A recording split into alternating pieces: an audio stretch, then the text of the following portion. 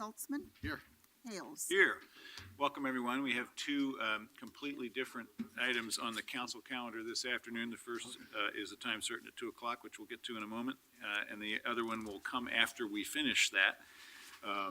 So stand by if you're here to speak on the second item. If you're here to speak on one of these council items this afternoon, you need just let our council clerk know, and she will have you on the list of those that are speaking. We have some invited speakers, at least for one of these items this afternoon. If you're here to speak, we typically allow 3 minutes per person, and I don't think we're going to have such a huge crowd that that won't be possible, though I possibly will limit testimony on items depending on the number of people here, because we want to make sure that everyone that wants to speak gets a chance to be heard if that's at all possible. And also on the subject of being heard, we maintain the rules of decorum here in this chamber. So if you agree with somebody that's speaking and you want to indicate your support for their position, do feel free to give them a thumbs up or a wave of the hand. And if you disagree and feel compelled that you just have to show your displeasure, give them a polite hand gesture to the negative, but we ask that we not make vocal demonstrations or applaud in favor or against our fellow citizens when they're here having their moment to speak to their city council. That's about all there is to it. Welcome, and we'll proceed, please, with reading items 1158 through 1161 as a package. 1158, adopt the Broadway Corridor Framework Plan as the guiding document for future development of properties located in the study area adjacent to the Broadway Bridge, including the United States Postal Service site. 1159, authorize intergovernmental agreement with the Portland Development Commission to provide general fund secured interim financing for River District public improvement projects. 1160, authorize $45 million of financing for the cost of carrying out the urban renewal plan for the River District urban renewal area and authorize refunding of any interim financing. 1161, authorize $90 million of interim financing for the cost of carrying out the urban renewal plan for the River District urban renewal area and long-term bonds to repay the interim financing. Thank you very much. I am very pleased to be bringing this package of decisions to the City Council this afternoon. We have been talking about this particular city shaping opportunity for at least 20 years that I can recall. And it's wonderful that we're now at the point where we can actually make that city shaping moment real. The post office has been located in its current position in downtown Portland because that's where the trains brought the mail. That's how long this particular location has not made sense. This is a story about growth management and the story about the continuation of the success of the Pearl District, the creation of a new neighborhood in what was once a railroad shipping and switching yard. It's a story of an urban neighborhood that fits changing urban demographics, and now we can shape it further to fit the demographics and housing needs of today. It's a story of about 1,000 affordable housing units and more on the way. Story about transit investments that have reduced our carbon footprint and made us a more livable city. It's a story about brownfields being reused and parks that weren't there before and now work for people of all ages and abilities. And it's a story about Portland as a destination, because the Pearl District and the other areas where we have created new urban life in the heart of our city are one of the great attractions of our city. In fact, we'll be joined a little later by a delegation from Hirosaki, Japan, this week's group studying our city. Just one more affirmation that we've created something special here. So we have an opportunity today to write a really important chapter if we act soon. It's not something that will be around for the next 20 years if we don't seize the moment. There are a couple of locations right now where the United States Post Office mail sorting facility can be relocated. Next year, there might be one. A few years after that, there will be none. So we have the moment now, and we have a team who've worked really hard on queuing up this opportunity for us as a city, and want to welcome Patrick Quinton, Lisa Abloff, and Ken Rust, our Chief Financial Officer, along with other staff who are here to support the presentation, and then we have some invited panels after them. So with that, Patrick, please. Great. Thank you, Mayor Hills, and good afternoon, Commissioners. I'm just going to do a brief introduction here. The mayor actually covered much of it, but I'll turn it over to Lisa first, who will walk you through the Broadway Corridor Framework Plan and the action before you, and then Ken Rust will walk you through the 3 different actions related to the financing. And as the mayor kind of walked through, we've spent a lot of time in the recent time, the past few months, discussing this transaction and really thinking about the nuts and bolts of the transaction, the financing and the risk, the planning around it, and that's all appropriate. That's what people expect us to do when we take on a transaction of this magnitude. But I've been reminded by many that we don't talk about the opportunity enough, and just to follow on what the mayor said, this really is a once-in-a-generation opportunity to acquire a significant piece of land so close to many different assets within our city and accomplish so many objectives at the same time. And so I do, in my role as the head of PDC, I view it as part of what we're supposed to do, is we're supposed to seize these opportunities. And so I and my team are very excited about this. And I think what's special about this moment in time, as opposed to all the other moments in time in the past where we thought we had the opportunity to acquire this site, is that I think we can see better the purpose of doing this because of the challenges that we now face as a city that is experiencing tremendous growth, and we need additional places within the city to accommodate that growth, but also to provide public benefits that our city needs. We have the opportunity to bring this into our arsenal and to add all the different elements to it that I think the city needs. And in particular, and we'll talk about this, Lisa will talk about this, but when people think about the challenges of growth that we're facing as a city and what that means for residents and neighborhoods, this adds new space for all that to occur, that doesn't displace, that doesn't actually put pressure on other parts of the city. So even from a growth management perspective alone, it actually begins to address a lot of issues. But more than that, we have the opportunity to express our values around affordable housing, around open space, around density, and around connectivity, around finally making connections between these vital elements to our central city, which include the downtown, Old Town, Chinatown, the Pearl District, and Union Station. Right now, these are in some respect disconnected because of the existence of the post office. And each of those areas now has these crucial moments in time where with these added connectivity, they can actually achieve their fullest potential. So this is definitely an exciting time. And so I hope we all think about the magnitude of it. What's happening today is we have this high-level framework plan that Lisa will walk you through, really to kind of create the context for the decisions that both City Council and the PDC Board will make. So the framework plan doesn't lock us into a prescribed development plan for the future. It establishes principles and assumptions to guide us in the future, but also, like I said, for the decisions that are in front of us. So this obviously will come back, and Lisa will talk to you about the process for master planning and whatnot. And then Ken's going to walk you through the financing pieces. We're incredibly grateful for the partnership of Ken's office to make this happen, and the partnership between the city and PDC to help this financing package come together.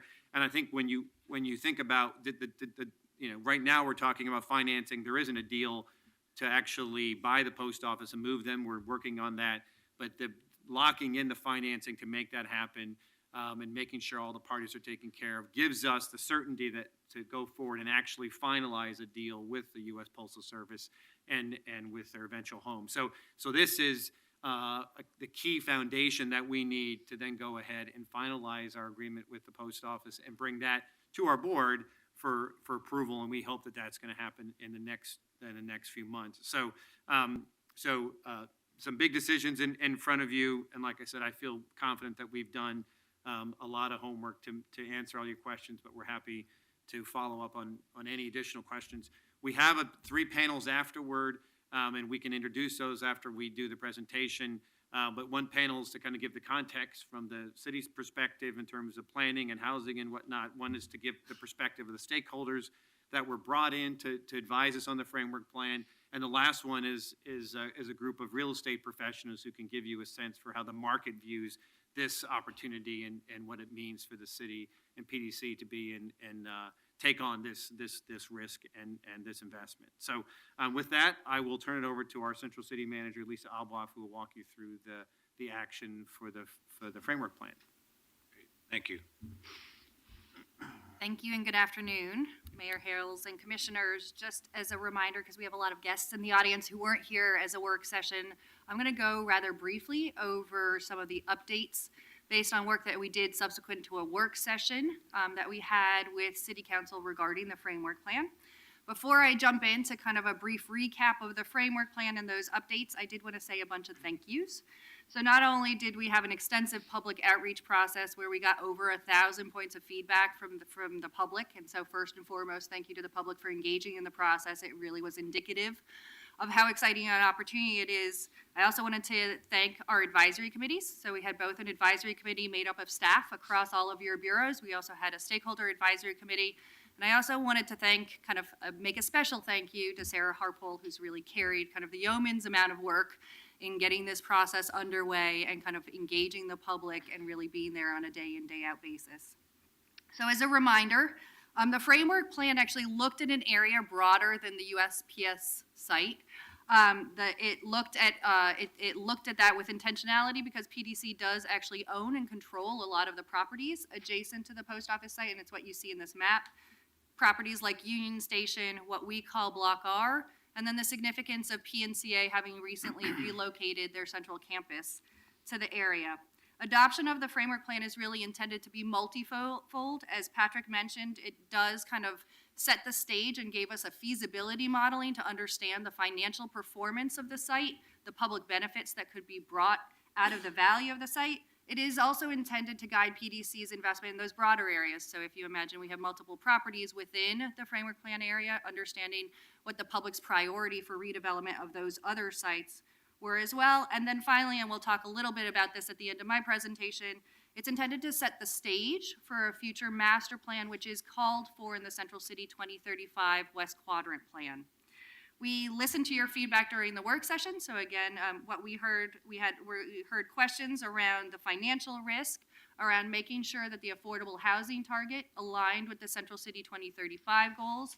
And you'll see we did a lot of work with PHB with the Housing Bureau as follow-up to that. And then making sure as we thought about next steps for the project, that we thought about other public improvements like the park in front of the PNCA campus, the plaza in front of Union Station, et cetera, making sure that those are kind of thought about as we enter into a master plan scope. You know, it's, before you leave that, sorry, just looking at that site, it's important to remember, I think, in terms of the scale of this opportunity, that area, about 20 acres, is just about exactly half the size of the Hoyt Street Yards property that was the heart of the Pearl District. In order to unlock the development potential of Hoyt Street Yards, we had to take down an aerial roadway, build a streetcar, and do a lot of other infrastructure to even make it developable. This is a much more favorable situation to the city. Just curious, is the park to the west of PNCA part of the framework plan because PDC intends to have a formal role in developing that park? Or you're just looking at it as part of the overall vision for the area, or both? So as part of the framework plan, it was something that we heard, I would say both from the public as well as from parks, is making sure that the park, as we thought about the park and or park space within the post office site, that it was done intentionally as a terminus to the park blocks. We speak to, and we'll kind of see this at the back end, it's clearly in parks ownership and control. I think we heard from Commissioner Fritz during the work session that she certainly has interest as we move forward with a master planning process, that it be included in the master plan, and we think about it as part of the financial package of what happens within the framework plan area. Yeah, and by the way, just, I'm not sure whether it's the terminus of the North Park blocks or it's the ankle into the River District. We can debate that. But I also think there's some public-private partnership opportunities that we should capitalize on. Absolutely. And that the benefit of having PDC engaged is Parks is already stretched pretty thin and has an equity agenda on the other side of the river. But there might be an opportunity here to develop something in connection with this overall plan. Good, thank you. So again, kind of staying at that broader framework level, we just wanted to give you a quick refresher in terms of the strategic vision and the unique opportunity that this area does pose The other thing that hasn't been called out in kind of this brief discussion is the regional role that Union Station plays. So if you think about the fact that the airport is the gateway to Portland when you arrive via airline, the Union Station is really our gateway for anybody arriving via rail, either from the south or from the north. And so it's really kind of an important component as we thought about the framework plan.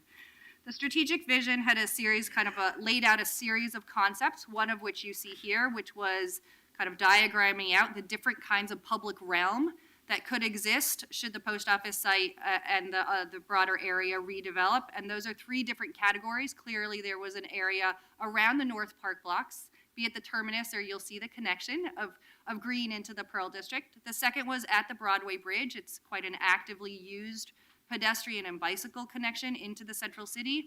And the Central City 2035 plan did call for a green loop, and so you'll see in the preferred concept, we did incorporate that into our design considerations. And then the last is really thinking about what is that front door to Union Station, either for folks who live or work here or folks coming to visit Portland.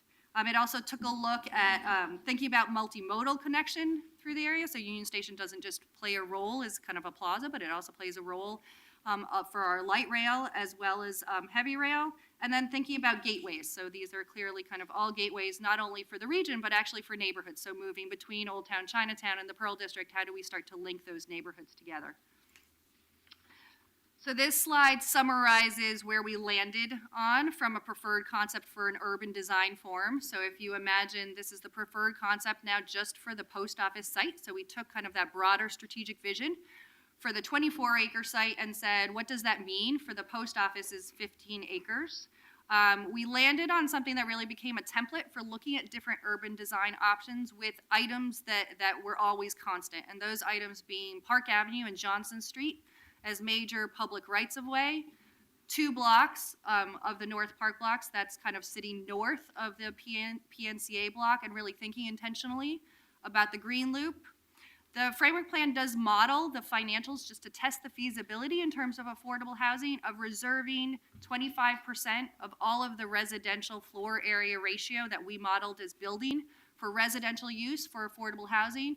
We then, following on our discussion with council, worked with the Housing Bureau to identify how we could get to 30%, and that's what came before council last week as part of the set-aside policy package update. And then the last but not least, it does include a recommendation or a model development at a higher entitlement, what we would call a higher entitlement than currently sits on the books. So it does model development at 7-to-1 FAR, whereas today it's at 4-to-1 FAR, and it's something that you'll see also will come back as part of the Central City 2035 work as well as the master plan, because that ties not only to the program of what kind of density of development can you realize on the site, but also some of the financials that Ken will walk you through. This gives you kind of a general concept of where we landed as our preferred approach to the density and the layout of the site. There's a lot of interest, and we heard this from the community, of thinking about additional height on the site, so not just development capacity, but really creating a landmark gateway for Portland. If you think about our downtown skyline, we have a lot of areas where you have kind of high towers that mark the site, and there was a lot of interest as to how that would play out, particularly at the Broadway Bridge. In the lower left, you actually see what the breakdown is that was modeled between commercial use and residential use. It's about 1/3 commercial use, 2/3 housing. And that 1/3 commercial use, there was a lot of interest both through the Central City 2035 process, as well as our outreach with the public to make sure that we don't lose the jobs component of the program of what happens on the site. At that density of commercial development, you would actually have just as high a ratio of commercial use on that particular parcel as we have in our central business district. We also took a look at phasing. It becomes important as we think about the ability of our market to both take down kind of the developable potential of the site, but also thinking about making it accessible to different kinds of commercial tenants, different kinds of residential tenants. And so what you see that we phased is kind of starting from the northwest corner, moving south, preserving, there's actually an existing parking garage on that site today, as well as the existing postal building, and thinking about what portion of that building could potentially be reused and re-tenanted for some of our local companies. There's about 100,000 square feet of retail, and then the new development, as part of phase one, was pretty heavily focused on residential. And this was both tied again to kind of programmatic goals, but also tied to financial goals. That's really kind of the value of the property that generates the amount of resources that we would need to invest in some of the infrastructure during phase one. And then phase two shows the full build out of the site at about the 4 million square feet. So an additional million square feet of residential gets added and another about million square feet of commercial. And that would be the time when we would actually demo the remainder of the US Postal Building and the garage. You'll note this is a pretty extended development timeline. So we did tie what we would call the absorption or the development of the site to market performance that we've seen in the past in Portland.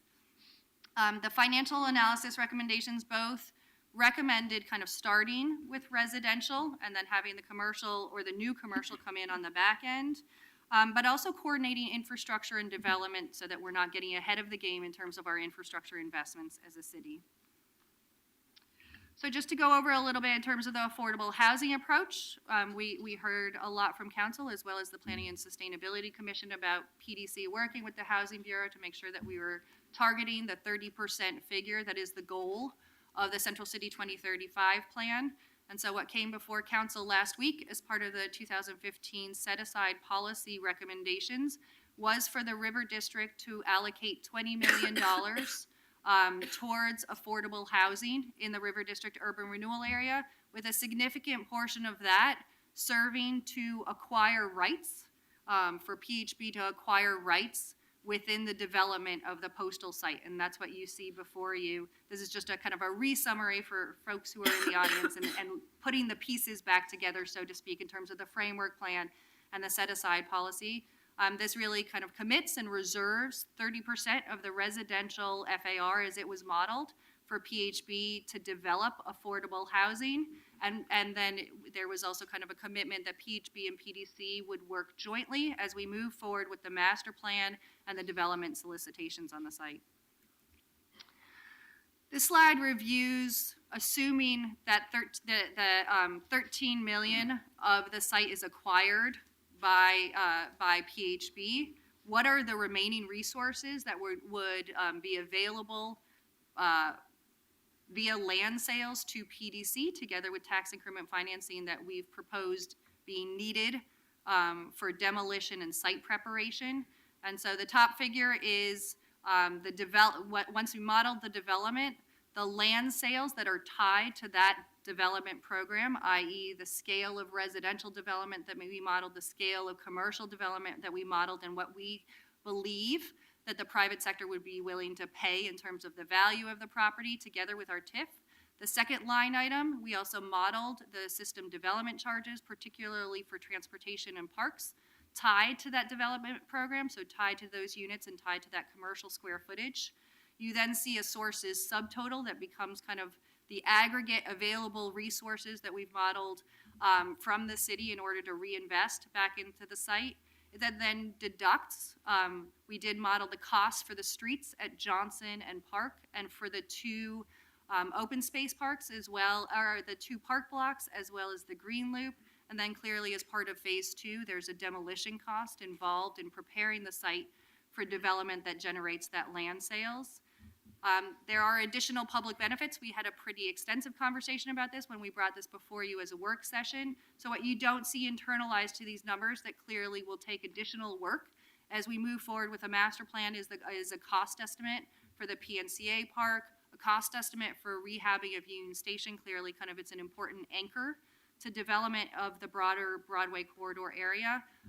The framework plan does contemplate a plaza in front of Union Station on a parcel that PDC owns called Block Y, amongst other public goals that came out of our conversations with both the public and other city staff. So next steps, this is clearly kind of the first of many times that we will be before council. This schedule lines up what PDC will be doing in our negotiations with the post office. As Patrick referenced, we are having ongoing negotiations with the post office, both around site due diligence and around negotiating an acquisition agreement. That would then result in them actually continuing to design a replacement facility and moving into more formalized design and construction, which would take the next 2 to 2.5 years. Concurrently, we will continue to work with our City Bureau partners around the Central City 2035 goals and objectives and language that comes back before you in the fall of next year, particularly around the master plan requirement that's contemplated in the West Quadrant component of the Central City 2035 plan, as well as around any entitlement changes. And then a development solicitation and agreement to kind of go out to the private sector, really get our private partner on board, come back to you with a master plan, particularly if there's public investment contemplated, both via the affordable housing as well as via the infrastructure, with the goal of having kind of the first sale complete and construction underway in 2019. That aligns back with our phasing strategy that we had in the framework plan. So at that, I'm going to stop and welcome any questions, or we have a few slides where Ken's going to walk through kind of how does the framework plan then feed into the financing structure. Okay, great. Thank you, Lisa. Any questions about the plan itself before we get to the rest of the financing piece with Ken? Okay, proceed, and I'm sure we'll have more questions as we go along. Thank you, Commissioners, and thank you, Lisa. So when we talked last time about this project, the big challenge has been is that being able to acquire the post office inside the River District means that there aren't sufficient resources to make that acquisition and do all the other things that are planned to be done in the River District. And normally, that creates a real challenge for us. The unique opportunity here is that by buying the property, it also brings to the city an asset, and that asset can be monetized, and we can use the value of that asset in the future to repay other obligations. And so the challenge that we've been working on, and we think we have a plan for, is to utilize both the tax increment capacity of the district and the resources of the city's general fund, along with the assets that will be created as a result of the acquisition of property, to make this plan work and actually to be able to do more as a consequence of that.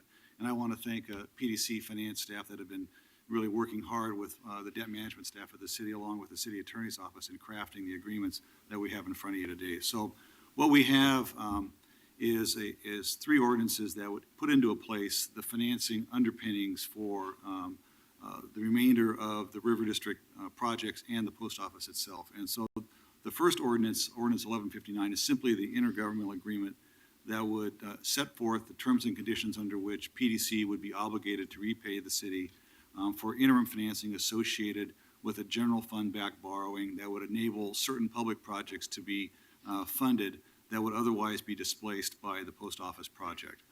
So we've laid out those terms and conditions. We have claims on PDC's resources and a plan for how they would be repaid and what PDC is going to be obligated to do in terms of moving forward with the post office site and what it can and can't do without our approval. So we feel very comfortable that the IGA protects the city's financial interests and is an important underpinning for the next ordinance, which is ordinance number 1160, which authorizes up to $45 million of general fund-backed line of credit that would be used to fund public improvement projects in the River District that otherwise would have been paid for with tax increment proceeds. And this is a consequence of being able to fit into the Urban Renewal District the acquisition of the post office property.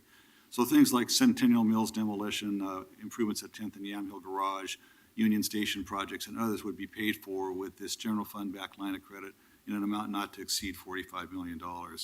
The third ordinance, ordinance number 1161, has the authorization to move forward with a line of credit that we would develop for the tax increment-related projects inside of the River District, up to an amount not to exceed $90 million, which may be secured by the general fund or simply by tax increment revenues in the future. That particular line of credit will be taken out completely from the future issuance of tax increment bonds. So from the standpoint of how we normally do business with PDC, it's not unusual for us to have a line of credit that we draw on as we wait for increment to build. We take it out with long-term tax increment bonds and pay off the line of credit. And in effect, that's what the $90 million represents, and is if the post office project didn't proceed, we would be asking for the same authorization to complete projects in the River District.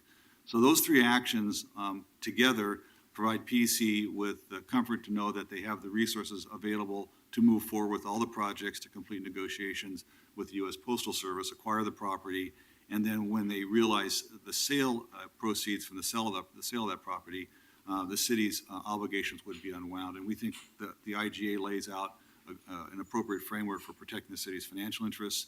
And as a consequence of that, I think that the financial plan that we've constructed allows all of the projects to proceed on a timely basis and to complete the goals and objectives of the River District. Thank you.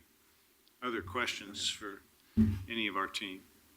All right, we'll stand by then, and we'll call up the first of those panels. And you have the names? Yes, I do. Mayor So, Harrel's yeah, great. the first three are Joe Zender from the Bureau of Planning and Sustainability, Javier Mena from Housing Bureau, and Patty Tillett from Zimmer Gunzel Fresca, backed up by Nolan Leinhardt as needed. Welcome.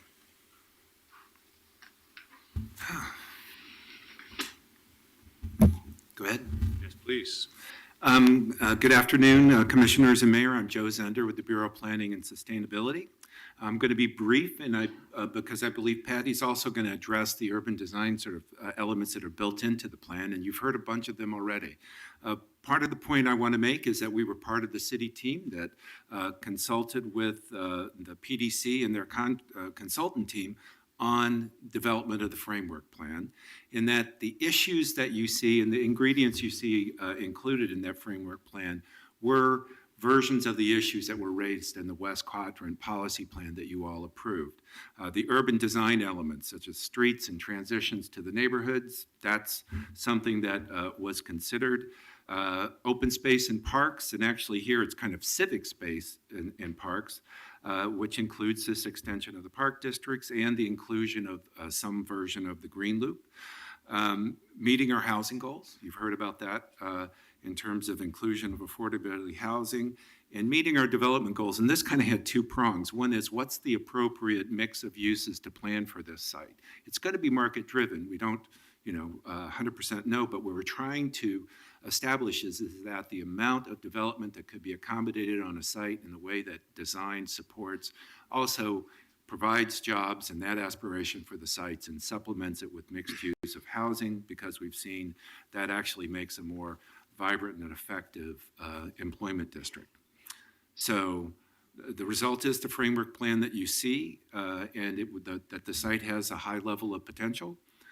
It's a legacy site, so the design, the development thinking, the discourse is all going to take more time and detail. That's where that legacy sort of level of attention will come from. And the central city plan that you'll see later in the early part of next year includes a master plan provision that we are designing to be able to at least set up the urban design look that we think the site warrants, and bring the design commission into that, open up the opportunity for phasing diagram, open up some flexibility for the site. This framework plan is a good first step. Thank you. Good afternoon, Patty. Good afternoon. I'd like to address the urban design aspects. The site of the central post office has long been conspicuous as a void in Portland's urban fabric. And the opportunity presented by redevelopment of these 14 acres is to make it an active connector between the Pearl District and Old Town Chinatown, a critical link in the Green Loop, the northern terminus for the North Park blocks, and a nexus for public transit. Proposed urban design responses by the combined ZGF and SOM team include connecting the Pearl District and Old Town Chinatown with a street network through the site, together with living, business, and employment opportunities that will benefit both neighborhoods. Connecting the Green Loop from the east side on Broadway Bridge to its west side continuation on the North Park blocks, with accessible connections across the 30-foot elevation difference from the bridge to the ground, will be addressed. Extending the North Park blocks open space into an inverted U of substantial buildings and marking the northern terminus with a landmark tower, which is also centered on the Broadway Bridge. Extending Northwest Johnson Street through the USPS site to connect with the transit hub at Union Station physically and visibly from the Pearl District. The landmark go-by-train Italianate tower at Union Station will be clearly visible from the west along a wide pedestrian and bicycle-friendly extension to Johnson Street. And as the transit capacity of the Union Station hub expands with new services to the southeast and southwest suburbs, the occupants of the redeveloped USPS site and adjacent buildings will have unmatched transit access. A new plaza at Union Station will be energized with both social and commercial activities from these folks. So the scale of development envisaged at the post office site will create a new and substantial focus for employment and housing, including affordable housing. This will be de facto transit-oriented development, advancing the city's goals of reduced dependence on automobile travel, reducing atmospheric carbon, and increasing walkability throughout the central city. It'll also advance our reputation as a city where quality urban design continues to grow and to thrive. Thank you. Thank you. Javier, good afternoon. Good afternoon, Mayor, Commissioners. My name is Javier Mena at the Housing Bureau. We don't get a lot of do-overs at the city, and this is a unique opportunity for the Housing Bureau, learning from the Pearl, the North Mac, the ZRZ developments. This provides, and also the potential density bonus, maximizing affordable units. It's a very exciting opportunity. We are very thankful and appreciative of being part of this discussion. The Broadway corridor framework is consistent with the Central City Plan, the 2035 plan, in terms of the 30% of all units being made available for families at 0 to 80% median family income.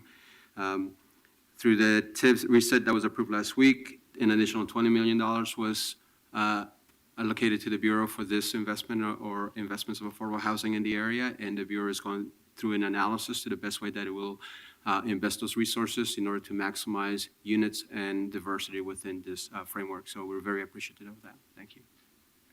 Thank you. Questions?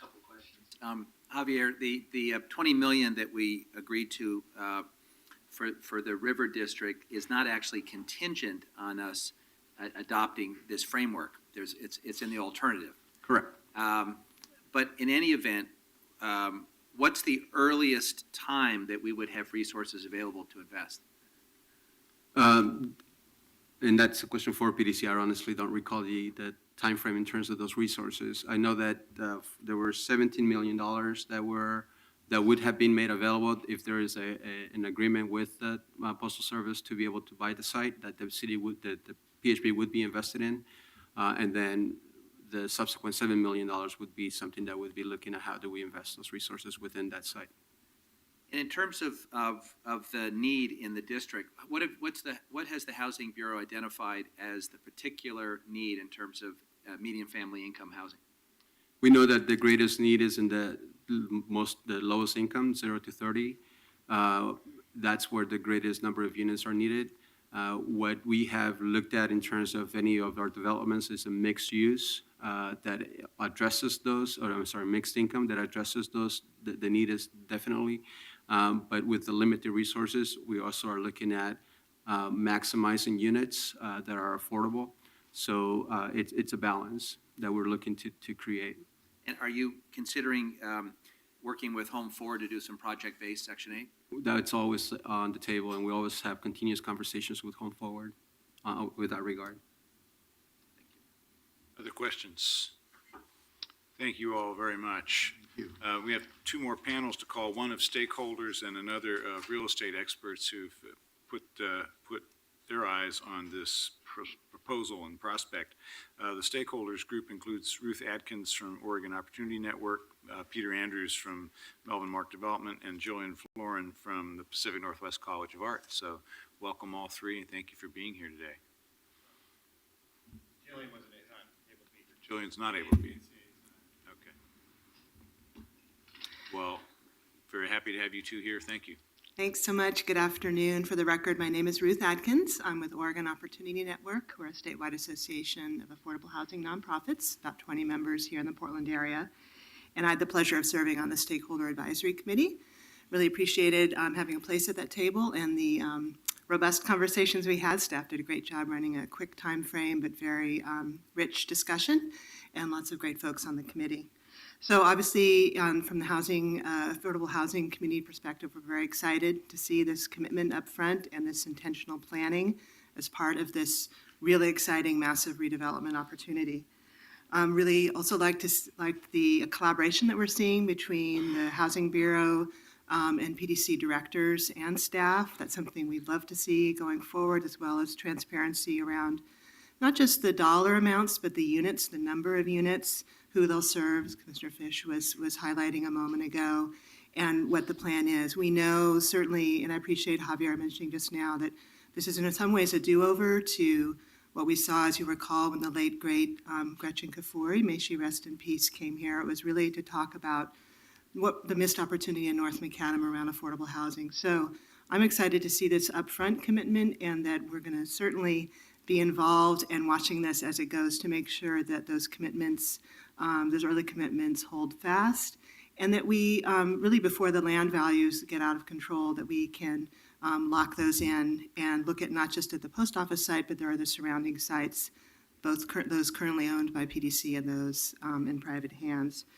So again, really appreciate this commitment. One of the issues I raised, though, in the committee was just in terms of the huge numbers of folks currently experiencing homelessness in this entire study area, development area. So obviously, we're going to want to look at avoiding displacement, figuring out how the opportunity for housing and services will be a part of this going forward for those folks.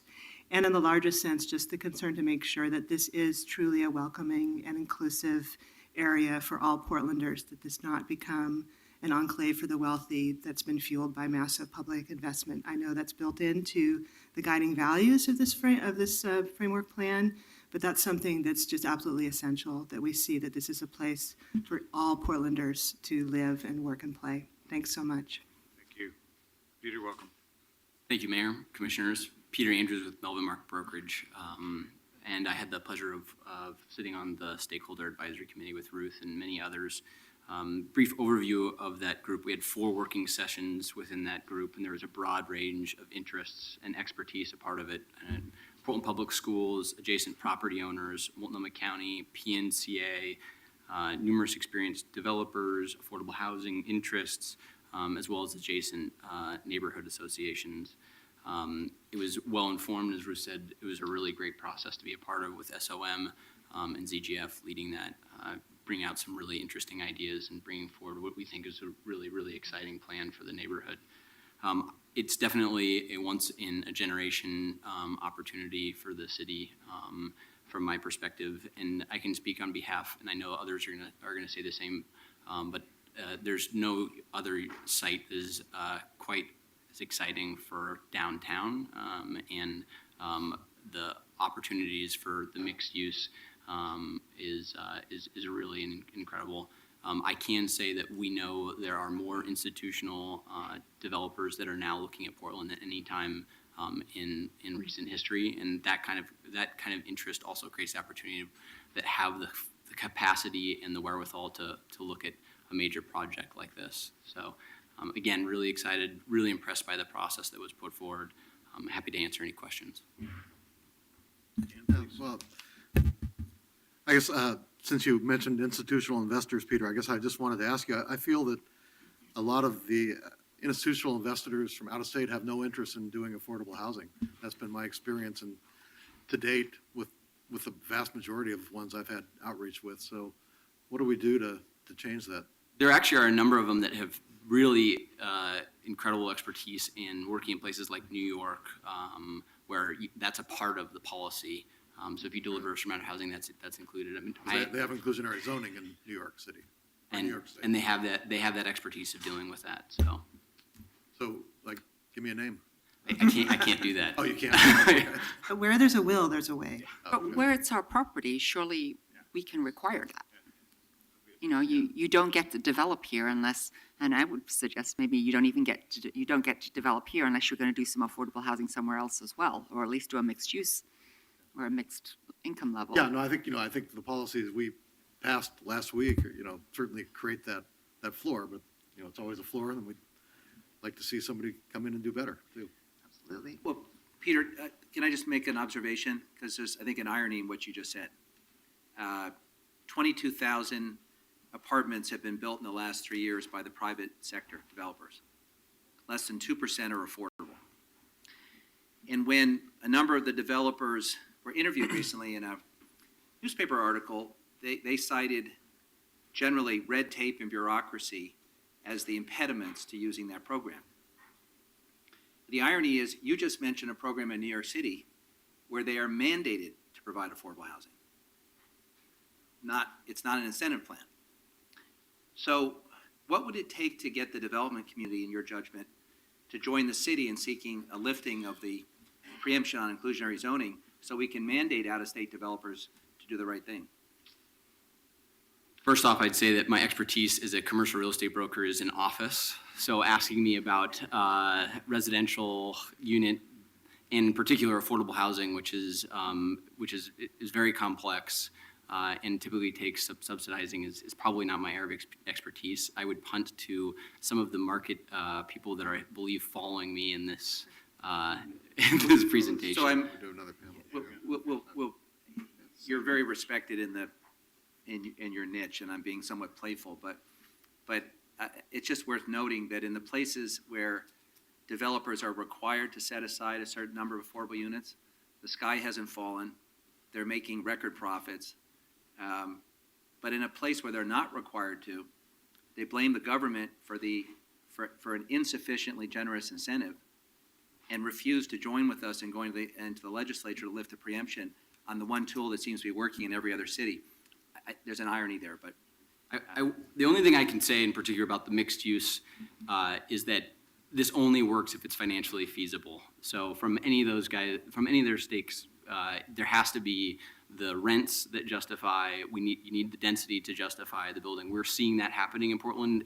We've never seen rents increase as well in the office market, but that justify and create the opportunity where you can actually build the density and users that are interested in it. But if it's not, it needs to be financially feasible for them to look at it. There are those opportunities, but again, I think the right group of people to answer that would probably be some of the residential developers that have that area of expertise and can really speak to their experience with the city.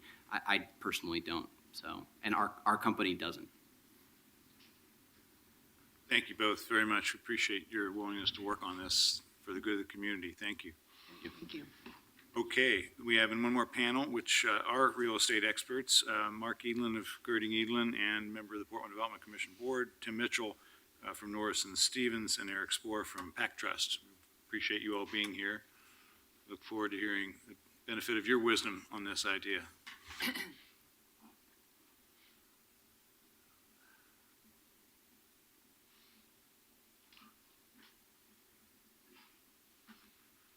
Who'd like to go first? Go ahead. All right, Mark, you get special status. I was asked to talk about the financial wisdom and the investment we're making, but I'd like to make a few comments before that. As others said, this is truly a generational opportunity for our city.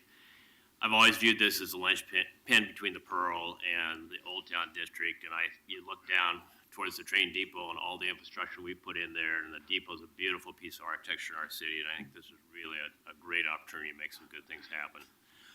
I would advocate that we, in addition to other priorities, that we emphasize local design, local engineering, local construction, and I would love to see it empower some young local developers to help move their career along. It's our tax dollars, it ought to be our jobs. As for the affordable housing, I would be a big advocate of putting that on the private sector, and I would look for outcomes from that, and I'd love to see it mixed in with the balance of the project, as opposed to taking a block for affordable housing and 5 blocks for private sector work. As for the value, based on what the information has been shared with me, based upon what I understand that the zoning that is contemplated to be put on this, I think after PDC and the city does their work with entitlements in place, assuming that the FAR that comes off the streets and parks goes onto the developable land, assuming that we take this to market in a very competitive, brokered fashion to get the highest value possible, and net of the public improvements, including the affordable housing, so straight market rate stuff. My estimate after the work is done, that this on the low end is going to be worth $135 million worth of dirt, and on the high end, $177 million worth of dirt. So the finance numbers we heard of earlier, I think as a city, our investment is very, very secure. These numbers, in my opinion, are today. And I think we've talked about phasing. I think if it was the city's priority, and I understand we have issues with dealing with the USPS and requirements upon us, I think you could go to market today and get somebody to pick up this dirt after it's entitled with the improvements in place. I don't think it's necessarily a 10-year program. I think you can do it very quickly. And again, that's based upon today's marketplace. Biggest impediment that I see to this is the vagrancy. along the North Park blocks. I know it's been a topic that's been discussed many times. We've taken efforts at as a city to address it. But I think it is probably the biggest impediment to achieving the highest value for this property. And Did that's you it. say vacancies or, Vagrants, Vagrancy. vagrancy. so people living outside because they have nowhere else to go? I'm not so much worried about that as I am the young toughs, road warriors. You know, the homeless, certainly that's an issue. Drugs and alcohol are an issue. Chronic homeless people are an issue. But the big issue is the vagrancy and the young toughs. So when you just attached a value, I think you said 130 to 135 million, and you said net of affordable housing? So just to elaborate on that. 30 to 177. Oh, okay, I'm sorry, Yeah. yeah. Yeah. 130. And Dan, what I'm saying with that is if you were to go out and just sell this as a retail entitled piece of land today, that's the value I think you'd achieve. So if we're going to require the private party to do whatever it is, you start pulling back off of that value to dampen the value to accommodate for what we're requiring the private party to do. And I would be an advocate of selling this to one party to keep control of it. Say that again, you'd be an advocate for? Selling to one party to have a master developer control the entire project. So I would Mark- not be an advocate of selling one piece to one party, another piece to another party. So Mark, with the action we took recently, kicking urban renewal, the percentage of urban renewal money for affordable housing to 45%, some have argued that's hastening the demise of PDC as an economic development agency because we're choking off some resources that they need to do their job. Well, we all agree that if PDCs can be successful in the long term, we have to find a new model for them to generate revenue. And there are models out there of other cities that have economic development agencies that are not dependent on urban renewal funding, but become entrepreneurial, have dirt, develop dirt, and they, in fact, act somewhat like the port, which is which owns dirt and generates revenue and profit. In light of that, do you think it would make sense for PDC to retain ownership in this site and develop it so it has a long-term income stream and has some say over the development? Great question. I think there's a number of opportunities out there. We could look at a land lease model. That's not done in Portland except for really the Port of Portland and a few other limited instances. But I think this property is significant enough that we could do that. PDC could leave in to the pot, so to speak. Let's say the net number, whatever it is, say it's $100 for the sake of argument. PDC could pull out $50 to repay whatever financial commitments it has and leave $50 in and go along for the ride as a joint venture partner. I think there's a number of ways to make it happen. So yes, I think that's a viable option. Well, Mayor, since this is all dovetailing at the same time, if we want PDC to be successful in the long term, we're going to have to help them reinvent themselves post using urban renewal funds. And it seems to me that if you look at the Rose Quarter, if you look at the post office site, and even if you look at some of the dirt that OMF currently manages, if we viewed PDC as an entrepreneurial agency that developed public land and maintained ownership stake, so it had a long-term revenue source, that may be a model worth considering here and in some other things we're doing, because we know we're about to run over a cliff. And the alternative is we'll just be shrinking your budget year after year. Yeah. I completely agree. I think hybrid models of public-private partnerships are the future. Whether you're a PNCA in terms of trying to figure out how to make your budgets work, or an eco-trust, or a PDC, or a City of Portland, how can we get more bang for the buck, so to speak? And I do believe there's a point where it's the private sector's role, and there's a point where it's the public sector's role, but there's a gray area in between, and I think that's a place PDC can capture value. You look at what the cost to do this transaction is versus the value being created, it's tremendous. And one of the things I'm a very big advocate for is I want to make sure we get every value of dollar out of this that we can for the city. Thank you so much, Mark. Well, Tim or Eric, who'd like to go next? I'll go. Eric Spory with Pac Trust. We've been in Portland since 1972, have been a greenfield suburban developer for 40 of those years. We just in the last few years have seen what's going very clearly on in Portland and in other markets across the country where people are going back into urban locations. We teamed with Venerable Properties on the Washington High School redevelopment. I would say going forward that our focus is on urban investment and our traditional industrial as well. But I think that it's a cliche, but I think that the public sector should do what the private sector cannot. And I think that the Portland market right now at 20 million square feet in the central city is still a very small market. And with the jobs that are coming here and very clearly the demand that's coming here, I think it's a great investment. The site is, as it's been said, is a gateway site. I think it's the best site in Portland, and I think I just believe it's a very good investment for the city. I think also to provide certainty to what's going on, that certainty in real estate translates into higher pricing. Thank you very much. I'm Tim Mitchell with Norris and Stevens. We're a locally owned commercial real estate firm. Next year will be our 50th anniversary. We lease and sell all types of commercial properties and multifamily properties, both in the central city and all over the Portland metro area. I think that I'm also a member of the Central City Standing Committee for Portland Business Alliance, and we were given a presentation on this program. And I would like to say that we are fully behind it. I think that the scope of it is appropriate for the site. I think the mix of uses are also appropriate for the site, the density, and also the connectivity that it is going to provide in that part of town. You know, the Portland marketplace, we find ourselves as one of the tightest both office and multifamily markets in all of the country. And so this is something that is definitely needed going forward. And I think we would not have very much trouble leasing any of those opportunities up going forward. You know, this is one of those anecdotal things I haven't had absolutely confirmed, but I've heard it said a couple times about this site that this is the largest redevelopment site in a downtown in the United States, which is both wonderful and scary at the same time. Is that your sense too, from what you see around the country? This is a big one.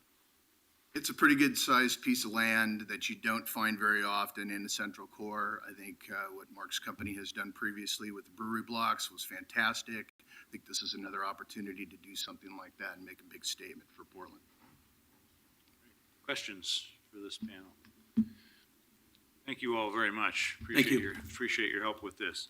So those are our invited panels. We'll see if we have some other folks signed up to speak on this package of resolutions and ordinances. Mayor, I had at the appropriate time, a couple amendments. Oh, yeah, okay, this would probably be a good time to put those on the table, please. Okay. I think you might all have copies, but just in case you don't. I need more. So I'm offering two amendments. One is to the resolution and one is to the IGA between PDC and the Housing Bureau. And they're nothing new. They simply reflect everything that's been said here today as the intent and everything that's been agreed to by PDC and the Housing Bureau. And I want to put them in one place just because I often find in our office when we're trying to do legislative history research, we're often looking for exhibits and we're looking for language and we can't seem to find it. And I think that's not a problem unique to my office. I think it's just some of the way we do business around here. So the First Amendment to the resolution simply reflects the Central City Concept Plan goal that we agreed on last week and has been said here is already, part of the purpose there, and that is to have the housing, 30% of the housing be affordable to 0 to 80% median family income, and that's the amendment to the resolution.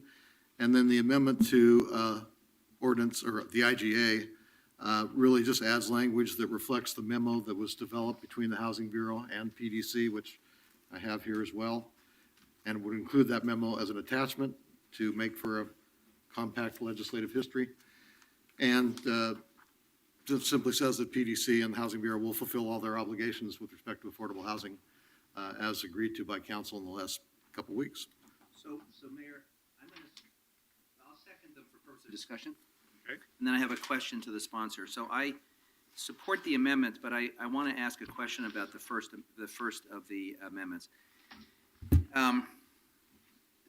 The language says that 30% of all new units targeting affordability at 0 to 80%. And so it raises an important question, which I think we have to grapple with. And that is the additional money that we added by bumping up to 45%, is it covered by our 30% set aside, or is it covered by a different standard? Because if it is covered by 30% set aside, then the focus would be on 0 to 60. And when I look at the outstanding report that the Housing Bureau brought to council last month, that's exactly where we're not meeting our goals in the River District and in the Central City. It is also the policy goal of the 30% set aside, which we bumped to 45%, is 0 to 60. So the shortfall is in that area. The policy was intended. So to Dan, my question is, why have you proposed bumping it to 80%? I haven't, and the intent remains that the money we adjusted last week is to still go for 0 to 60%. This is simply the language that the Planning and Sustainability Commission has included in the Central City Concept Plan, that there be a target throughout the city, Central City, of 30% of all new residential units being affordable to incomes between 0 and 80. But the money, the tax increment dollars would be still confined to the 0 to 60%, as you've observed. So I guess, I know it's a little confusing. while I support, I know what you're trying to do and I support you, it just seems to me that it might be confusing, because on the one hand, the dollars that we're going to invest at the front end are for 0 to 60, but this says 30% of all units would be at 0 to 80, and I'm not quite sure how we reconcile that. And I thought that 0 to 80 was, or the 60 to 80 was for home ownership and not for rental. Actually, home ownership is up to 100%.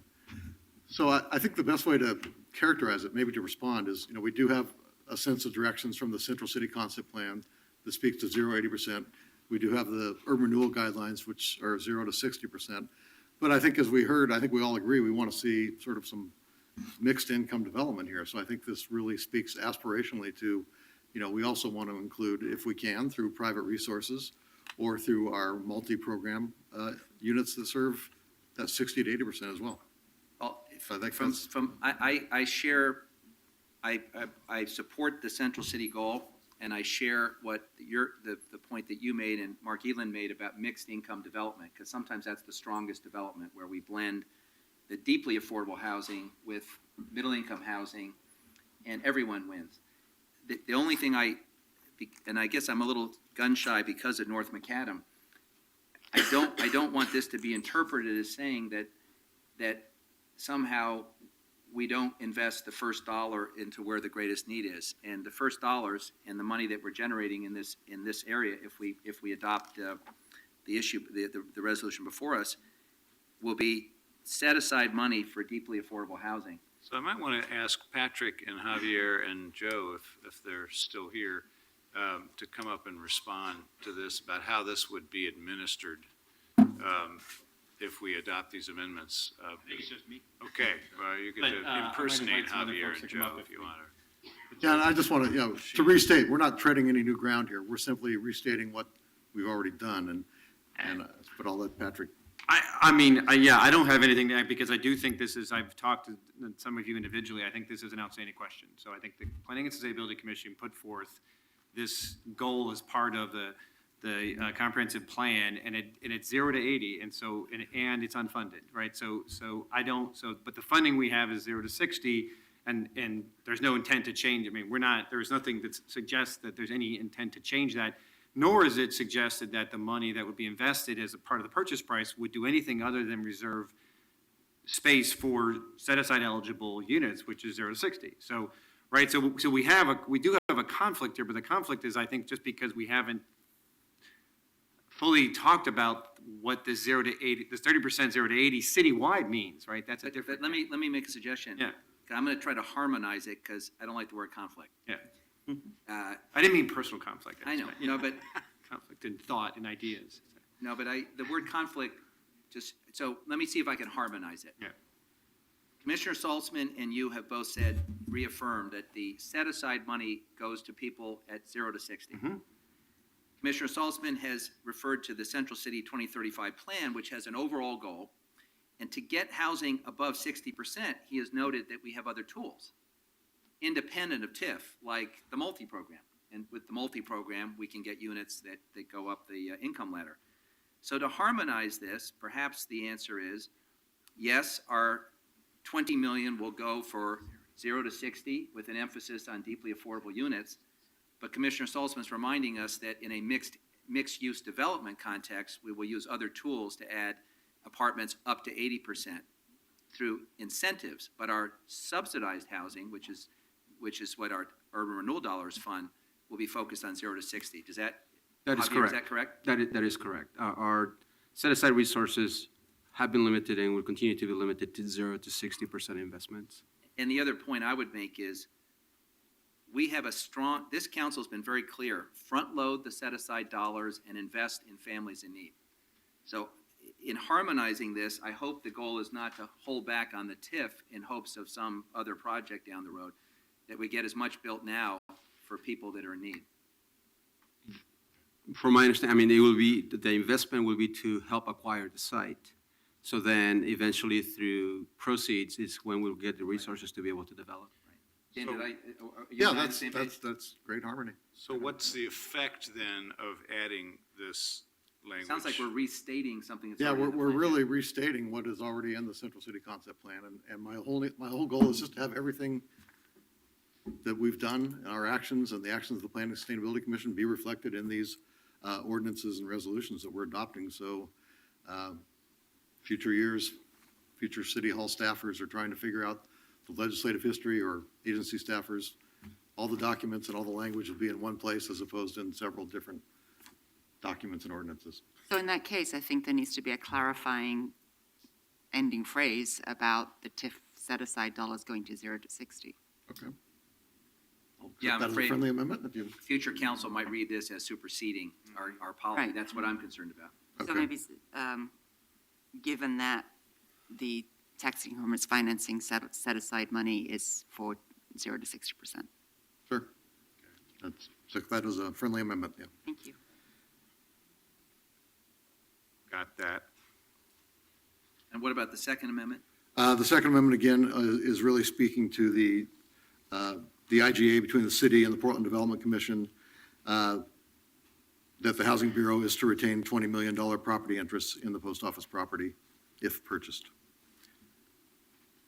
Yeah, up to $20 million. But as Javier said, they're going to take a 90-day period to study what that investment will look like, both size and kind of how we structured. So it's an up to $20 million, and then the rest would come to the Housing Bureau as kind of straight-up debt proceeds that can be used for other projects. And that's what you and Director Krieger, Which is memorialized in a memo Yeah, that okay, we that's shared in with, this we memo. shared with council. Memo. that's the memo, yeah, okay, so we're just trying to put what's understood and what's been memorialized in the memo as part of this legislative history here. So you're not troubled by these amendments? You consider them enshrining work we've already done elsewhere or clarifying? Yeah, absolutely, we're fine with it. I still think that as I mentioned, I know I won't use the word conflict, but I still think there is, in the first piece, there is the number of units that basically get land banked, potential units through the purchase of FAR. It will involve a future funding source. It won't be TIF, because it's a big enough number and it happens over a long enough period of time that it's beyond the TIF that's available in the River District, and so it could very well be that those units get built without TIF.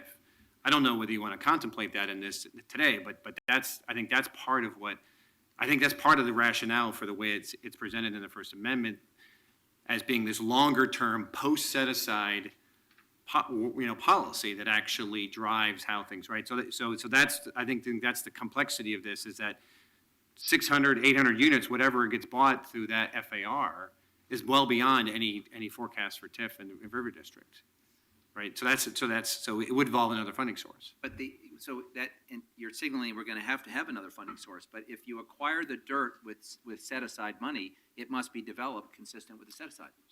So that would be clarification beyond, right, so I think that would be clarification that's needed and kind of to future councils or to yourself in the future, Mayor, that's, yeah. I think that was Yeah. sort of the friendly amendment. Right, okay.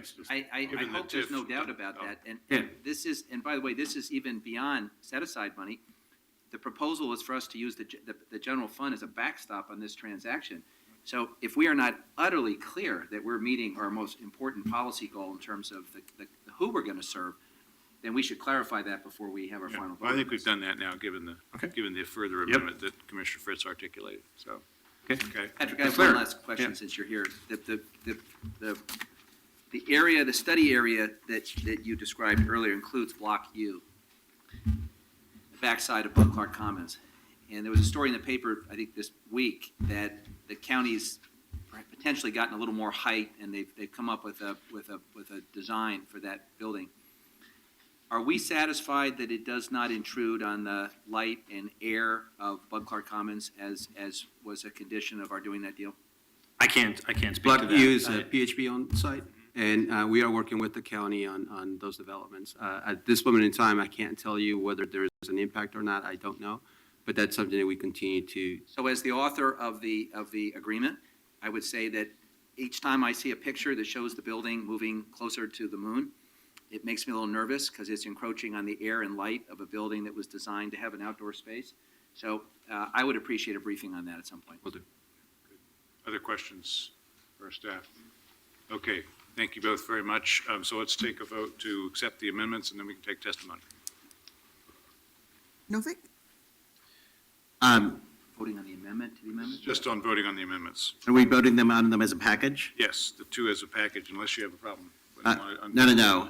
Just, I wanted to be clear because I did have a comment on the amendment to 1159, which is simply that telling PDC to, among other things, tells PDC not to create covenants, restrictions, or encumbrances on the use of post office property that would further reduce PDC's ability to gain the highest market value. And I will ruefully state that I suspect that we're more likely to impose such encumbrances than PDC. But having said that, I vote aye. Fritz. Aye. Fish. Aye. Saltzman. Aye. Hales. Aye. Okay, those are accepted, and so let's see who signed up to speak. Take public testimony on the whole package. We have two people signed up, Okay. Jim Wittenberg and Lightning Watchdog PDX. Okay, come on up, please.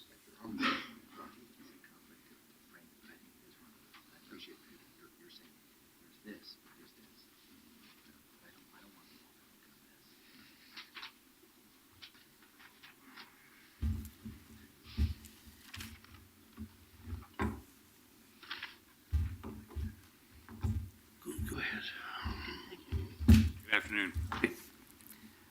Good afternoon. My name is Lightning. I represent Lightning Watchdog PDX. I do agree this is a legacy project. Some of the concerns I have is that when we buy the property at $80 million and we add a lot more costs, we'll be in it for $121 million. As Mr. Edlin said, the value of the dirt will be worth maybe $177 million. That'll give about a $56 million profit if we decide to not go farther at that time. Why are we not talking about the city stepping out earlier? If we bring in an investor that does want to step in right now, that investor would probably be willing to pay a certain amount and we step out and avoid all the risk. That's one option. Option number two, if we do decide to go forward, I understand we have 3,800,000 gross square feet of this project. Currently, we're talking residential of about 67% of the project, and that'll be around 2 million square feet. Now, I want to make sure that we stay within that parameter of that residential if we decide to go forward. Another issue I have is that we have done a lot of urban renewal shuffling in the last couple of weeks. One of the big concerns I have is I don't want to see put on the shelf is Jordan Snitzer's project, Centennial Mills. I know he asked for 38 million urban renewal funds. PDC, I hope you will follow through on this because what we're doing right now is we're shuffling a lot of the money around, and I think we're going to push some projects off to the side, and I would hate to see Centennial Mills be pushed off to the side. Jordan Snitzer is a very well-respected developer, knows what he's doing. When he steps up to the table, he's ready to perform. And when he states a certain number, it's because he's done a tremendous amount of data to get to that point. He's not an amateur at the game, and he knows what he's doing, and he knows what he's looking at. And I'd hate to see him put on the shelf to get this U.S. Post Office. Another issue I have is when you're talking relocation of the post office, I understand Troutdale has some properties out there in their industrial center. Where are we stopping on the overall cost to transfer them over to this property? That hasn't really been made very clear to me. Now, as far as on Union Station, absolutely, I want to see that basically restored, a plaza put there. One of the concerns I do have is the actual clock at Union Station has restrictions on how high you can go and to make sure that they have clear visibility from all areas on that clock, and I want to see how you're going to try to get around that. Again, I don't want any height limitations on this U.S. Post Office land, period. Thank you. Thank you. Jim, welcome. Hi, Jim Wittenberg. I almost didn't make it today because I almost got ran down on Broadway Avenue on Monday because the car was going about 60 miles an hour down with on her cell phone, and she wanted to make the light, and that was more important than my life. I'm convinced of that. So I think we ought to not forget to do the roads in this town, because these people aren't going to have anything to drive on out here if you guys don't fix them pretty soon. So I heard once that the first duty of a mayor and the city council is to keep the good roads in the city and to take care of the water and the sewers. And if they didn't do that, probably they wouldn't last too long in here. And I personally like you, and you've done things for me in the past that were helpful. But that's one of the problems we have. Secondly, I put in this piece of paper here which shows that we're going to be out of money pretty soon here and be in the red. This shows a lot of red areas down here for about 10 years. Well, I'm not going to be probably alive in 10 years. I'll probably be in a pot on a mantle somewhere.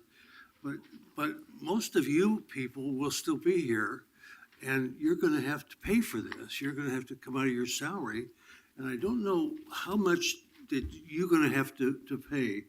I know my brothers and my 3 nieces and their 8 grandnieces and nephews and my sister are going to be paying for this, and maybe if my brother lives long enough, he'll pay for it too. But I think I just want to hear that so I understand what you're doing there. The last thing that I have is the post office itself. For 50 years, I've been using that post office, about 55. I used to own a pharmacy here in town, and I took my bills down there every month and posted them. And then I got other amenities from the post office that we'll have. It's going to be hard for me to ever use the post office if you move it out of there. So I want some assurances they're not going to take that post office, the retail part of it, which is the front, and put that out in Cedar Hills or somewhere out there where I used to live. And other than that, I just hope that you guys can pay for all these things, because it's going to be some real juggling to get all these things done and paid for. Jim, let me ask you a question, Sure. because you're a frequent visitor and you have lots of interesting things to tell us. We have 2 options before us. One is to do nothing, in which case the post office continues to occupy that site, pays no taxes, and it creates a lot of conflicts with the community that's built around them. Sure. Conflicts are trucks they can't really get in and out, and a use that's not really compatible for that site. The alternative is for us to acquire the site, develop it, put properties on the tax rolls, create some wealth, and then generate a return for the city. And the risk is, in the short term, we have to provide some backstop financing, but the CFO of the city, who is an independent actor, reports to us independently, has come and said he's comfortable with the arrangement. And one of the leading developers in the city has come and said that if we don't screw it up, we actually could make a premium on the property. That's what's before us right now. And so, as between the 2 options, which do you recommend we do? And I'm not against that. I just want to make. I'm just curious. I'm not against you developing the post office property and moving that. But what we want is a retail post office down there, the retail part of it. The other stuff can go. It can be set in China if you want to put it out there. But you need. Keep some kind of Yeah. retail office there. Yeah, that's what I hear again and again and again from, every time I bring this subject up, that's the first thing that I hear almost, is people don't want to have to go to these little post offices in buildings downtown that they can't find to post something. That's a good idea. So those are the main things. I don't care, but I just hope that you can spend all this money that you're spending, you can pay for it down the road, because now we're talking in hundreds of millions of dollars, which is going to take some creative financing to pay that off in the future. And I'm sure these guys are up to it. I just want to make sure you guys make sure they do it right, And we'll watch you from out here. I don't expect to be here too much in the future, but. Jim, you will not be in some urn in 10 years. I won't? You'll be right in this chair, wagging your finger at a future mayor and giving the same speech, and we're counting on it. That's right. You're creating this debt for this new mayor that's going to come in. We're counting on it. He's going to have to pay it off. You'll be here for several more mayors, I'm sure. You're going to be here for a South Sea Island somewhere. Oh, yeah, right. Thank you, Jim. Thank you. Take care. All right, anyone else want to speak on this item? Then let's move, please, to the vote on the first of these, which is the resolution 1158. Novick? So I think that one thing that the public might be concerned about is we're voting to adopt a framework plan which has a preferred concept in it, which says what a bunch of people who looked at this would like this area to look like. And I suspect some people might say, well, okay, you want it to look like that, and that'll wind up being incredibly expensive, and that'll mean that the city general fund loan will never be repaid. And I want to make it quite clear that we are not saying that we are going to have precisely this concept no matter how much it costs. It is of primary importance that any general fund resources be repaid, and if that means that the concept for this area might be somewhat different from the preferred concept outlined, that is what will happen. I'm very reassured by what our chief financial officer is telling us and by what Mark Edlin is telling us about the inherent value of this site and our confidence that the city will be repaid for any general fund line of credit. Aye. Fritz? Well, congratulations, Mayor Hales, for bringing this home with Portland Development Commission, Patrick Quinton. This site has been talked about for as long as I've been on the council, and so it's quite amazing to be here today without 60,000 people turning out for it to pass this resolution. Aye. Fish? Mayor, when this first proposal percolated forward, I was actually a little skeptical because, number one, I wasn't sure about the financing, and number two, I wasn't clear about the sequencing because we have a lot of big asks that are in the pipeline. The Portland building, Memorial Coliseum, this site, as well as ongoing infrastructure needs. Three things changed my mind. One was the professionals who told us that there's a historic opportunity for us to control the destiny of a very important piece of dirt, develop it consistent with Portland values, and do so in a way that may provide a significant return to the public. That's pretty good if we can pull that off. Number two is we have a CFO in this city, a $3-point-something billion municipal corporation, whose job it is to come tell us if we're getting too close to the line on debt or risk. And the CFO has done a comprehensive analysis of this and said that he's satisfied that this financing mechanism is prudent. And the third is that we have a chance in this development to make another significant contribution towards affordable housing and do it the right way, which is at the front end with binding commitments, learning from our experience in North Macadam.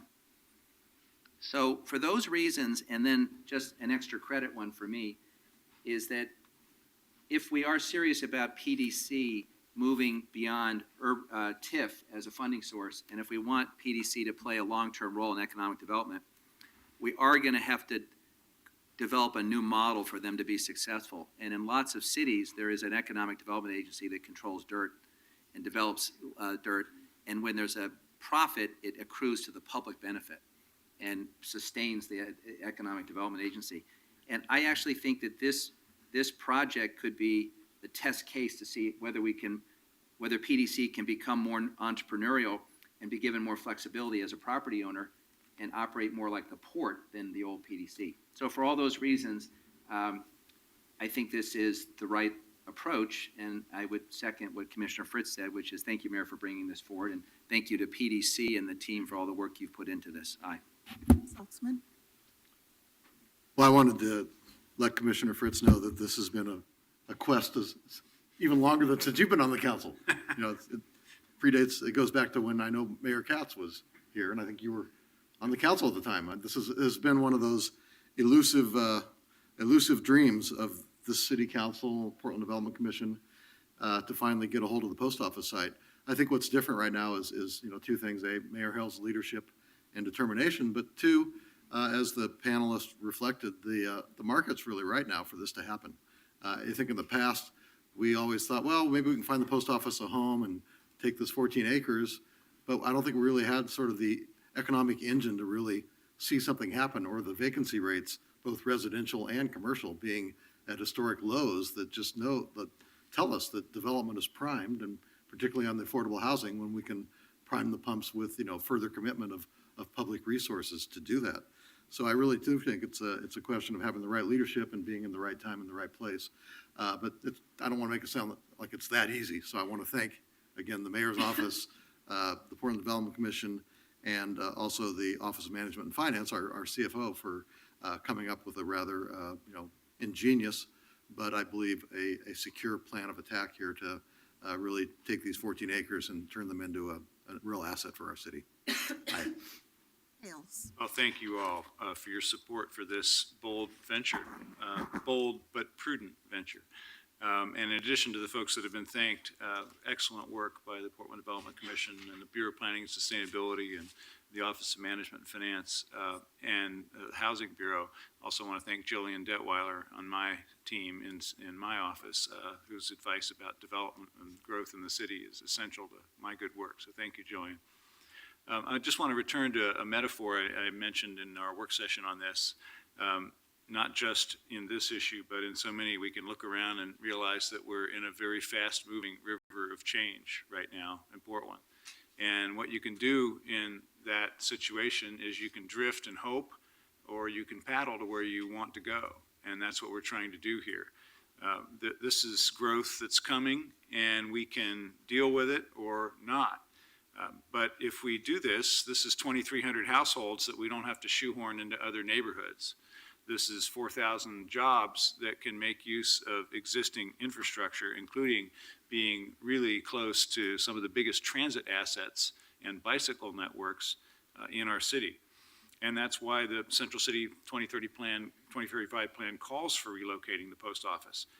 And it's also important to reflect that in these kinds of situations, again, going to the drift or paddle metaphor, it is actually easier to do nothing. And if we had done that in a couple of other cases, we would now really regret it. What we call the Pearl District was envisioned at one time as something of Cruise Way North, a low-rise office district with lots of parking. And we could have drifted to that outcome and not have the great neighborhood that we have now. In the South Waterfront, we could have allowed a gated community that was proposed for the prime 10 acres at the southern edge of the district to go ahead and happen. We could have let OHSU go to the suburbs, which is what they were planning on at the time, but we paddled to a different objective and are getting an amazing place for our venture there. And so very much the same here. We could let this opportunity slip by and keep putting up with semi-trucks on the Broadway bridge at rush hour for the rest of time, because that industrial use doesn't make any sense where it is today. So this is a great opportunity to go to where we want to go as a city, and I'm very proud of the fact that we now have the chance with this good advice and these good partners and Patty and Nolan, the best architects around, to think about another great part of Portland. Thank you all for queuing up this great opportunity for our city. Aye. Okay, let's take the next item, which is an emergency ordinance. 1159, Novick? So I can now correct my mistake of not previously thanking the mayor and Jillian and Patrick and Patty and Ken Rust and everybody else who worked so hard to bring this about.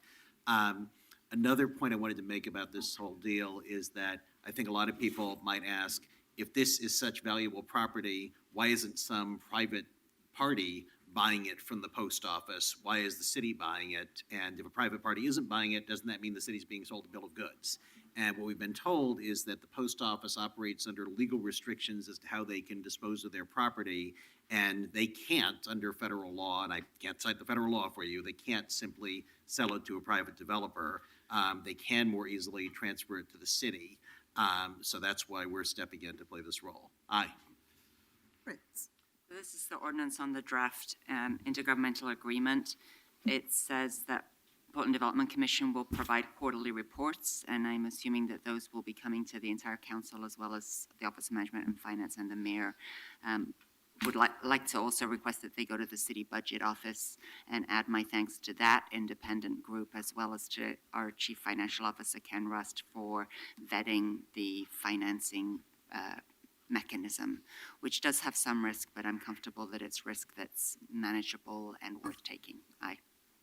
Fish. Aye. Saltzman. Aye. Hales. Aye. And the others move to second reading, 1160 and 1161 move to second reading next week. They have to go out to the 18th because of Oh, our to the Thursday 18th policy. then, okay. That's right, because Veterans Day falls on 6. So those 1160, 1161 go to November 18th. Okay, now we are ready to move to 1162.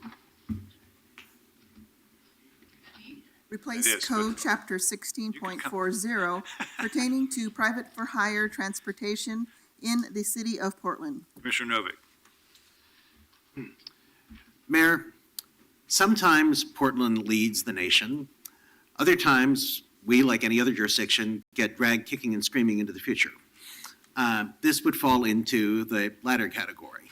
As of about a year ago, we were being constantly pounded by the media and by TNC companies for not allowing in these TNCs or providing service to millions of people around the country and the world.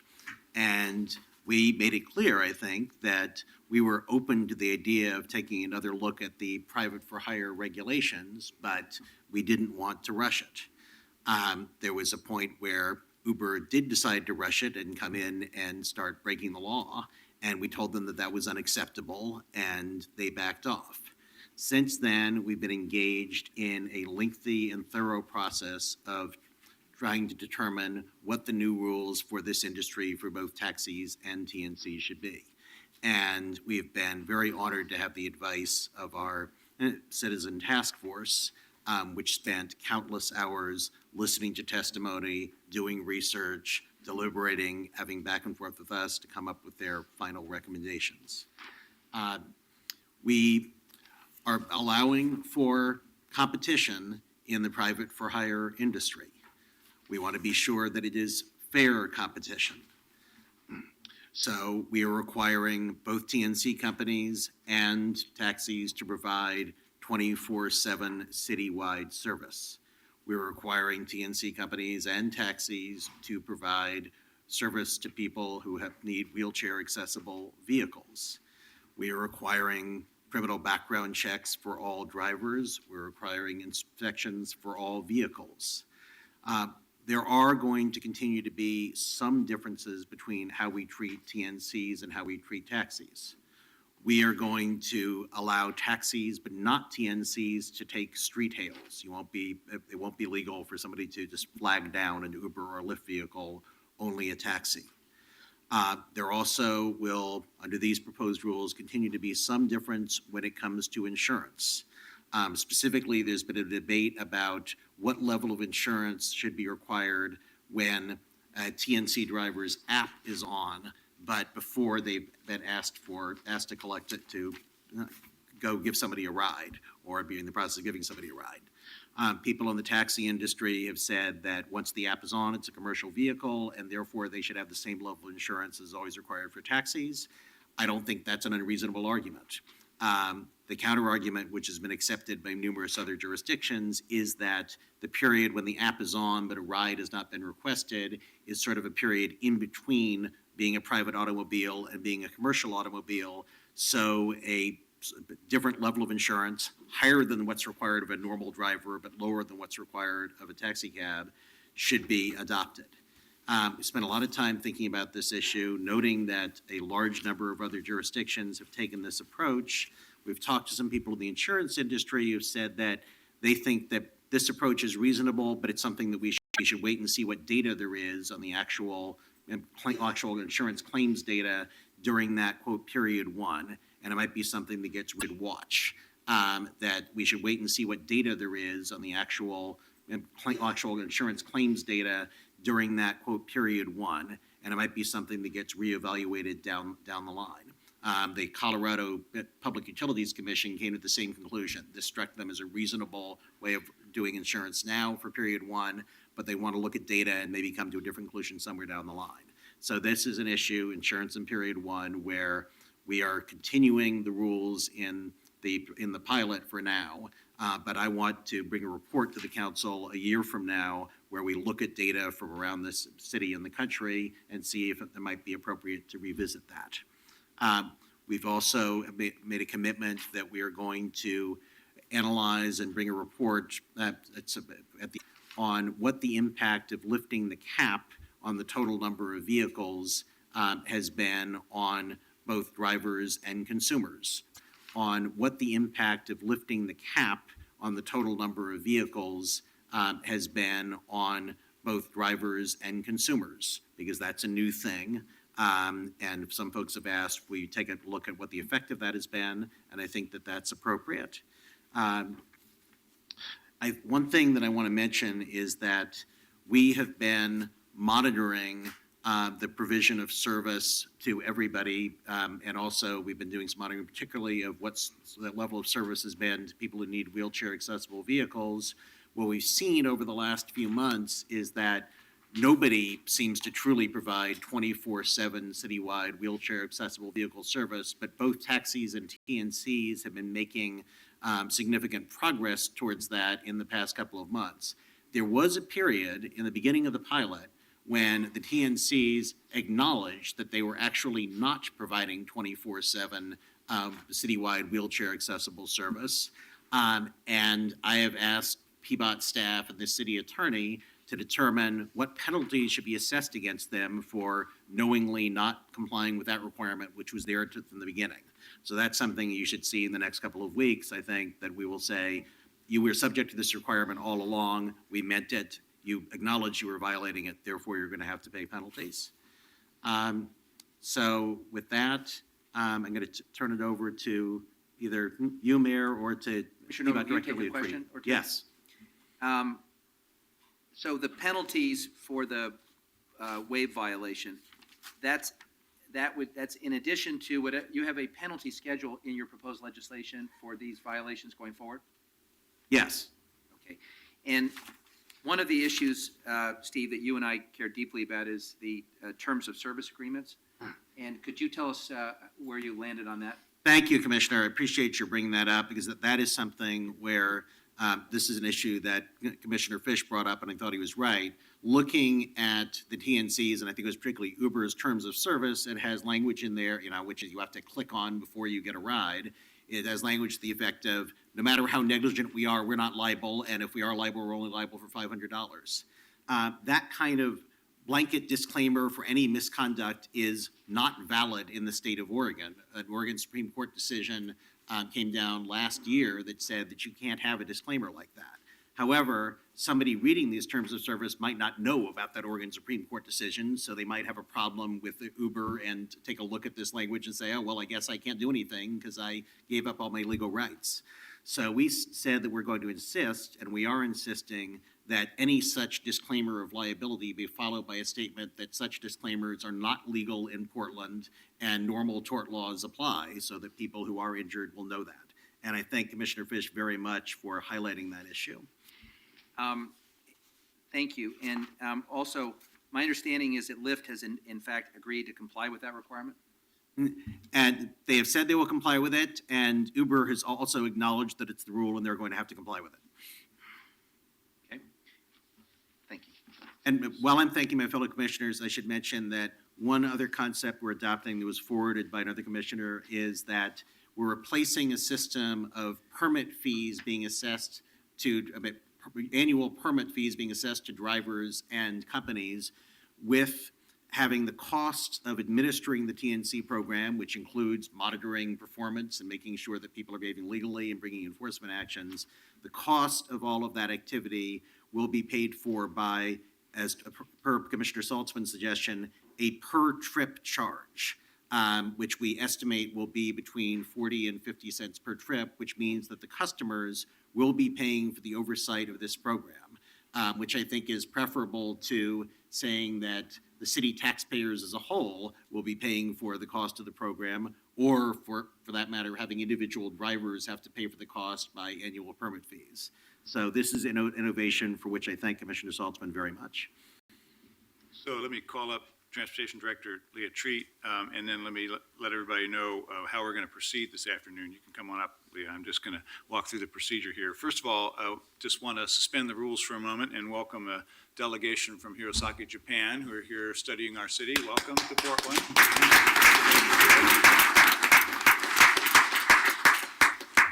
And then, again, let everybody know how we're proceeding. This is a hearing. This is the first reading of the proposed regulations that Commissioner Novick has just summarized. We're not going to vote today. We'll vote in a subsequent council meeting, but this is the public hearing. Actually, it looks like November 18th is the day in which we'll have that vote.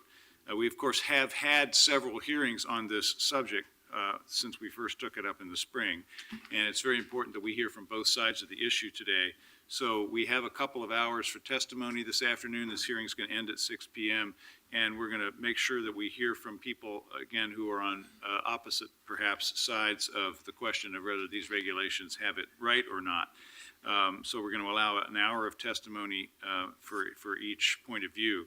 I'm going to limit testimony to 2 minutes per person, just because we have a very large number of people signed up to speak. And again, we'll be alternating between support and opposition. If for some reason we have it wrong about where you are on the issue, just check back in with our council clerk and we'll make sure she gets you in the queue.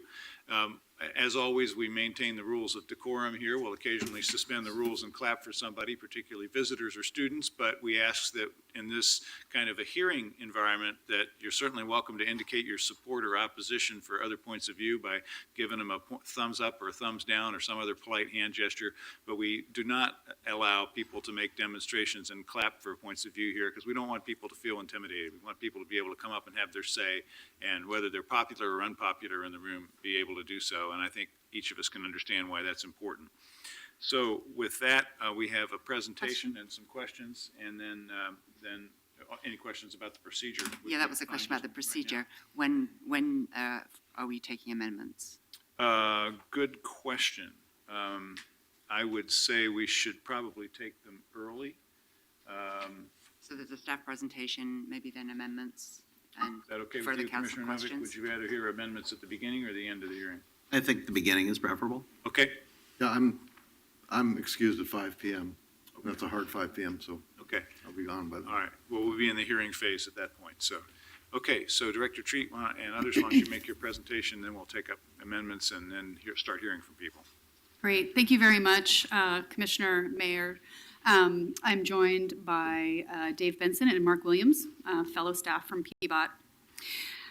So across the country, we are seeing very rapid and far-reaching changes in how people are getting around. And Portland is no stranger to this trend. We have seen a very fast evolution of our private for-hire transportation market. The number of private for-hire options available to Portlanders has expanded, and we've seen an impressive growth in demand for private for-hire service. The regulations that we are presenting today have been developed to shape this evolution and with two overarching goals in mind. The first is when Portlanders use private for-hire transportation, we want them to be safe and we want the service to be reliable. Second, when private for-hire companies and drivers operate in Portland, we want them to encounter a market that is fair and a market that is competitive. To achieve these goals, we have undertaken an extensive revision of Chapter 16. It's 153 pages, and there's more than 53,000 words of code there. So before I turn the presentation over to Mark and Dave, I want to highlight what has informed the new rules that are before you today. In January, we formed the Private for Hire Innovation Task Force. Task Force members contributed almost 700 hours of volunteer service and received input from a broad cross-section of stakeholders with interest in this program. They delivered their final recommendations in August, and I want to take this opportunity to thank the task force members for their service, the industry experts, and the Portlanders who participated in that process. All of those insights were very valuable to us and directly influenced the changes that are before you today. As an example, I'd like to highlight the new accessibility requirements. Working in collaboration with the task force and the Portland Commission on Disability, PBOT has developed new accessibility requirements to improve service and expand transportation options to people with disabilities, and specifically those needing wheelchair-accessible vehicles, otherwise known as WAVES. Those new requirements are rooted in service performance standards, and later in the presentation, Dave Benson, Joe Vanderveer, and Nicole Sharon will explain them in more detail to you. It is also important to note the role that reliable data has played in helping shape the recommendations. In April, at the Council's direction, PBOT initiated a pilot program to expand taxi service and allow TNCs, transportation network companies, to operate. As part of this pilot program, we collected data on more than 1 million rides that Portlanders took during the first 4 months of the program. The information we received on trip durations, ride destinations, passenger wait times, wave rides, all of this has been invaluable. According to the data, we saw an incredible growth in ridership in just the first few months of the pilot. From May to August, taxi ridership did decline slightly at about 16%, but we saw overall ridership increase by 40%. The report also showed that taxi and TNC service improved throughout the city, and specifically in East Portland neighborhoods, where ridership increased by about 50%. Thanks to this data, we do understand the private for hire market in a much more comprehensive way, and this understanding has helped us focus on the regulatory changes. It is important to know that we are going to continue to collect data, and we will use it to inform any future regulatory decisions. And these regulations have also been informed by input that we have received from you, our City Council. Private for hire service is a key part of our transportation ecosystem. It is also one of the most innovative and dynamic parts of it. We believe that the proposed regulations will allow Portland to take full advantage of the innovation and ensure that public safety and fair competition are protected. Thank you very much for the opportunity to provide opening remarks. I'm now going to turn it over to Mark and Dave. Hi, good afternoon, Mayor, Commissioners. My name is Mark Williams. I'm the Private for Hire Program Manager. And good afternoon, Mayor and Commissioners. My name is Dave Benson. I'm the Parking Group Manager at PBOT. So I appreciate Director Treats and Commissioner Novick's introductory comments. It's been said, but it's worth been repeating that the changes here before you today have been guided by a lot of work from a lot of people, the Innovation Task Force, 1 million rides, the data that we were able to derive out of those rides, your input, an evolving market, and providing a safe service for the consumer, and doing so and adopting regulations and our recommendations that are fair and equitable, we believe, to the providers. Commissioner Novick mentioned it, but it is a cornerstone of the private for hire service, of citywide service, and it requires service 24 hours a day, 7 days a week throughout the city. And it also requires that both taxi and TNC operators must accommodate all requests for service for wheelchair accessible vehicles.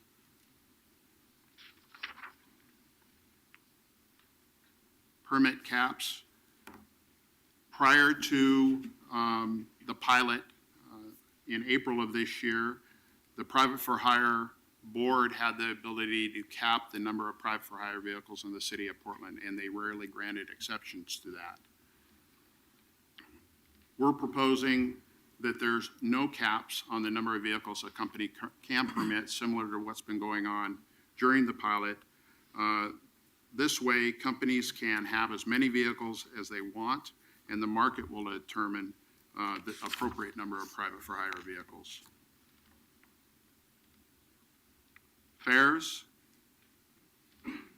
Prior to the pilot, the city had a long list of mandated fare requirements. Our proposed change, similar to what's been happening in the pilot, is there's no mandated fares, but we're requiring the companies to establish base fares, report them to us, and they have to be approved by the director prior to implementation. All the fares have to be made in a way that's readily available and clear and transparent to the consumer. And while dynamic pricing is allowed during emergencies declared by the mayor, they can be suspended, and they're never allowed for wave services. Before you leave that, Dave, just maybe a quick sketch. That is, the base fare rates are submitted to the director for approval. What criteria are there for why you might turn down a fare rate? In other words, if we're partially or significantly deregulating fares, when would you say, no, that fare schedule is unacceptable and here's why? Well, it's so that the Bureau can be fully informed of what's going on in the market. We wouldn't turn down a fare rate. They are deregulated, but we're also suggesting there'll be an advisory board, and they would also be informed of what a company or companies are proposing. So it's part of that connection of a fair and transparent rate structure. Sorry, these fares include, you say base fares, but also peak fares? Dynamic pricing. Yeah.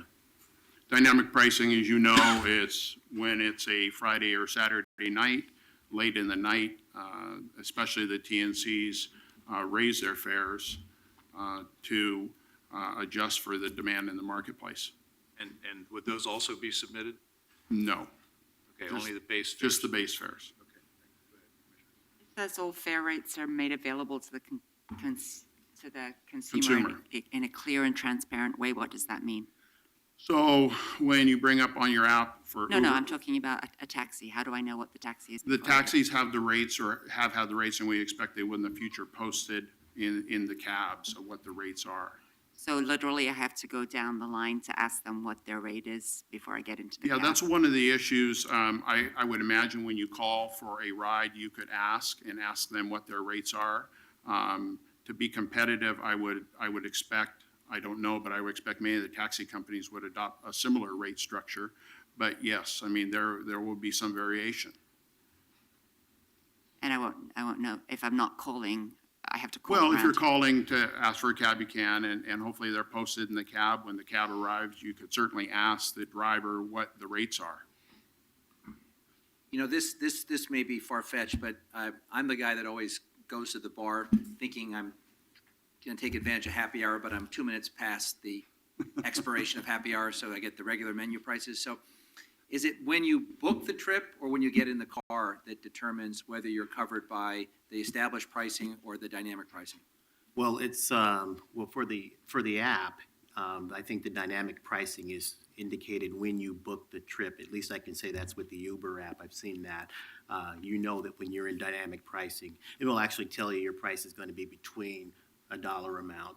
In the cab, though, we expect you to have it posted so the consumer can see that when they get in the car. But I want to be clear on this point. If you're using an app and you reserve a lift, but it takes 20 minutes to get there, can they charge you a higher rate because you've now into a period of time in which dynamic pricing kicks in, or are they bound by whatever the price was at the time that you engage them?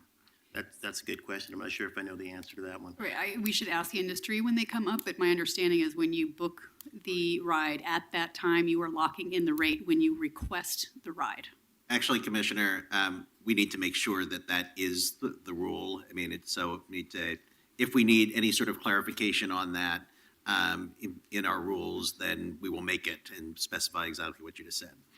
Just going back to my line of questioning, for those of us who are going to want to continue to use taxis, there's not going to be any limit on the number of taxi cab companies, right? Anybody can come in and get taxis. So is there going to be any centralized place that will post what the base rates of each taxi company is, or do I have to call through all of them? Yeah, if, you probably call the one you normally call and you know what their rates are, I would suspect, but there will be no requirement from us to have a centralized bulletin board or anything else that lists the prices. Why not? If we're trying to make it so that people like me can still not happen to pick the cabs at the most expensive taxi company, why would the city not have some responsibility to help consumers find out what the prices are? If that's, Commissioner, the city doesn't, I mean, governments don't generally do that for prices of most things. Governments generally, in the past in Portland, have regulated the price of taxis. So now we're not. The way I look at it, Commissioner, is the same. We have dynamic pricing in hotels. We have dynamic pricing for airlines. We have dynamic pricing for a lot of things in the marketplace. And you do have to be a consumer and shop.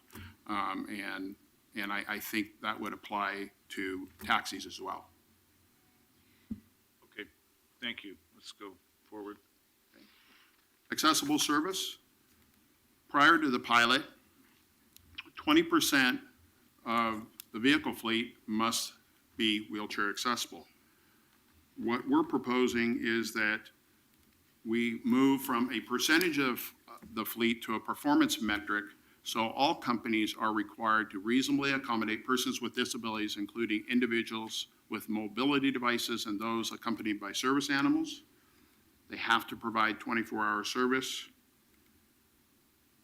And the service is, again, based upon wait times. And the line we've established is a 30-minute time. Wait time is a rebuttable proposition of unacceptable service. So one of the issues that came up last time when we had this conversation was that a service standard doesn't provide universal access if the app doesn't require that everybody who seeks a vehicle gets service. And it was the example of people in East County trying to reserve a car and being told there were no cars available. So what is the mechanism you're building in to make sure that everybody is reasonably accommodated and no one is essentially redlined from accessing the service? And I think Commissioner Novick, in his introductory comments, talked about that. The industry's been doing a good job moving that way, but they're not there yet. And we're going to have to work with the industry to ensure they are in compliance. And if they're not in compliance, take the appropriate enforcement actions to help them bring in compliance. Certainly one of the issues for the industry is finding or having enough WAY vehicles to accommodate most all requests. Now, is there going to be a time during the day or during special events when, taxis and TNCs, private for hire vehicles, are just not available at all? I think that we would say that would probably be true. But our metric is for most all occasions that a WAY vehicle would always be accessible. Dave,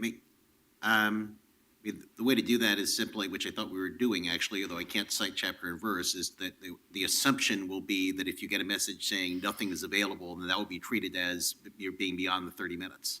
Yes, we have some of that. It's if we get a message on the app, if that's what you're talking about, that a WAY vehicle is not accessible or not available, that yes, they're not in compliance. Right. That is treated as a violation. It's treated as if they waited, they showed up 30 minutes later, more than 30 minutes later.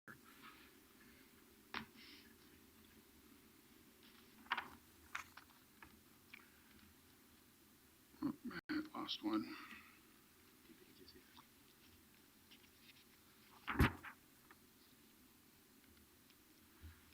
We've heard from providers that the higher cost of providing accessible transportation is a barrier to providing WAVE service. This new revision allows the director to establish a fund for the purposes of providing an incentive for private for hire WAVE service. The stated goal of the fund would help the providers mitigate the higher cost of providing WAVE service. I think council recalls hearing testimony about the cost of providing WAVE service, and we heard that, and that's what this fund is would be designed to do. We think, and later in the presentation, you'll hear about establishing a private for hire advisory committee. We think this is be one of their first jobs to conduct research and to recommend a fee rate to the director so we could establish this fund. Just a philosophical question. This fund is intended to compensate people for or create incentives to offset the higher cost of complying with the waive service. But Commissioner Novick, we had raised together at one point the question about what about taxi companies who've already made that investment in fleets that are now arguably at a competitive disadvantage. Are we contemplating compensating them? We actually had asked the taxi companies to collectively to give us data on how many had recently made purchase of waves, like recently before the rules changed, and we've gotten somewhat spotty response to that request. I would still be open to the idea of pursuing something like that if we had the right. I mean, I think that's something that we can take up later on. We have been struggling to get the appropriate data. And what's the uses of the fund? Who does it go to? What we anticipate is, as we envision it, that we'd have a fund of proceeds from rides. We'd probably charge an additional few cents a ride, and that we would divide that amongst the providers that have given retail wave rides. There is lots of discussion about the actual cost of providing a wave ride. What is a wave ride compared to a non-emergency medical transportation that's reimbursed to the providers at a different rate? So this is all work the advisory committee would do to determine what that fee should be, and then how it would be divided and the criteria for dividing it amongst the providers. And when you say providers, do you mean the actual drivers? No, I'm talking about, well, that's a good question. I think we're talking about the companies that provide the service. I think that's a problem, because then the drivers are still disadvantaged if they're providing the extra time to help folks needing a little more time to get into the vehicle. It was my understanding that then they would get compensated for that. And nothing in this code prevents that. I think that would, again, that's good feedback to the advisory committee to help develop a structure for moving forward. So do I need to make an amendment to this code in order to allow that to happen? I don't think so. There's nothing that prevents it from happening. Well, I'm not clear as to why we would be giving additional compensation to the company. They either have the vehicles or they don't. But buying the vehicles costs money. So in effect, you are compensating them for the fact that they've made this additional purchase in order to be able to provide this service. The taxi companies have already done that. Are you saying we're going to subsidize the TNCs to get more vehicles that the taxi companies already have? Well, actually, we'll be subsidizing the taxi companies for their past purchases, which we don't do now. Right now, they don't get any additional money for wave rides. They're simply required to buy the wave vehicles. From now on, whenever they give a wave ride, they will be paid more money. And what the TNCs are doing is they're contracting with people with wave vehicles in order to get the ride, so they're paying for that too. So basically, we go from a situation where we required the taxis to have a certain number of wave vehicles and didn't compensate them for that in any way, to a system where we are compensating for the additional cost of wave rides on a per ride basis. So that would in fact address Commissioner Fish's concern about companies that have already made the investment. They then get a higher per ride fee when they use those vehicles. They will. One reason, though, that I'm still receptive to Commissioner Fish's suggestion is that you don't know that the companies that recently bought a bunch of wave vehicles will get that many requests for wave service. So if, say, Green Cab has a bunch of wave vehicles, but they never get calls for wave service, then they would never get reimbursed. So that's why I think that it might be reasonable to shoehorn Commissioner Fish's concept into this structure. And why would a transportation network company get more money for having independent drivers who have accessible vehicles when they're required to provide their service anyway? Well, we're trying to, the same argument could be applied to the taxis. I mean, what we're doing is acknowledging that we are imposing a requirement on this industry of providing wave rides, which does cost extra money. And it seems reasonable to us to set up a system where that's acknowledged and where anybody who is having to pay the additional cost of providing wave rides gets some compensation. Well, so I would encourage the committee to look at, yes, certainly if the TNC is contracting with a company, then that is an appropriate use of the compensation. If they have private drivers who have accessible vehicles, it doesn't seem reasonable that the TNC should get that money. It seems like the owner of the vehicle should get the money. Okay. Can I just follow up on one other item? The Private for Hire Transportation Advisory Board that you're referring to, when do you intend to constitute that body? That's a good question that I can't answer. Can you It help me would out? be soon after the rules are established. We would have to identify the folks as contemplated in the code and bring them together, I would think, sometime after the first of the year. So we are disbanding the existing oversight body, Correct. and we are disbanding the task force? Yes, task force already been disbanded. Okay, and so is it currently anticipated that you would bring nominees to the council for approval? I don't think the language currently reads that way. I think the nominees are brought to the director for approval. Commissioner Novick, in light of some of the controversy we've had about composition of the task force and the sunsetting of the existing body, I would request that whatever the criteria is and the nominees come to council for approval. I have no problem with that. That might need to be an amendment. We'll get back to that. Okay? You just got some more slides in your Yeah, I do. presentation, so let you continue with those, Dave. So driver background checks. Prior to the pilot, the city conducted background checks, and the city conducted driver checks. The criminal background checks were through the law enforcement data system, and they use that. We use that portal to access the National Crime Information Center. And then the driving records were conducted through Oregon DMV, and for out-of-state driving records, we have to use it through LEDs. On October 15th of this year, we received a letter from the Department of State Police, who are charged with interpreting the state statutes relating to the use of the data system, and through that, the NCIC, or National Crime Information Center. In short, our requests to continue using those systems are denied. Last time I was in council, I heard Commissioner Fritz, and I appreciate her desire to have government conduct these background checks through governmental systems. In part, that's why I spoke on multiple occasions to the Department of State Police as recently as yesterday. I spoke to the head of the division that manages this, Tom Worthy, and his division acts as the gatekeeper for the law enforcement data system. He asked me to pass along to you and to council that the state of Oregon has adopted the federal guidelines for security practices written by the FBI.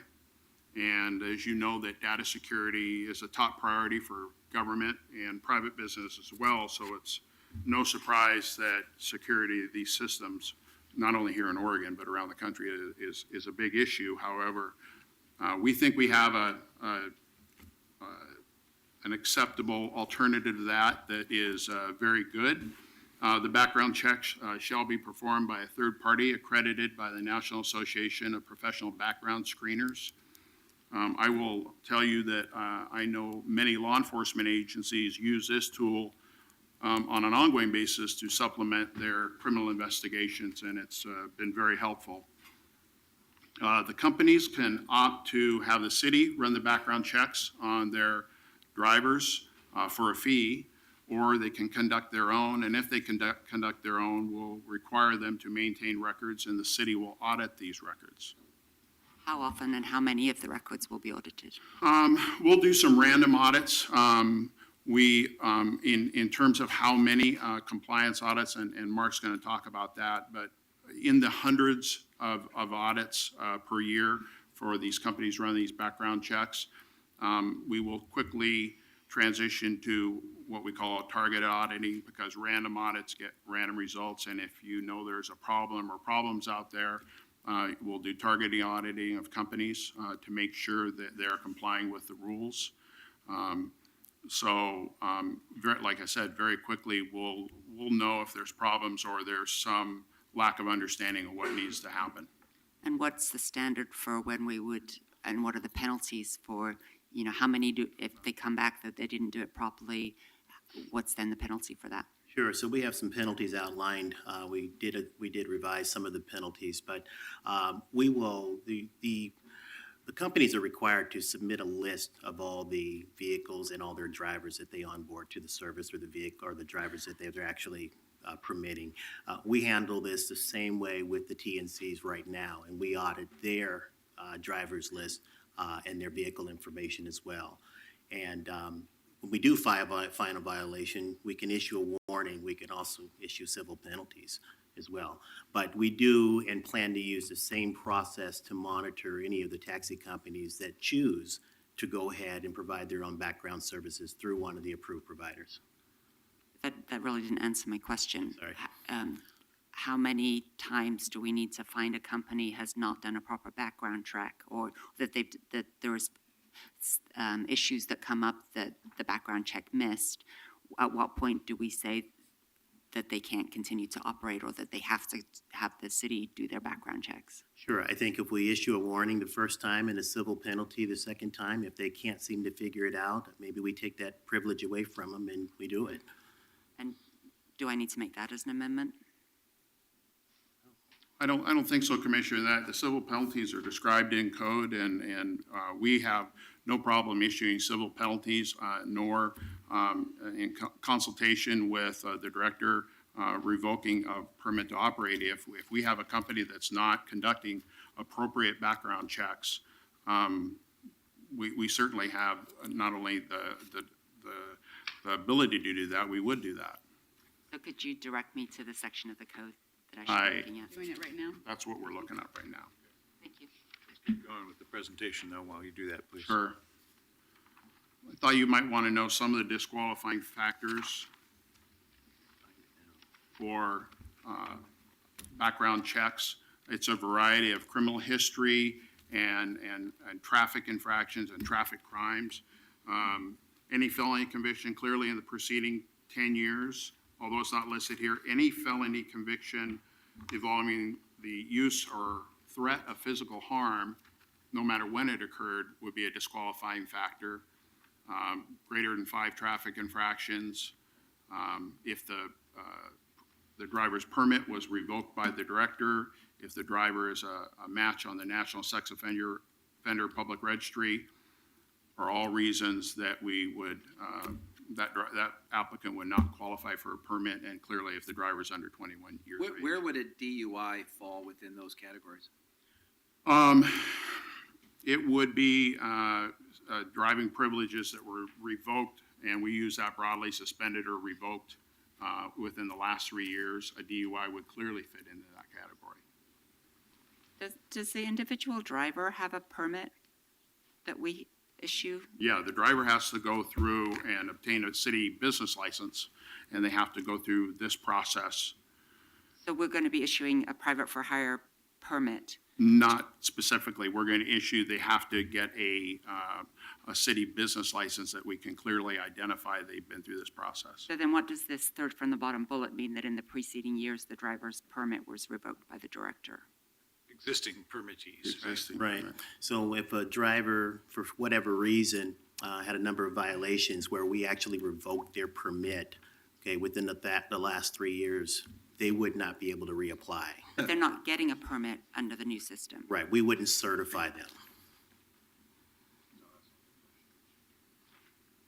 I'm not But we following how a driver in a TNC gets to be told that they can't drive anymore. If they don't meet By us. if they don't meet the requirements within the code, the parameters of the code, they're not legal to drive. So, But, I mean, to Commissioner Fritz's question, I mean, I think that the rule should be the same going forward for people who are operating because they're authorized to be in a platform and have a business license as for previously for people who had permits. So we should be sure that it's clear that if you were told that you had to get off the platform or otherwise have your privilege suspended, then you're not allowed back in for 3 years. And Commissioner, forgive us, it's choice of language, what the new code says is certification, and that's what this slide should have said. So But the effect is the same, we are going to certify every driver. yes? Thank you.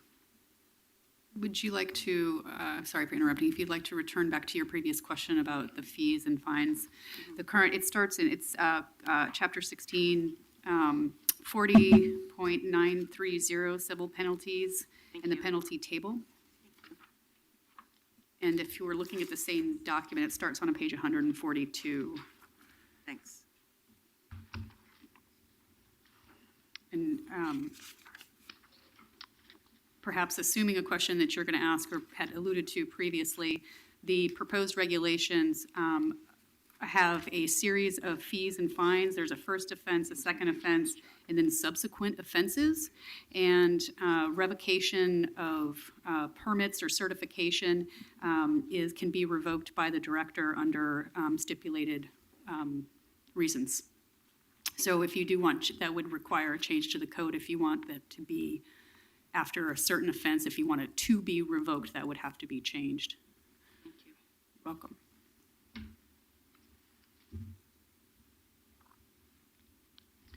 Should we go ahead with, should we? Driver training?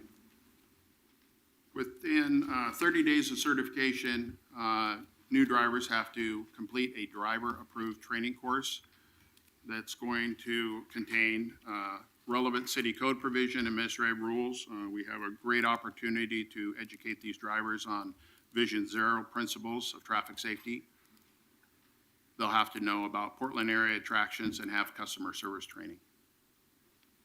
How long do you envision this training being? Well, in the past, the driver's training, they've been allowed 1 hour. If you're talking about the amount of time they've been given to take the test. That's the test, that's not the training. Right. We're going to go through all this in an hour? Yes. So I would suggest that we've got a real opportunity here for 2,000 plus additional drivers to get more education on how to be a good driver. When I lived in New York, I took a defensive driving course, which was, I think, 8 hours long, because it got me a 10% discount on my insurance. And it was excellent. And I think it's changed, I know it's changed the way I've driven ever since. So if we really are committed to Vision Zero and we have this group of folks who want to be employed as drivers, it seems like we could require them to take an outside defensive driving course as part of one of the requirements for being on the platform. Just to be clear, it's not, the test was supposed to be completed in an hour. That doesn't mean that the training is only supposed to be an hour, right? Yes, thank you for clarifying. So the presumption is that the employer will be made aware of all of the requirements for their drivers, and then they will be given a test. They will be tested on those requirements within which they have an hour to complete that test. So the companies will be providing this education? Correct. And we don't know what that looks like? There will, Once they determine what they're gonna, they basically have to send their test to us for approval. We get to see everything that they're administering on their test. Thank you. To make sure that all these items are covered. And they then certify that people have passed the test? Correct. Okay. Thank you. Vehicle inspections, talk a little bit about that. Prior to the pilot, every private for hire vehicle had to have an annual ASE, which is Automotive Service Excellence inspection by an approved master mechanic. In the proposed changes, it'll require an annual ASE inspection by approved mechanic or approved Blue Seal shop. And all the vehicles will be required to have a fire extinguisher, first aid kit, and hands-free device.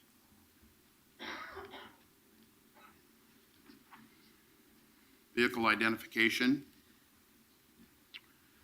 Every taxi cab must prominently display on both sides of the vehicle the following. They have unique colors of their company, the name of the taxi cab company, the company assigned taxi number, the telephone number where they can request a service, and the word taxi cab or taxi cab. In contrast, the TNCs must have trade dress signage clearly visible from the front and rear of the vehicles from a distance of 20 feet and has to be placed on the interior or exterior of the vehicles. That's different from the present practice of TNCs, right? There's nothing in the rear. Correct. Many TNCs, there is nothing in the rear. I have Will seen be. some out there with the rear, but we're asking them to have it both front and rear. And then for the taxis, the color, I mean, is it really, why do we care? What color? Typically, all the taxi cab companies are required to have a unique design, so all of their cabs look identical. And when we have a new taxi company enter the city once approved, we do, as part of that approval process, we look at their color scheme to make sure that it's unique and doesn't match any of the existing companies permitted. But if you have like an overlying, you can have a logo. I can understand having a unique logo, but can't that be overlain or underlain by different colors of the vehicles? I would imagine that prior to this existing, or to the new code, that I think that maybe the private for hire board probably approved that. It's some time to go. I'm not really privy to the history as to why we have that requirement.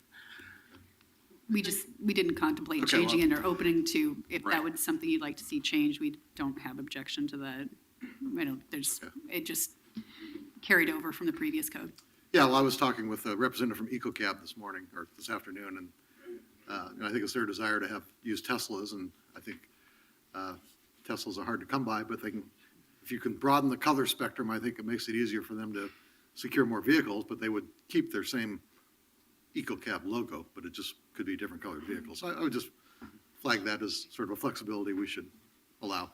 I think, and this standard is years old. I think the standard was so you could tell one cab company from another, and I think that you see the same thing across the country.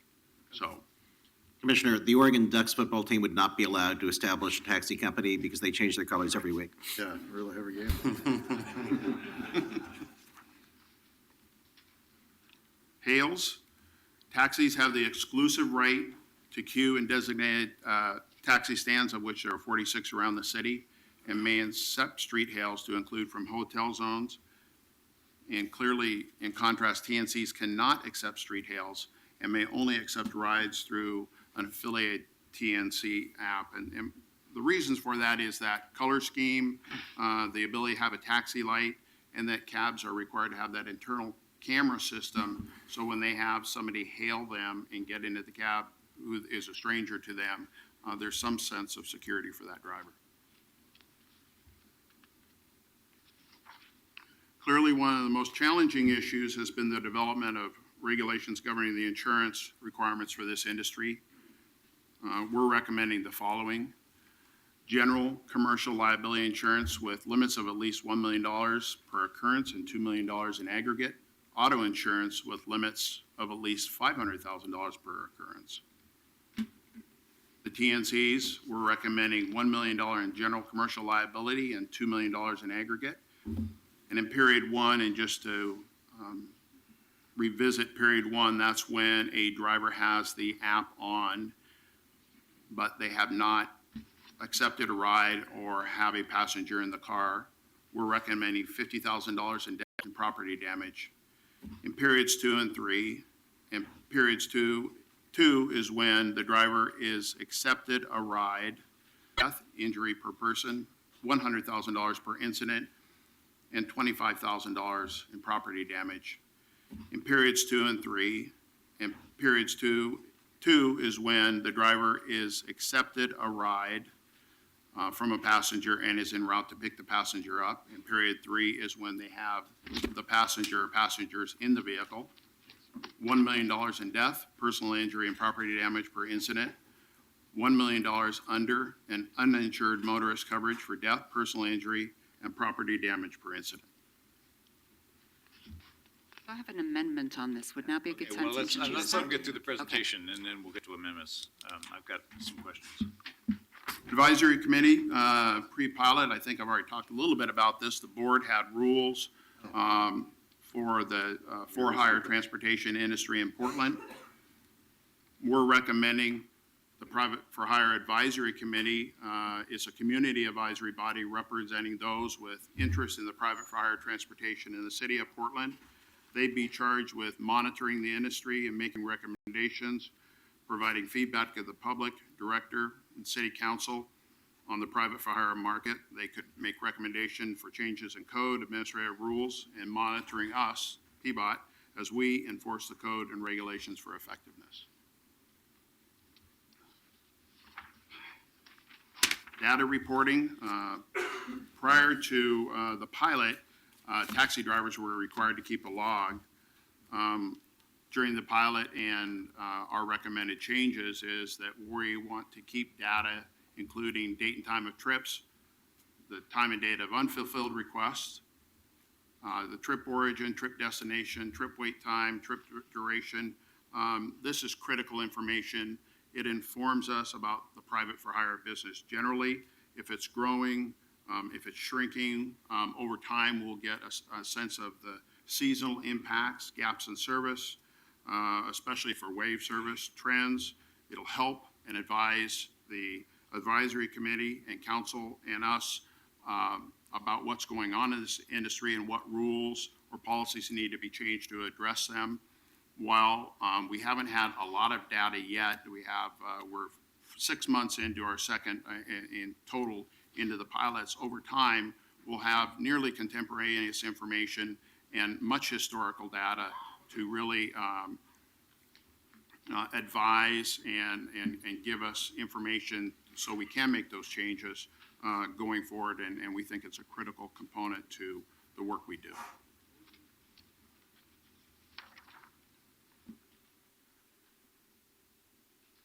Fees and the program cost recovery, we talked a little bit about this. For the renewals, a taxi company had to pay between $500 and $3,000 a driver every time they renewed every year, $100. And to renew a cab, it was $600. What we're proposing going forward is a 50-cent ride fee.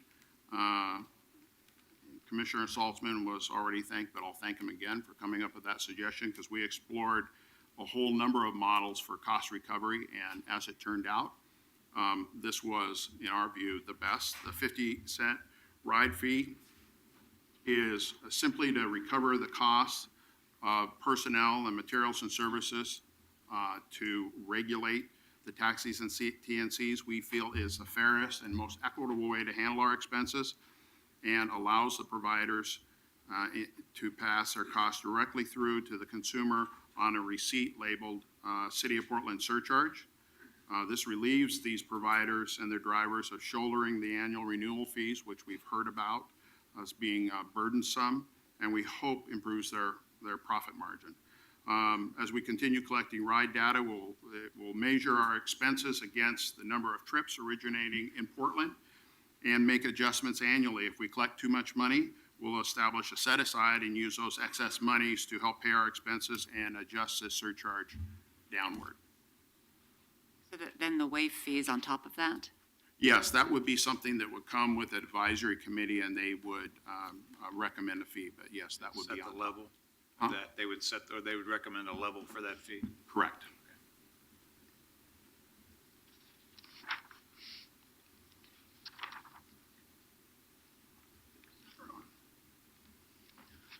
So we'll continue to conduct random compliance checks, in which we will review the driver's background, criminal history, as well as their DMV records. The companies choose to use a third-party private background or third-party checker. They must be accredited by the National Association of Professional Background Screeners, and we'll be checking for that as well.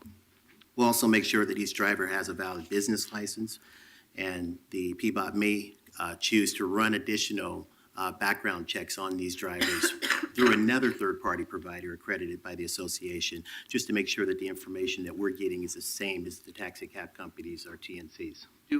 Does a TNC have to have a valid Oregon driver's license? A valid driver's license, not necessarily Oregon. Okay, and so for the TNCs that are operating in Portland under, let's say, a Washington driver's license, Washington plates, does that complicate our enforcement in any way? Not necessarily, no, it does not.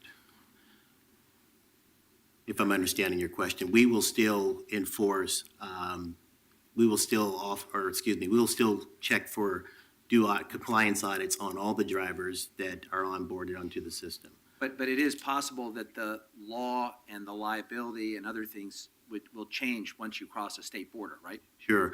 I probably would need to check with the TNC companies to make sure that when they have a driver that is in Washington authorized to drive in Oregon through their platform, we need to make sure that they are on that approved list so that we can certify those drivers.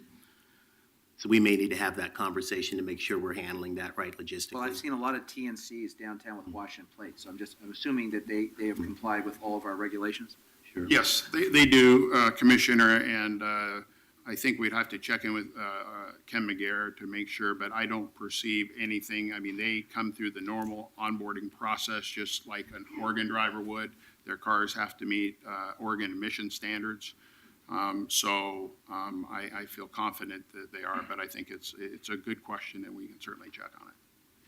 And if somebody comes up from California, like we had somebody who testified that she used to live in San Francisco and just decided to come up here, are they automatically on the platform up here, or do they have to then go through our process as well?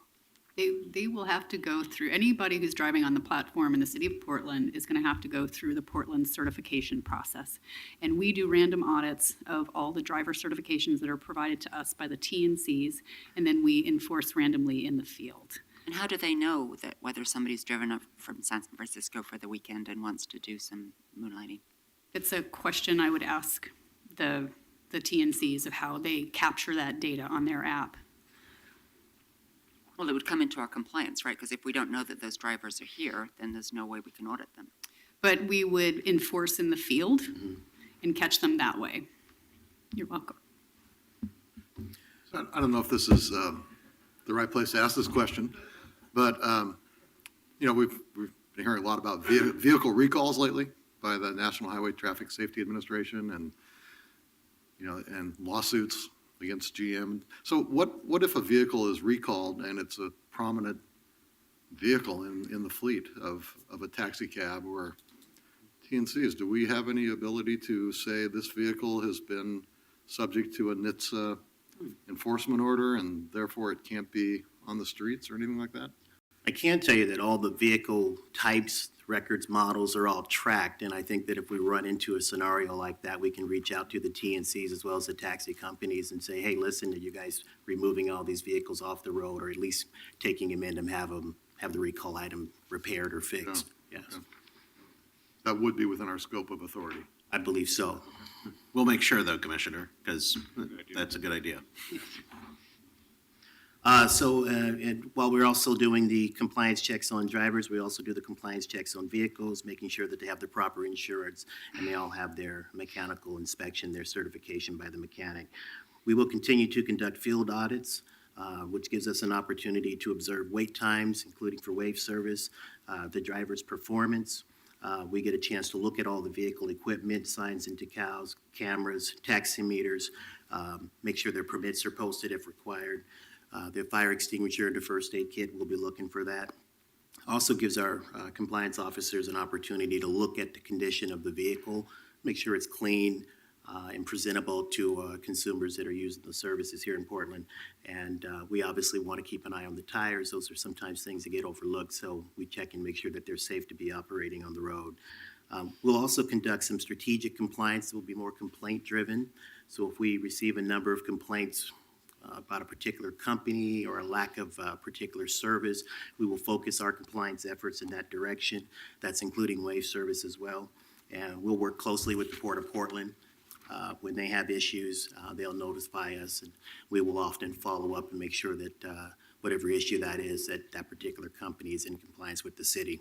Can I, Commissioner Novick, can I ask a broader enforcement question, which goes to the status of the drivers?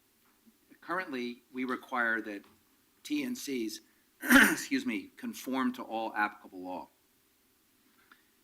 How does the advisory opinion issued by the Labor Commissioner impact whatever we're doing today in terms of the regulatory framework for TNCs? Well, we don't, our rules don't regulate or haven't regulated the question of whether somebody is an employee.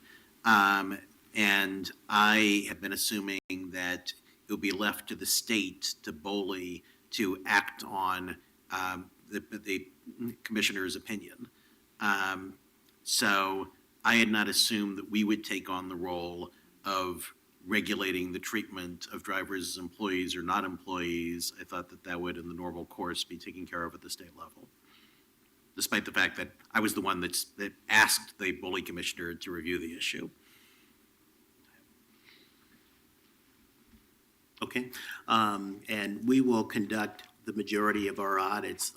If they're not strategic, they will be proportional to the amount of rides a particular company is providing. So companies that provide the most rides in the city will more than likely be audited more often.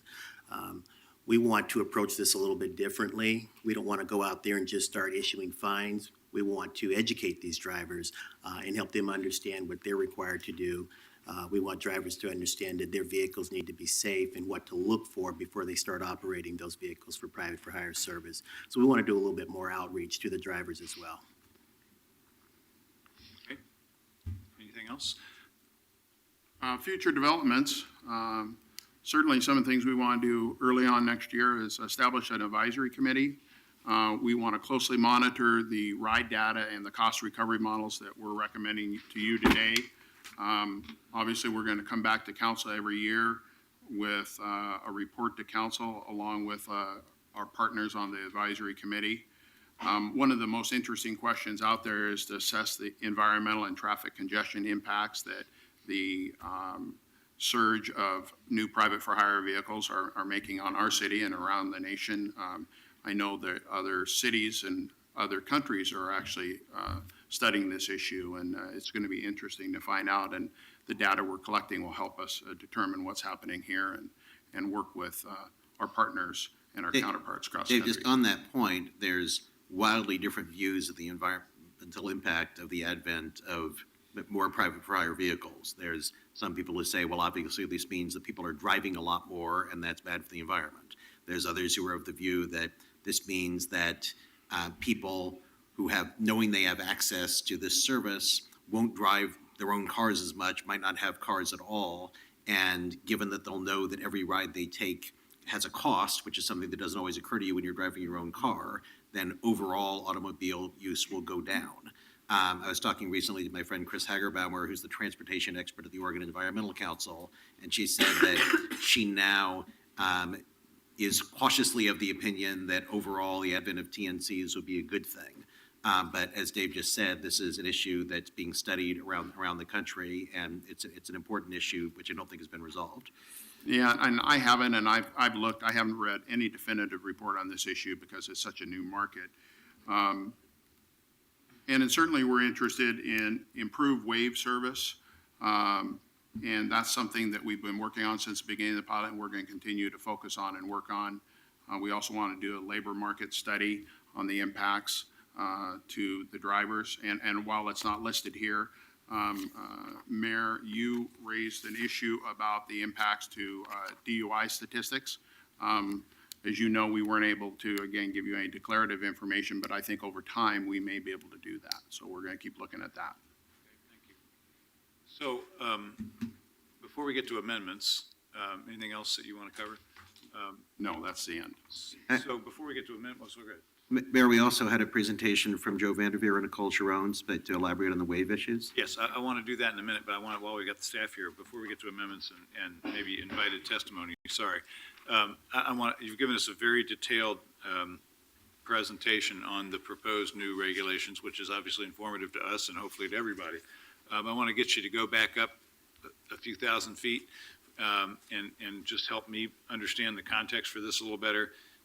We've gone from the old private for hire world in which cities heavily regulated taxi companies, and that's how people accessed private for hire transportation, maybe limousines too, right? Correct. In New York City, they sold medallions for $1 million a piece, and it was a very old regulatory system.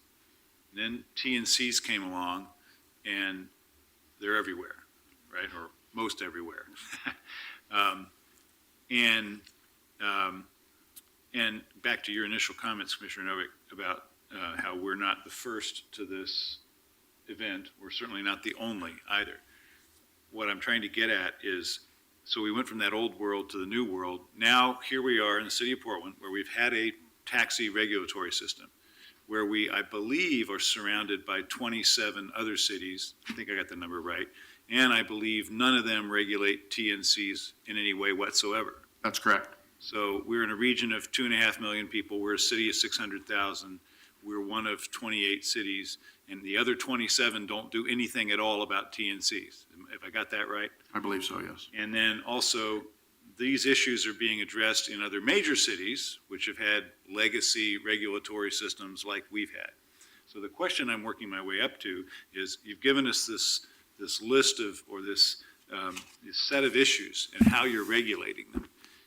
Give me a quick box score of which of these regulatory proposals, like the 50 cent per ride fee structure, or the insurance levels, which of these are unique to Portland versus common in the new world order of how other major cities are attempting to regulate this new environment? In other words, where are we being innovative here, and where are we in the mainstream of what other cities are doing? I think a couple things. I'll backtrack a little bit. The 120-day pilot study was very unique and very innovative, and I'm unaware of anybody that's undertaken that work anywhere. I mean, that was a very thoughtful piece of research. And I'll address the ride fees. It is, the fees assessed are all over the board, all over the country. I know Chicago has a ride fee at 30 cents. They're talking about upping it to 50 cents. Seattle assesses a 10-cent wave fee. And Orlando last year imposed taxi-like fees to their regulations. So it is truly a rapidly changing, evolving market. But I do think in many ways we're the leader, because I think the work we've done has been the most informed by research. If I could add to that, I think in talking to other city transportation officials, the agreement that we have for wave accessible vehicle service is very unique to Portland, and the highest standard that I've found in talking to other cities. So having a performance metric of an outcome-based service model and requiring 24/7 service within 30 minutes is very unique to Portland. Okay, and then back to my other descriptor, we're not the only major city surrounded by lots of smaller ones. Is this the norm in the country? Is this true in Seattle or Minneapolis, where the major city that used to have the traditional taxi system regulations is doing this work, and the suburbs are the Wild West like they are here? I actually don't know. I've only talked to other people in major cities and how they're handling It'd be interesting to find out, because again, we sometimes think of ourselves as being in a little Portland bubble here, but we are a city that represents about a quarter of the metropolitan area's population, and one of 27 or 28 cities, depending on how you count the ones on the Washington side. So I just want us to try to keep that context in mind while we're working on this issue, and maybe some others too. Mayor, would this be an appropriate time to put forth the amendments? Yes, it would. Unless you want to hear the wave presentation first. Okay, let's hear the wave presentation first, and then take up the amendments, please. Thank you very much. Thank you.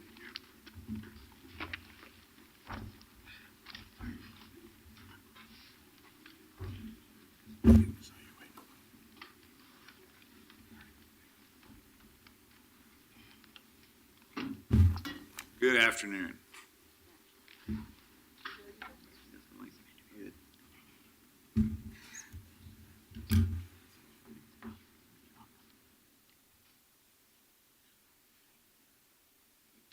Thanks, Carla. Good afternoon, Joe. You on first? Just to turn me on here. All right. Yeah, you can hear me. All right. I'm Joe Vanderveer, and I'm here on behalf of the Commission on Disability. And I've been on the task force since the second phase began. I've been in the accessibility subcommittee and working on that committee to get the the accessibility part of this recommendation together. And before I started, our previous commissioner that served on the task force at that time, and phase one worked with Lewis and Clark students to come up with the Portland Equal Access Plan, which is where this access time part comes from. And we are very pleased that that is in there. Wave service has traditionally been an issue in Portland, and so we're glad that it's being addressed now through this, and we think this is a very effective way of doing that, ensuring that that service is at least reasonably equitable to regular service. And so, you know, the devil's in the details, the enforcement needs to be there, but we support it fully. We also look forward to working with the new committee that they're putting together and going forward. And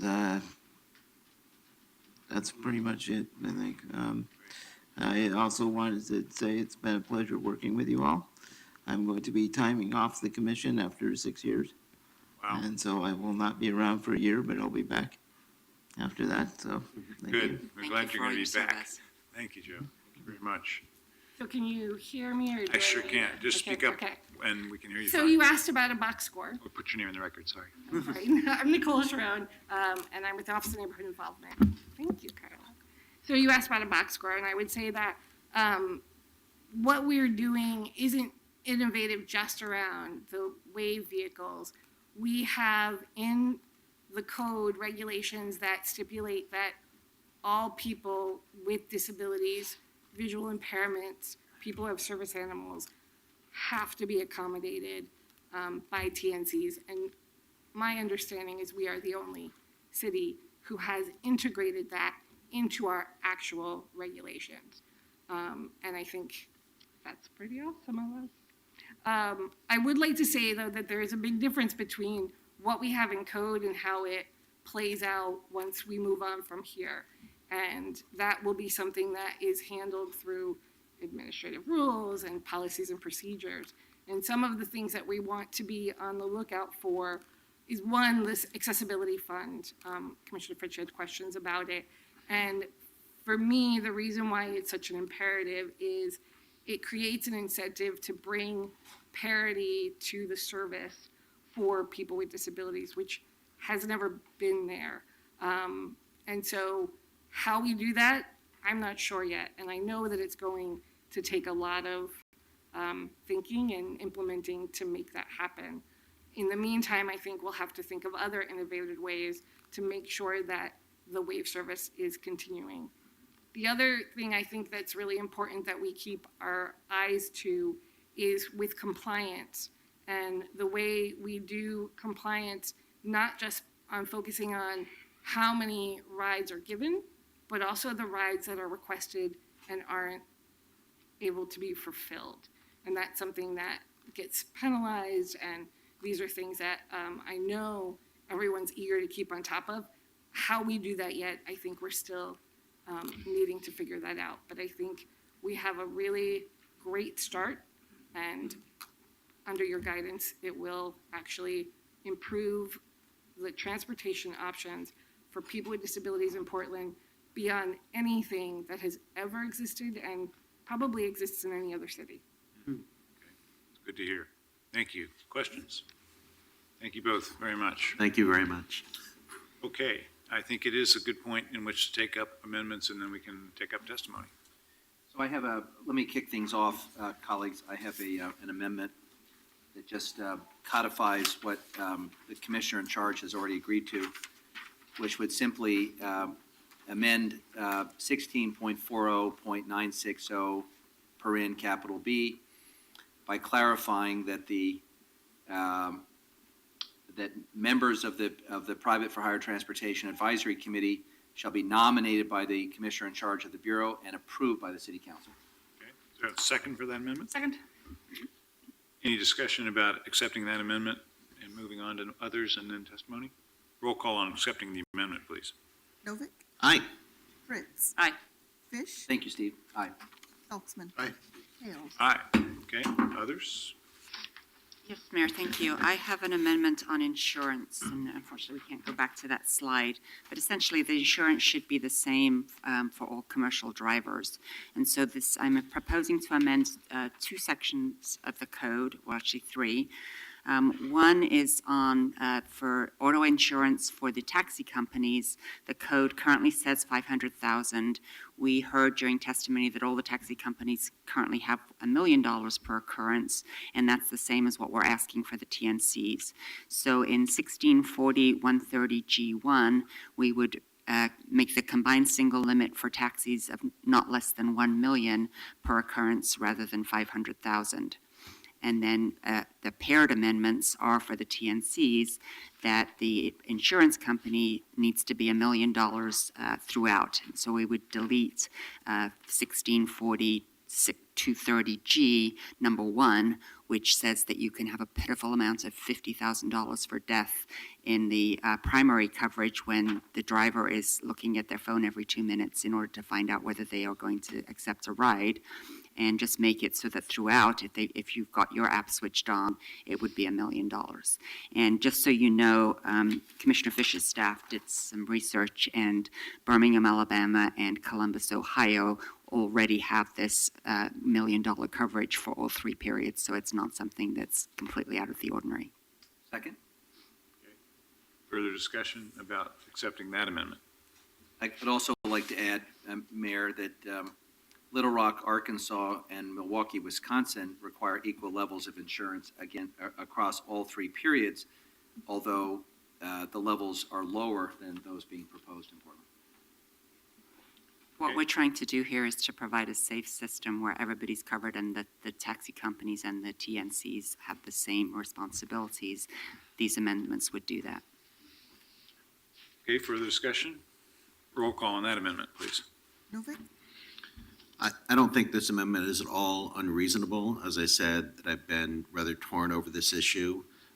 For the moment, I've decided to stick with the rules in Maryland and Minnesota and Washington, Wisconsin, and the vast majority of jurisdictions, but I think it's an issue that we should revisit as more data becomes available about what actually happens in period 1. So I respectfully vote no. I believe we should be advocating at the state level to greatly increase the minimum coverage anyway for all private drivers as well as commercial. I found out today that we don't even have standards for how much commercial drivers have to have in coverage, and that many companies are covered much by their corporate insurance as much by their vehicle insurance. In the meantime, before we can change that throughout the system, at least we should make sure that commercial drivers, if they are in a crash, that they're going to be able to provide something appropriate to their victims. I am going to support this because I think we have a obligation to protect the safety and health of the people of Portland. This is not a novel idea. Other cities have reached the same conclusion, and I have yet to be persuaded that there is any meaningful distinction between periods 1, 2, and 3 from the point of view of the person who is seeking compensation for damages.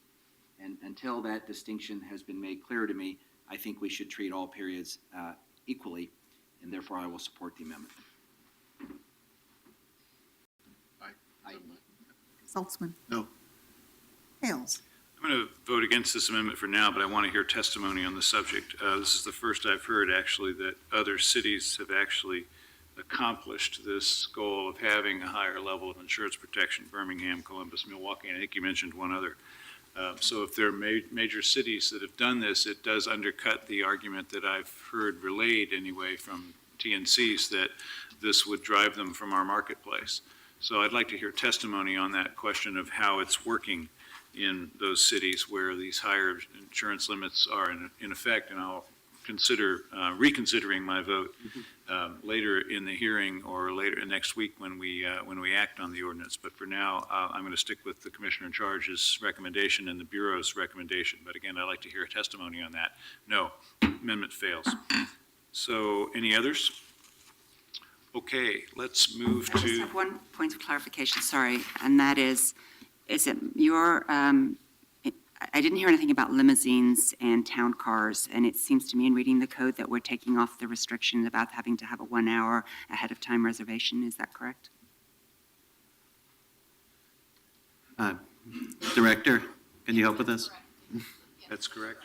So that's a further impact to the taxi companies. And then I just had one more question, and that's right on the first page of the code, where 16401020A, it says, "It is not a defense to any regulatory action, including penalties and fines, to assert that the city cannot act because a PFHT service operator does not possess a valid city-issued permit, certification, decal, or taxi plate."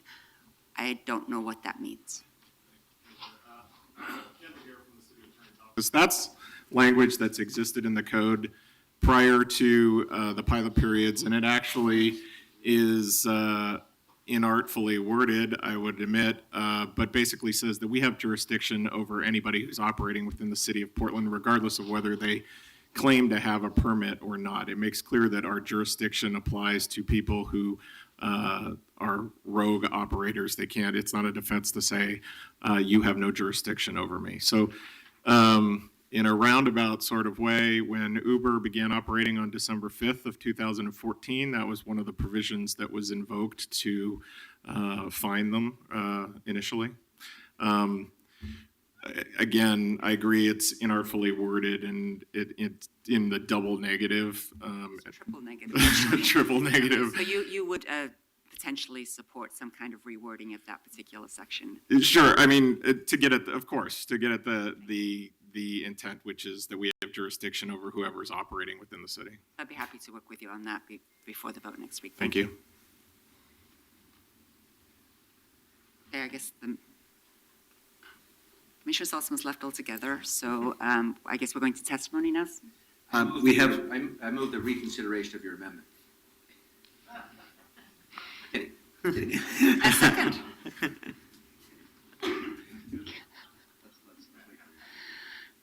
we do have some invited, Madam President, we do have some invited testimony from the Transportation Fairness Alliance and from the TNCs. Thank you.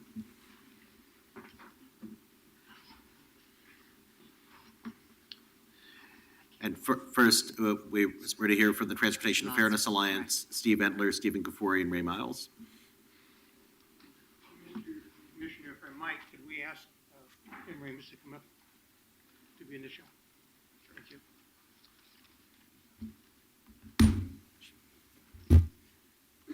Thank you, members of the council. For your record, Tim Ramus on behalf of the Transportation Fairness Alliance, and my task is to introduce the testimony that you'll be hearing on this subject this afternoon. You will hear, thank you, you will hear two subjects addressed. First, the question of whether or not the ordinance actually achieves a fair and equal playing field for TNCs and taxis. And the second question is, to the extent parity is achieved, are the policies adopted the correct policies for the city of Portland? This ordinance sets up two separate sets of regulation and makes an effort to have them be close to the same.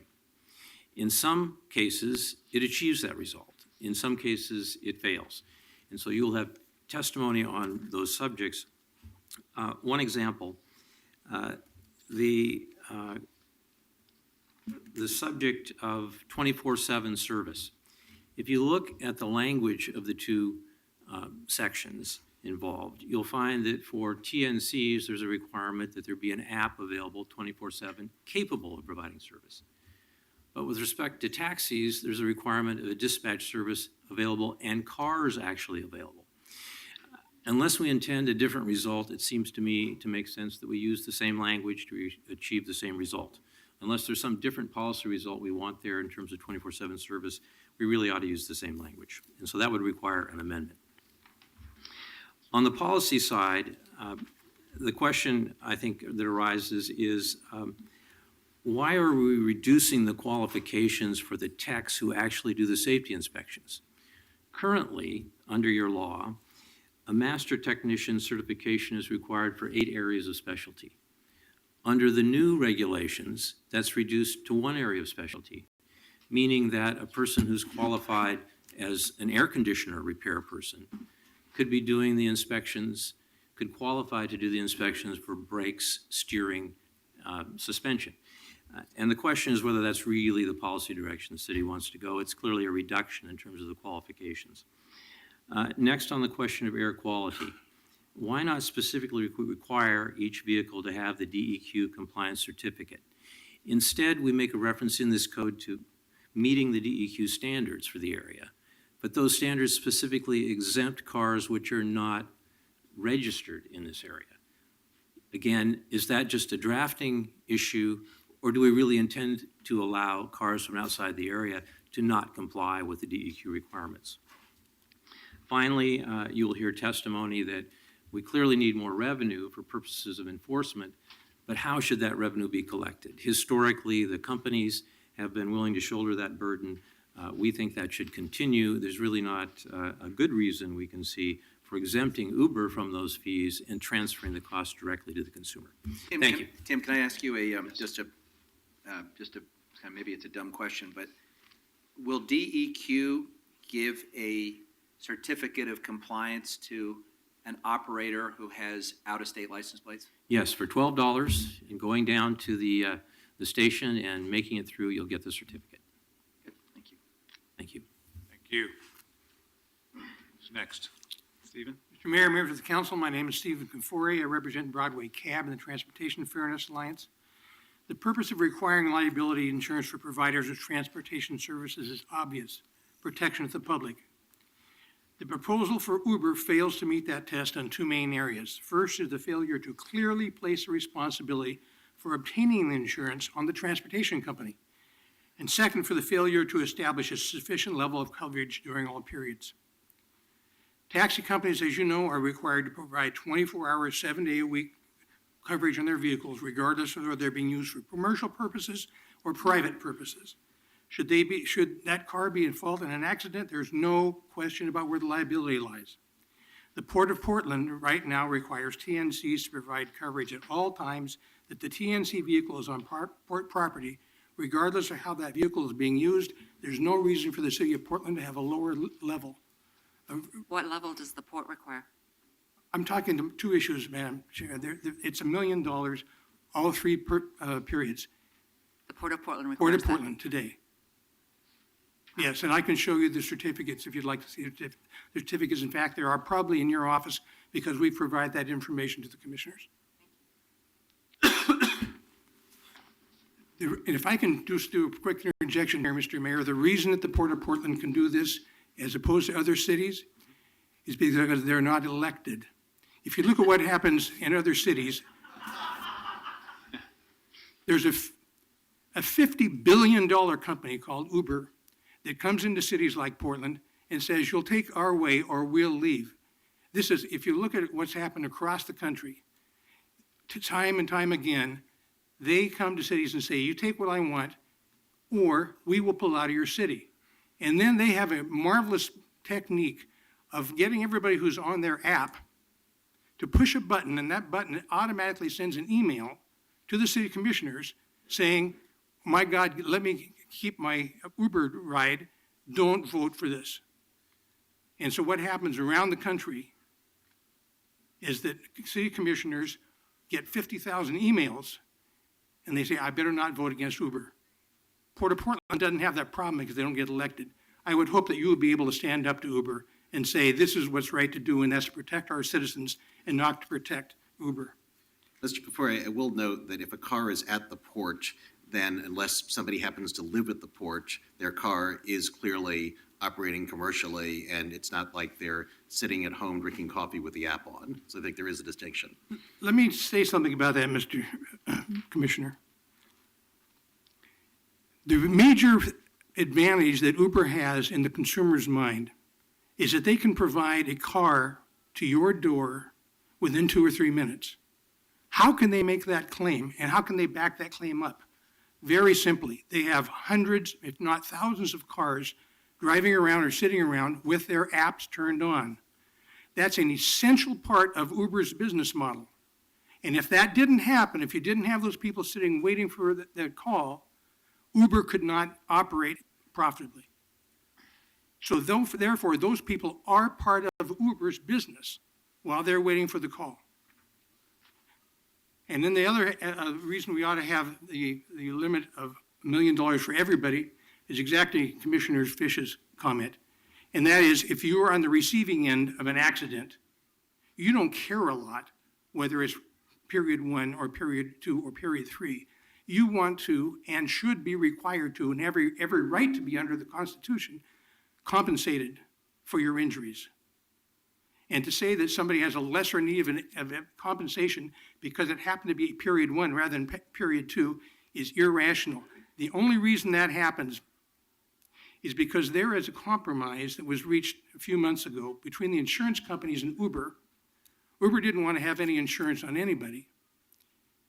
The insurance companies wanted to sell insurance policies. And that's the reason that you have this national model of one rate for people who have period 1, another rate for period 2, another rate for period 3. It's all a matter of a national compromise between these two industries who are not looking out for the public, but they're looking out for better ways. The lobbyists for the industry told me specifically, for the insurance industry during the legislature, and I had a bill in to require Uber alone to have the primary insurance and not to spread it out as your plan does and say, or the driver. They said the reason we want to have this language is because we want to sell a lot more policies. And we can sell a lot more policies if we have a requirement that either Uber or the drivers buys insurance. That's bad policy. We're requiring Uber to have primary insurance in all 3 periods. No, you don't. Read it again. Everyone that says either Uber or the driver or a combination of the both. And if you have either or to have primary, you have nobody that has primary. Just a process note, by the way, as you speak tonight, people may be cheering. Don't take it personally. They're actually having a protest outside on a completely different issue. So. I think I'm going to pick up a T-shirt on the way home. I can use numbers looking. Anyway, the Port of Portland requires it. I think more cities would if they didn't have the obligation to run for re-election to have 10,000 emails come in saying, don't do this to Uber. Uber does a great job of bluffing. They'll tell you they're going to leave, and then they may even leave for a little while, and then they'll come right back again. And I can show you that pattern happen over and over again. Don't be fooled by it.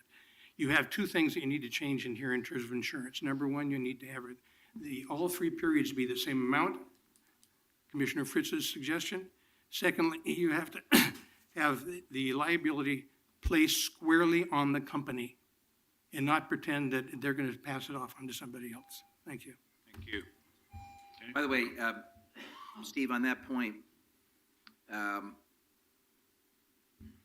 one of the arguments we heard at a prior hearing was that no one is underwriting insurance, and therefore we're mandating a requirement that can't be met.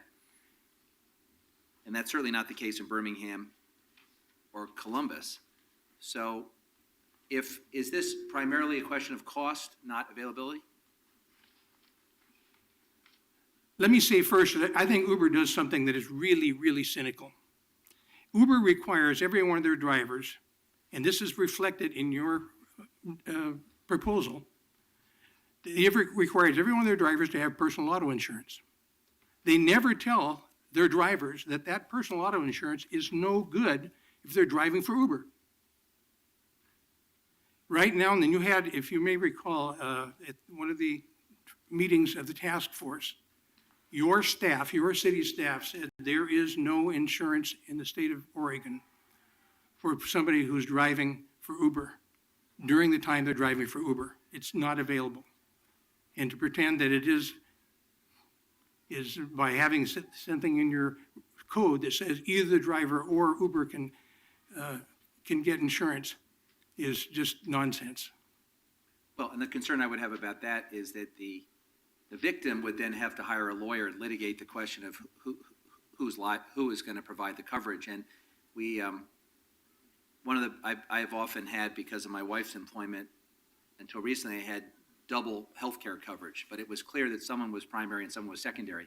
So I was in a good shape. You could exhaust the limits of one and then have a backup. The problem with that issue not being clear is that both of the insurance providers can essentially take the position it's not their problem, and you have to have a court or some process determine that. And that sounds a little bit like what we took up yesterday about some of the insurance companies deflecting responsibility for oil spills. And that's one of the whereases in a resolution we passed was that we were lamenting the fact that people were not getting prompt coverage because of lengthy litigation and questions of coverage. From my point of view, whatever we set, I want to make sure that there's absolute clarity about who's liable primarily and the limits of that liability. And I don't want this to be a lawyer protection racket, which would be great for local lawyers figuring out who's on first, but that's not particularly fair to victims. Mr. Mayor, members of the council, you're going to hear some testimony. Your concern is not hypothetical. We've had this exact thing happen right here in the city of Portland this summer, and you're going to hear testimony on that issue. You'll also hear testimony in a few minutes from a lawyer from the Insurance Defense Bar, giving some examples of exactly why that is a problem. Thank you. Thank you. Good afternoon. Mayor, council members. So, Radio Cab is Name in the experienced. record again, sorry. I'm sorry. Just put your name in the record again, sorry. Steve Entler, I'm the manager of Radio Cab. We have had that experience with the TNC companies, actually Uber mostly. And I've sent a series of letters to you, and I'm not sure that you guys have actually seen those, and they've arrived at different periods with our experiences of how that's all played out. And you know, we've heard over and over again that Uber's insurance is primary in periods 1, 2, and 3, but that's not the way it plays out. What really happens is when you get involved in an accident, that's not the proof of insurance that shows up. The personal auto insurance is what shows up. And we kind of know what's going on, but most other motorists out there do not. And all they know is their Honda got hit by somebody else's Toyota. So when that little trade dress thing happens to fall off the dashboard, nobody's the wiser. So it ends up with Allstate being informed that their insured was hit by somebody that's insured by Geico or something of that nature. And when nobody's the wiser, those insurance companies swap information, determine who's at fault. They make payment, and who's harmed? Well, the only person that's really harmed is the policyholders of all those other personal auto insurance companies. Now, I suppose when there's a very big accident, that primary commercial auto insurance will show up, but by and large, the bulk of all the accidents never even find their way to Uber's insurance company. If they do, after repeated hearing from their driver, the way it really works is they have to, if you try to file a claim with Uber's insurance company, which is James River, they won't even take your call, first of all. And they will tell you, sorry, we have to hear the claim from our driver first.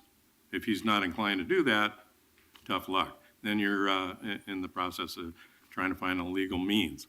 You know, I don't think it's intended for that kind of stuff to happen, but that's the way it's played out. We've been involved in 4 of them.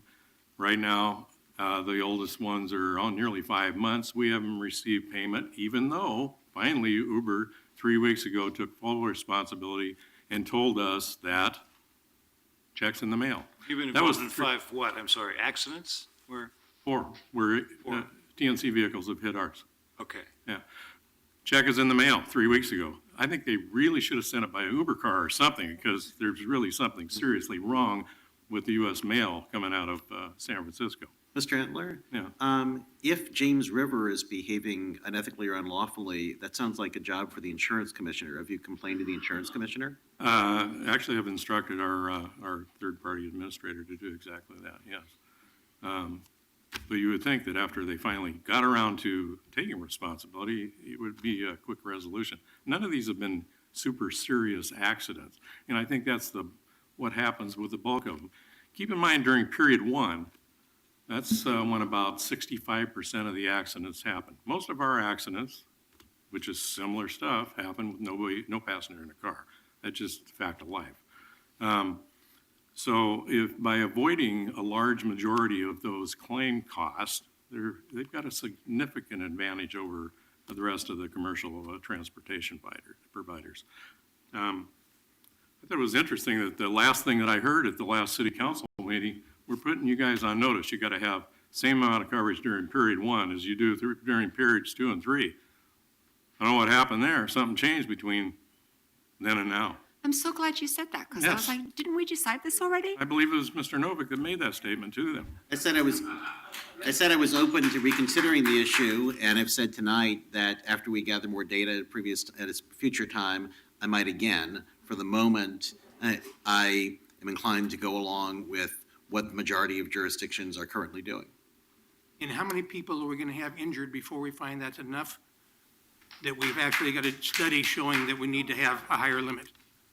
I think that's really an unfair thing. I don't think you have studies of how many people get injured before and how much they get compensated before you make a policy decision on what's right to do. Thank you very much. Thank you. Thank you. Okay, let's hear from the next panel, please. I'm going to call from the other side. Is that right? The invited guests still. Oh, I'm sorry, you're still invited. Okay. So what do we And next, I believe that we had Bryce Bennett of Uber and Annabelle Chang of Lyft here to testify.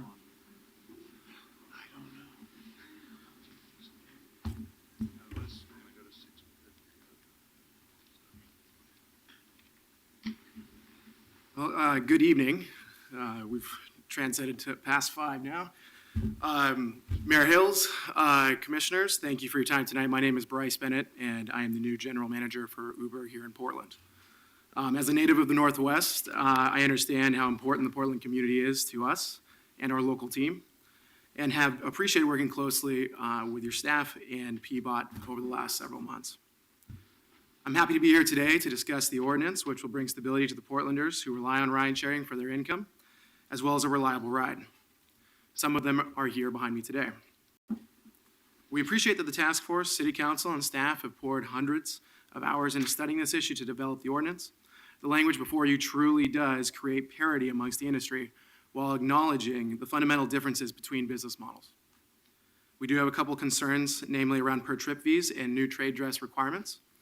While we do agree in principle to the per-trip fee structure as a fair way to provide a cost recovery system for the city throughout the industry, we do believe that 50 cents will be an unreasonable burden for Portland riders, as well as some of the highest trip fees in the country, and will result in overcollection. Just most recently, city trip data from the data report conducted by the city suggested that there will be up to 5 million rides over the course of the next 12 months, and that's not taking into account the 40% trip growth that has occurred in the industry. Additionally, trade dress requirements in the rear vehicles is problematic for drivers, as they will no longer be able to easily take these out of their window, and it could cause additional rider confusion. Through the pilot program, we've seen ride sharing positively impact the lives of hundreds of thousands of Portlanders. Just this week, we have completed our millionth trip in the Portland area and have nearly 5,000 active drivers utilizing the platform to generate income on a flexible schedule. As a result, we recently launched a full-time in-person partner support center in the Lloyd District to provide additional resources for these partners. Thanks to the program data, we know that ride sharing covers every Portland zip code, and 75% of all ride sharing rides now have a wait time of 6 minutes or less. The data also shows that ridership for all for-hire transportation options, like I said, have increased by 40% in just 4 months. It truly shows that the pie is increasing as a whole for the city of Portland. Additionally, we've gone to great lengths and improved service in traditionally underserved areas like Southeast Portland, and continue to work on wave options here in Portland. Just in the last 3 months, we have multiplied the amount of available hours through a first-of-its-kind peer-to-peer wave option 5 times over what was available in August. Additionally, we provide 24/7 coverage and have since the summer by working with local partners like First Transit. We're excited about the progress the city has made towards creating permanency and certainty for Portlanders, both riders and drivers alike. Ride sharing is a good thing for the city, and I think the data report has shown that. We're hopeful we can work together to solve the issues of fees and trade dress, and sincerely, again, appreciate everyone's time, staff, the commissioners, the mayor, as well as the task force in creating these. Thank you. Welcome to Portland. I have 2 questions. Thank you. Uber operates in Little Rock, Arkansas. And last time I had an exchange with an Uber representative. I was told that if we increase the insurance requirements in period one, either it would not be economical, chasing Uber out, or there'd be no one who would be willing to underwrite that insurance, so it was not feasible. And yet, that is the requirement in, I meant Birmingham, Alabama. Excuse me, not to read my notes carefully. You operate in cities with $1 million coverage. How come you can do it in other cities, but you can't do it in Portland? Commissioner Fish, I'd be happy to address the larger question that was discussed earlier. Two of the cities referenced, Columbia City, as well as Birmingham, I think were the two cities referenced as having $1 million. Columbus, Ohio, and Birmingham, Alabama. So in Columbus, Missouri, and in Birmingham, they passed $1 million of coverage during all three periods. However, we do not operate in Columbus, and in the other two places mentioned, Wisconsin was one of them. It was actually preempted by the language at a state level that you see in front of you today, and that has been adopted by 28 states around the country. Do you operate in Birmingham, Alabama? Currently, we do not operate in Birmingham, Alabama. And do you operate in Columbus, Ohio? We operate in Columbus, Ohio, but not Columbus, Missouri. Well, it's Columbus, Ohio that's adopted the $1 million limit. I'm unfamiliar with Columbus, Ohio. I know in Columbus, Missouri that they have, and I know that we do not operate there. And on the terms of service, I'm sorry. I liked your question, but I'm not sure if I followed the answer. Are you operating in any cities that require $1 million coverage? May I respond on behalf of Lyft? I just want to make it sure. I was actually, I wanted to actually first I'll hear ask you from the Uber. same question too. We'll get to you, but I'd like to hear from Are you Uber. now operating in cities that require $1 million coverage? I'm not aware of any city that we operate in that requires $1 million during all three periods. Okay, and you've heard the concern that this council has about terms of service being modified, tailored, so they're not misleading to consumers here in Portland. And we've heard from Lyft that they will unambiguously comply with that requirement. Can you state here publicly that Uber will unambiguously comply with that requirement? As Commissioner Novick noted earlier, we have voiced our concern about the language, but have agreed to comply with the language in this ordinance. Okay, thank you. Could you respond to the question I had earlier about drivers who are on your platform but come in from Utah, California to spend the weekend here and start driving? How do you know that they're here, and do you let them drive here? Absolutely. Commissioner Fritz, it's obviously a geo-based system, right? We use an application using GPS. And because of that, if you are not a part of the platform within a given area, say Portland, say you're from Seattle, say you're from San Francisco, you cannot open up the driver app and go online and be engaged in trips. So you're 100% confident that everybody who's allowed to drive within Portland has gone through the process in Portland? Commissioner Fritz, absolutely, yes, we are. This isn't the legislation. You don't have to keep saying our names, but thank you. Yes. It's very polite. So I just Googled, because I can't read my notes, I Googled Columbus, Ohio, and Uber is a proud provider of services in Columbus, Ohio, which has implemented $1 million coverage. So could you, between today and the next hearing, respond to us in writing as to whether you are operating in Columbus, Ohio, and whether you are conforming to the $1 million coverage limits for all periods? Absolutely. I will make sure to follow up on that issue for you.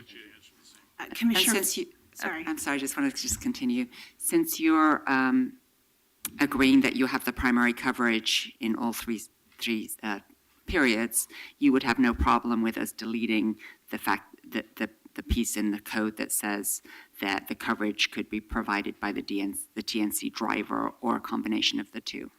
So in regards to that language specifically, it does provide flexibility for the private market to offer additional policies going forward. And we actually have seen 14 insurance companies, private insurance companies, offer policies specifically for period one. And that is, I believe, the intention of the original framework that included that language. However, currently, and as long as we have been in Portland, we have provided primary coverage during period one for all trips. So can you answer the commissioner's question directly? If we remove the language that says the driver or a combination of the two and just said coverage is maintained by the TNC, would that be okay with you? We do believe that it's a good opportunity for the private market to be a part of this and also to give drivers choice if they do decide to pursue additional insurance coverage during that period one time. We would disagree that in removing that language. Can I just ask you, why do you go right to why do you sort of instinctively go to the question of providing driver choice. Our concern is with consumer safety, not with driver choice. Why do you reframe it as providing driver choice? Our concern is that someone who is either in the car or on the street is covered and protected. And so where providing driver choice works against the point that we're making about being clear about primary responsibility, why should we care about driver choice? No, absolutely. We do not intend for any ambiguity either. I believe that is the first requirement that we're looking to cover in the sense that of having that coverage during period one. The option just merely gives whether the TNC or a private driver carries that. It is no change in whether you get to or not, or if you have to or not. Okay. Other questions? Let's let Ms. Chang testify. Okay. Good evening. Thank you again for having me in council. My name is Annabelle Chang, Director of Public Policy for Lyft. I'd like to just take a moment to thank our amazing community of drivers and passengers that have waited patiently into the evening to show up here. They have been with us every step of the way, expressing their support for ride sharing. Several of them actually stopped into your offices and dropped off a letter expressing their support for ride sharing. So we just wanted to thank them for their time here. Since we launched in Portland back in April, it's clear that the pilot has been a huge success, and the residents and visitors to Portland have been embraced ride sharing. With these increased transportation options and with the data report, I want to flag 3 important points. Number 1, there is better service coverage from for-hire transportation providers, period. So for example, in East Portland, 50% increase in ridership. That is incredible in such a short period of time of just this pilot period. Second, there's reduced wait times for everyone. So for example, if you were to get select a ride from a ride share, it would be about 4 minutes to get a ride, which is reduced time for the city of Portland. And number 3, there are more options for individuals needing wheelchair accessible vehicles. That is pretty incredible. And ride-sharing companies like Lyft are able to provide wave services with the lowest wait times. So while we believe the final ordinance here that's being discussed isn't perfect, we definitely urge City Council to support the ordinance because in its state, it's very clear that people want these options. Now, after these regulations are adopted, we would look forward to working with the city and the private advisory committee to refine service and operations in a few areas that I want to flag. Number 1 is wave vehicles. And as you know, the city of Portland is the only city in the entire country that has operated a wave pilot for TNCs. That's an incredible step for the community. We've learned a lot about how wave accessible vehicles can even be better. And I think that was, as discussed earlier, there's some good options now that are discussed. So either a TNC could actually directly contract with a wave provider, or they could contribute into the PBOT managed Transportation Accessibility Fund. Number 2, I also want to discuss was driver education. I think currently the language removes some level of flexibility. We would like to be able to work with PBOT to be able to have the most innovative driver training programs and driver education programs. So I just want to flag those 2 things. But most of all, Lyft is incredibly pleased with the results of the data report and the pilot. And you'll hear from many community leaders and organizations about their support for ride sharing in Portland. West Side Transportation Alliance, Oregon Environmental Council couldn't be here today, but they've also circulated information to City Council about their support.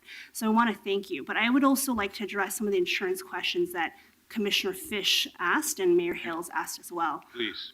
So to be perfectly clear, the state of Arkansas, the state of Wisconsin, and the state of Ohio have adopted the current insurance requirements in place in the city of Portland, and we do not operate in Birmingham. Okay, so therefore, to the question that I posed earlier to Mr. Bennett, because of the state preemption in Wisconsin, Ohio, and Arkansas, you are not subject to $1 million insurance requirement in those cities located in those states. That is correct, right? Yes. And you're not operating in Alabama, or at least in Birmingham. That is correct, yes. That's also the case for your company? That is correct. Okay. So there are, it sounds like from this testimony that there are requirements in city code in other cities for what you've proposed, Commissioner Fritz, but that they're not functioning because of state preemption. That is correct, You've yes. established that to be the case in Ohio? That is correct, yes. Preemption in Ohio? There is preemption. There is a state law specifically regarding insurance. Passed prior to or subsequent to the adoption of the Columbus statute? So I will explain the order. So Columbus did pass their city regulations. We consequently withdrew from the city of Columbus, and we still do not operate in the city of Columbus. Afterwards, the state of Ohio did pass insurance legislation reflecting the current standards and limits in the city of Portland. Why is this issue, like most consumers, I half understand insurance, so I'll admit to that. Why is this issue so difficult for your companies? I realize there's a small difference in market capitalization between the two of you, but having worked for a company whose total capitalization was $1 billion, not $40 billion, I'm a little mystified as to why it's so difficult to reach $1 million liability limit for the folks that are driving the vehicles. I mean, it seems to me a relatively modest burden financially, given the scale of these enterprises. But help me out with that. Why are we having this big battle here and elsewhere over this level of insurance issue, given, again, the scale of the enterprise? Absolutely, if I may. So as was noted before, the Citizen Task Force spent 700 hours discussing the private for hire regulations for TNCs. This issue made up several hundred of those hours. So obviously, people care very deeply about the issues, wanted to make sure it was carefully vetted. This issue, as noted by you, has been discussed endlessly, millions of hours probably. And these limits are the ones that were agreed upon as reasonable and appropriate for the model. Are you operating in the Port of Portland? Yes, we are. And actually, let me clarify about the Port of Portland. So in the Port of Portland, because when you are on that property as a TNC or rideshare driver, you are functionally available for a match request. And so as part of our permit and as part of our competitor's permit, it is required that you have to be in periods 2 and 3. You don't have a right, though. So because there's a specific area for the drivers to be waiting, and that is where they are, even in that lot where they're waiting in period 2. So there's no functional period 1. They don't have, if they don't have a ride, they're not in period 2. That's actually incorrect. So period 1 and period 2 are slightly different in that there is no match request connected. But in period 1 and 2, there is no passenger in the vehicle.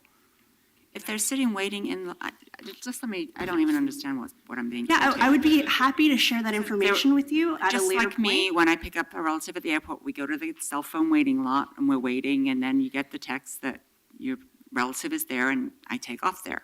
They're sitting in that lot. They don't have a ride. They don't have a connection. They're not in period 2. They're in period 1. According to our airport permits, and because people are there for commercial purposes, they are in period 2. Which means they're covered by the higher amount. But so, do you keep data? Do your companies keep data nationally on the frequency of accidents in period 1, 2, and 3? If I were to ask you to tell me the pie chart in the accidents that, and you were required under this agreement to provide us data on crashes, so I'm assuming you track this. So let's start with Uber. As between periods 1, 2, and 3, what percentage of the accidents that involve your drivers occur in period 1? I personally do not have access to that information. However, we do regularly report that with the city of Portland, like you said, on an ongoing basis. Well, that's, I'd be happy to provide the. So, Annabelle, what you probably have a better sense of the national data. What's in period 1, period 2, period 3? What's the percentage of accidents that occur in period 1? So I don't know percentages, but what I can say, and as you've noted just now, is that according to the pilot and according to the final draft regulations here that we're looking at, the city would be collecting all sorts of accident data. And that would allow it to be specific to the city of Portland rather than broader. I get this, but look, it shouldn't be this difficult. National data for Lyft. Do the accidents that are reported by Lyft to whatever body reflect that the most accidents occur in period 1, period 2, or period 3? So I don't know that information off the top of my head. Well, let me ask you a hypothetical. Let's assume most of the accidents occur in period 1. Why would it be reasonable and appropriate to provide lower insurance coverage in period 1 than for period 2 and 3 if the majority of accidents occur in period 1? Right, so I would go back to what we were discussing earlier about the greater insurance questions being addressed nationally and have been addressed. The very function and design of period 1 is different, and that is why those limits were chosen. And I understand that we may have a philosophical disagreement on that point, but that has been the standard adopted by the majority of states. No, but the mayor's point goes beyond a philosophical disagreement. The mayor's essentially asked you, what, beyond your determination of reasonable and appropriate, and beyond a philosophical disagreement, what is the barrier, the actual barrier to you providing it? It's not that the insurance market doesn't provide it. You have a philosophical disagreement. You're willing to pull out of jurisdictions that mandate it. So what is the primary problem with it? Is it cost? I think it's a multitude of factors combined together. I'll take one. Right. I think it is partially cost, absolutely. I think it's partially that it is an unreasonable amount to be put on a period 1. I mean, there has been so much discussion on this, and so I just want to be very clear that. I know, but isn't the first question, what's the amount of injury that occurs in period 1? Shouldn't that be the starting point of our discussion? In other words, is there a greater risk to the public in period 1? That's a question I'd like answered independent of where we land. Right. I can't believe the insurance industry can't help us out with this. I was once a contractor. I had to provide $1 million umbrella coverage in case, when I painted somebody's house, the paint peeled off. The premium was quite low because the actual risk to my customers was nominal. I might have screwed up at a scale of $1,000 or $10,000. You can also raise the deductible to further reduce your Yeah, so the odds that they ever would have to pay $1 million claim were so low that the cost of coverage was quite low. And that was based on actuarial data of how many claims got filed. So I can't believe that there's no one walking around, whether it's you as executives of these companies or insurance people who could come in here after months of having this long debate and tell us, as Mr. Entler just alleged, he pulled a number out, and I think he probably stands by it, that 65% of accidents occur in period 1. That's his position. Well, if I may. You mean we can't get any data until we start collecting it ourselves? Well, if I may, Mayor, I think that you hit the point on the head, which is actuarial data. And in this case, the city of Portland actually is uniquely situated to have huge amounts of data from the pilot period. And I think the question to the council, as well as the Portland Bureau of Transportation, is has the current insurance limits been working?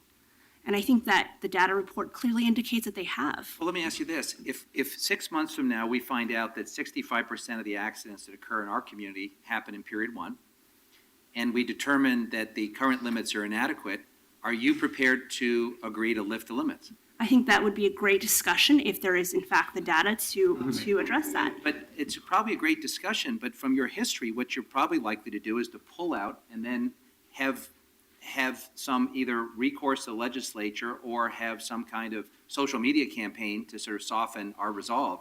But what I don't hear is an unequivocal commitment to doing the right thing if the data supports it. We absolutely have an unequivocal commitment to do the right thing if the data supports it. Absolutely. All right, so I just want to be very clear on that because I think at this point you have the data. And so it hasn't. I think what you're also hearing both to our friends at Uber and Lyft, that we'd like to see in writing the national data. So you have experience working in lots of jurisdictions. What percentage of accidents that you handle occur in period 1, period 2, and period 3 in the aggregate? Just national data. I'm guessing someone can pull that up on a laptop. Just in relative terms, period 1, period 2, period 3, what percentage of the accidents that you cover in insurance occur in each of those periods? And I think that would be helpful to us in determining whether we think it is reasonable and appropriate to provide a lower level of coverage in period 1. And I'd also like to see from whoever would like to provide them, whether it's the Bureau or the TNCs or anyone else, some case studies about catastrophic claims, because that's what we fear. Mr. Kafuri articulated that fear. Because I'm the police commissioner, I get these notices of tragedy and mayhem in the middle of the night. And a while ago in our city, a drunk ran over two lovely young women on the sidewalk and killed them. Now, we put that guy in jail because that's a crime. And that's some recompense for the loss, but not much. And so what we are fearing and what is driving us on the insurance issue is subjecting people to the risk of a catastrophic accident without mandated coverage. So you've both been operating in enough cities long enough that I fear it's true that something like that has happened. I'd like to know what happened afterwards. So if someone could provide that case study data, don't tell me there hasn't been a single loss of life incident yet involving a TNC somewhere in the world. Let's see some case study data about what happened to the victims of those accidents. And that will help inform either our willingness to be the first city to do this, apparently, or maybe we won't because maybe you'll leave the market, or to feel more comfortable about being in the mainstream. But I'm really getting tired of talking around this issue, given the scale of your enterprises, the number of cities that you're operating in, and the fact that, it was revelatory to me that Mr. Entler said there have already been 4 accidents involving TNCs in his cabs. So, that's a relatively small sample, but there's already 4 cases right there. So I guess we're going to hear from folks in the, in the insurance bar here tonight or whenever we get around to it.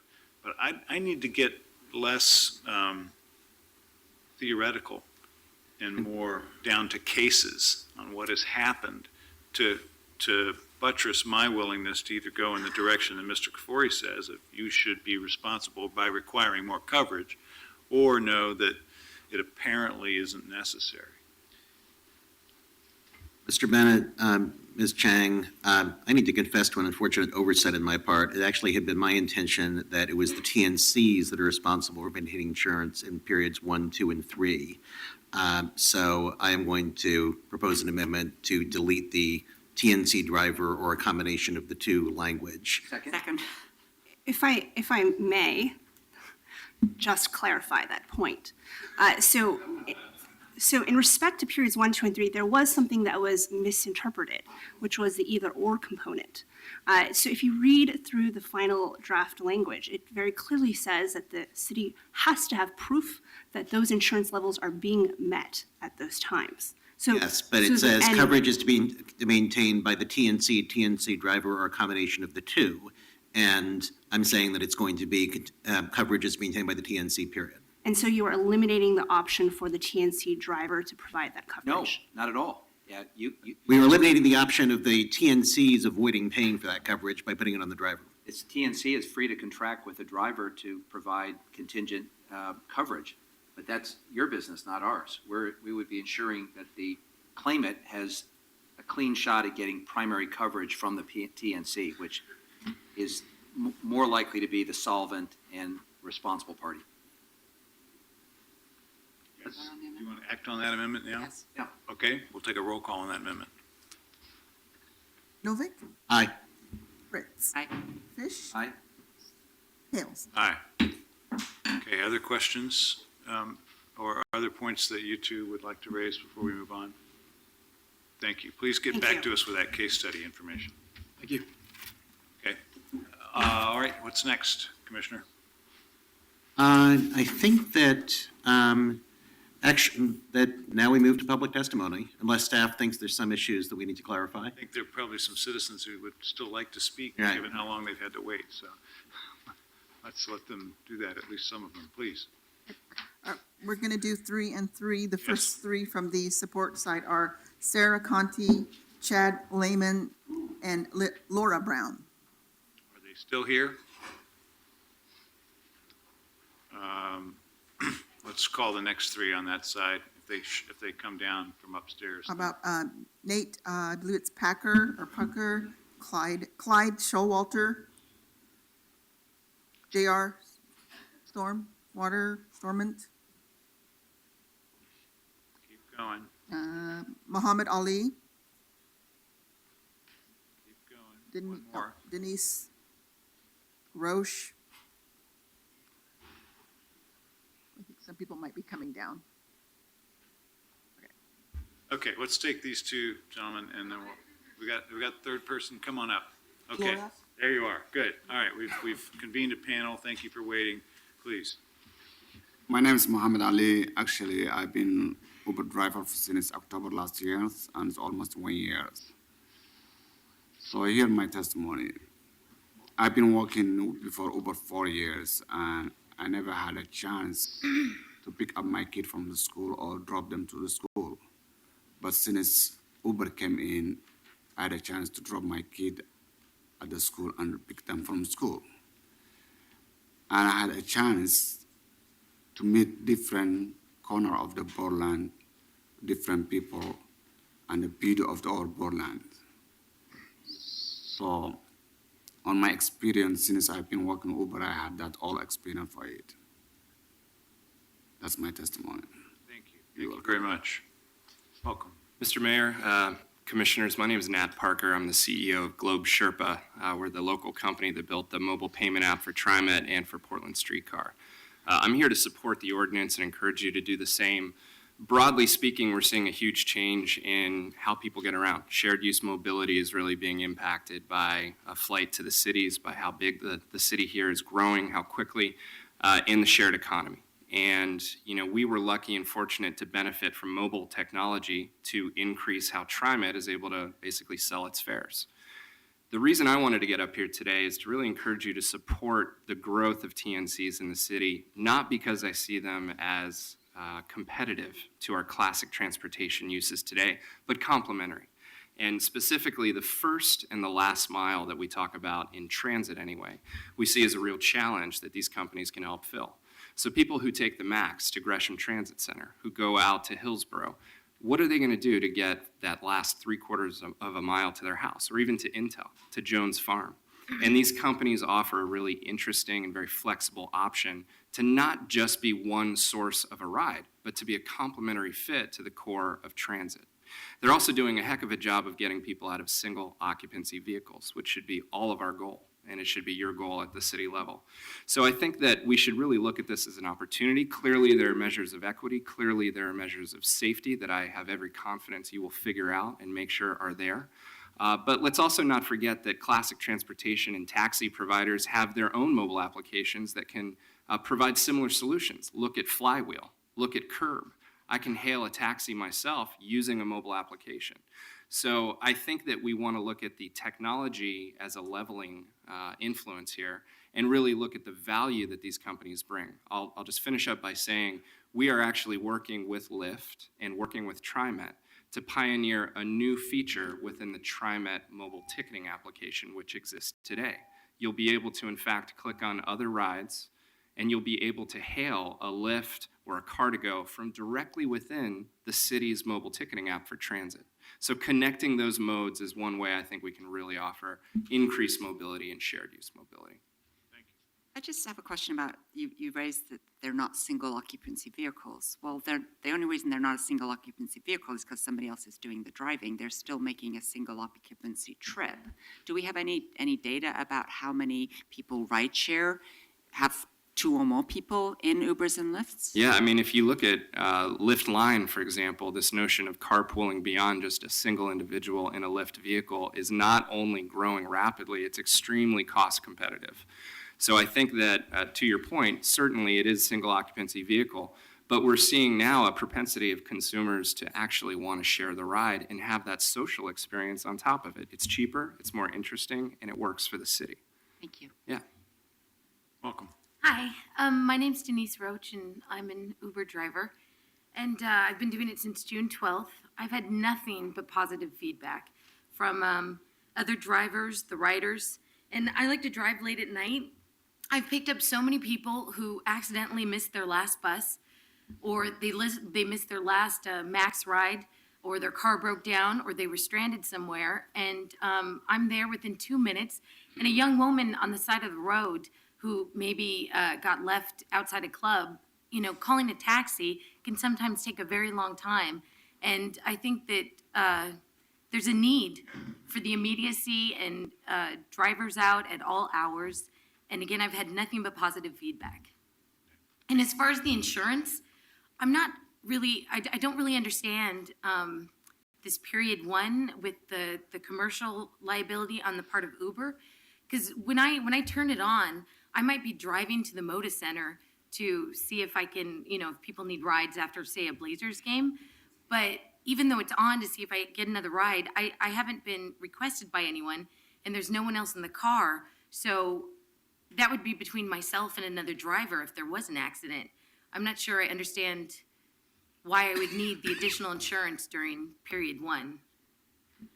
How much private insurance do you have? I have above the max because I'm an Uber driver. So, I don't remember all the amounts, but, it's more than the state of Oregon requires. And do you think that your private insurance would cover you if you were on the way to the motor center with your app on? There's no one in the car. I haven't accepted a ride yet, so it's just me as an independent driver at that point. That's how I feel. You might want to check on that, because I think that's maybe not the case. Thank you very much. Thank you all.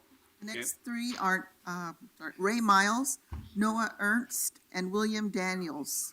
Okay, come on up.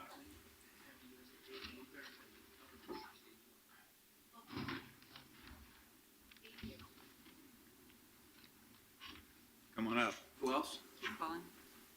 You had 3, Ray and... Noah, William, how about Jim Kennedy? Is Jim here?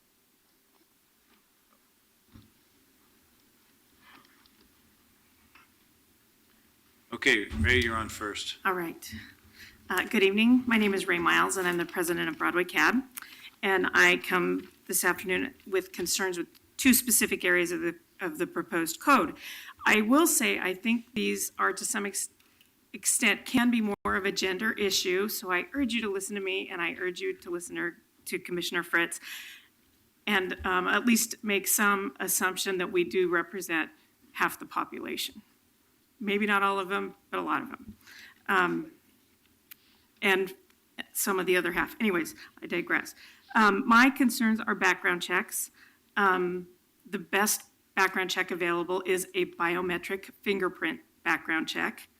The International Association of Taxicab Regulators, of which I am not a member, but the City of Portland is a member, has said that is the gold standard for background checks. I think there's been a lot of marketing that would lead you to believe that TNC drivers are soccer moms. It isn't true. I think if you just observe the people here, the news coverage, everything, TNC drivers come from across all socioeconomic strata, and they need to be vetted. They need to be background checked. The other issue I have problems with is vehicle signage. I'm alarmed at this trend that we just that anybody can pull up in a personal car and say, I'm your Uber driver, and you jump in and go. I think vehicle signage would go a long way to helping with this. I think the current code allows too many opportunities for predatory behavior. I'm sorry. We saw an example of that here last week. I'd like to see signage on the side of the vehicles because that's where people climb in and out.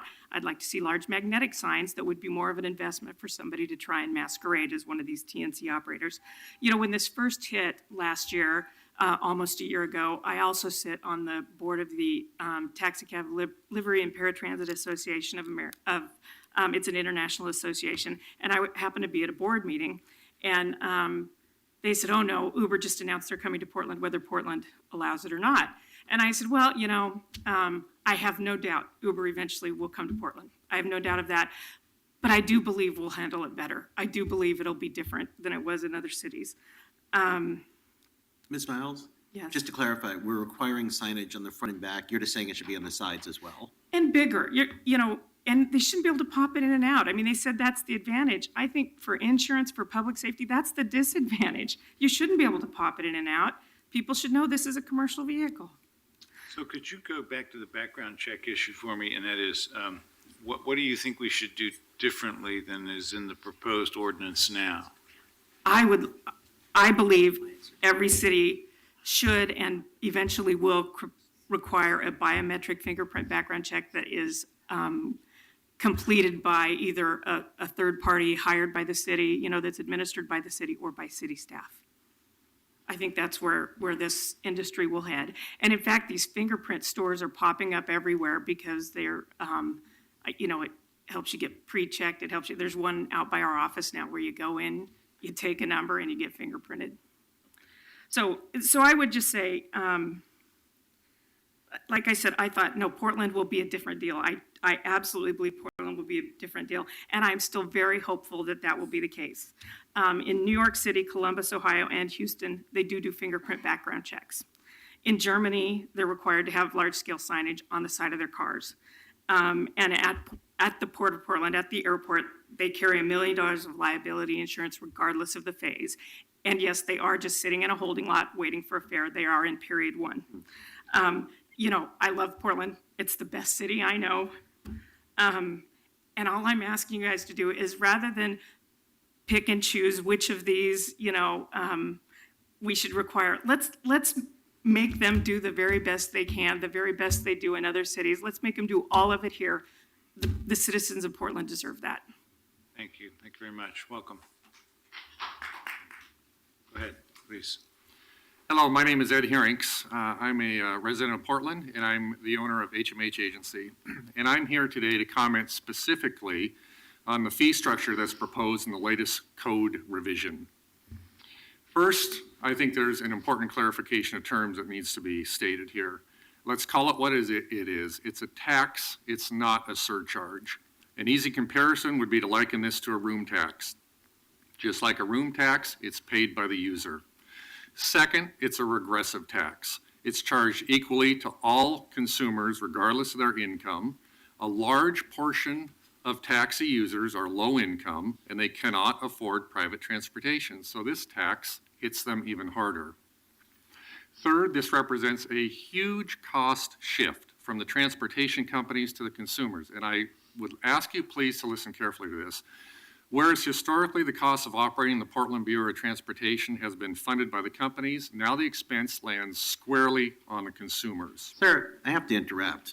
Don't the companies recover all the costs they have from consumers? Well, there's a wrinkle in this approach, and if I could just extend my remarks momentarily, I'll come back to that question if I may. It's a yes or no question.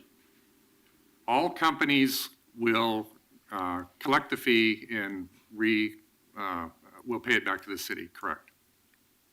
But currently, don't the companies ultimately have to recover all the cost of fees assessed against them from customers? Because all of their money comes from customers. That's correct.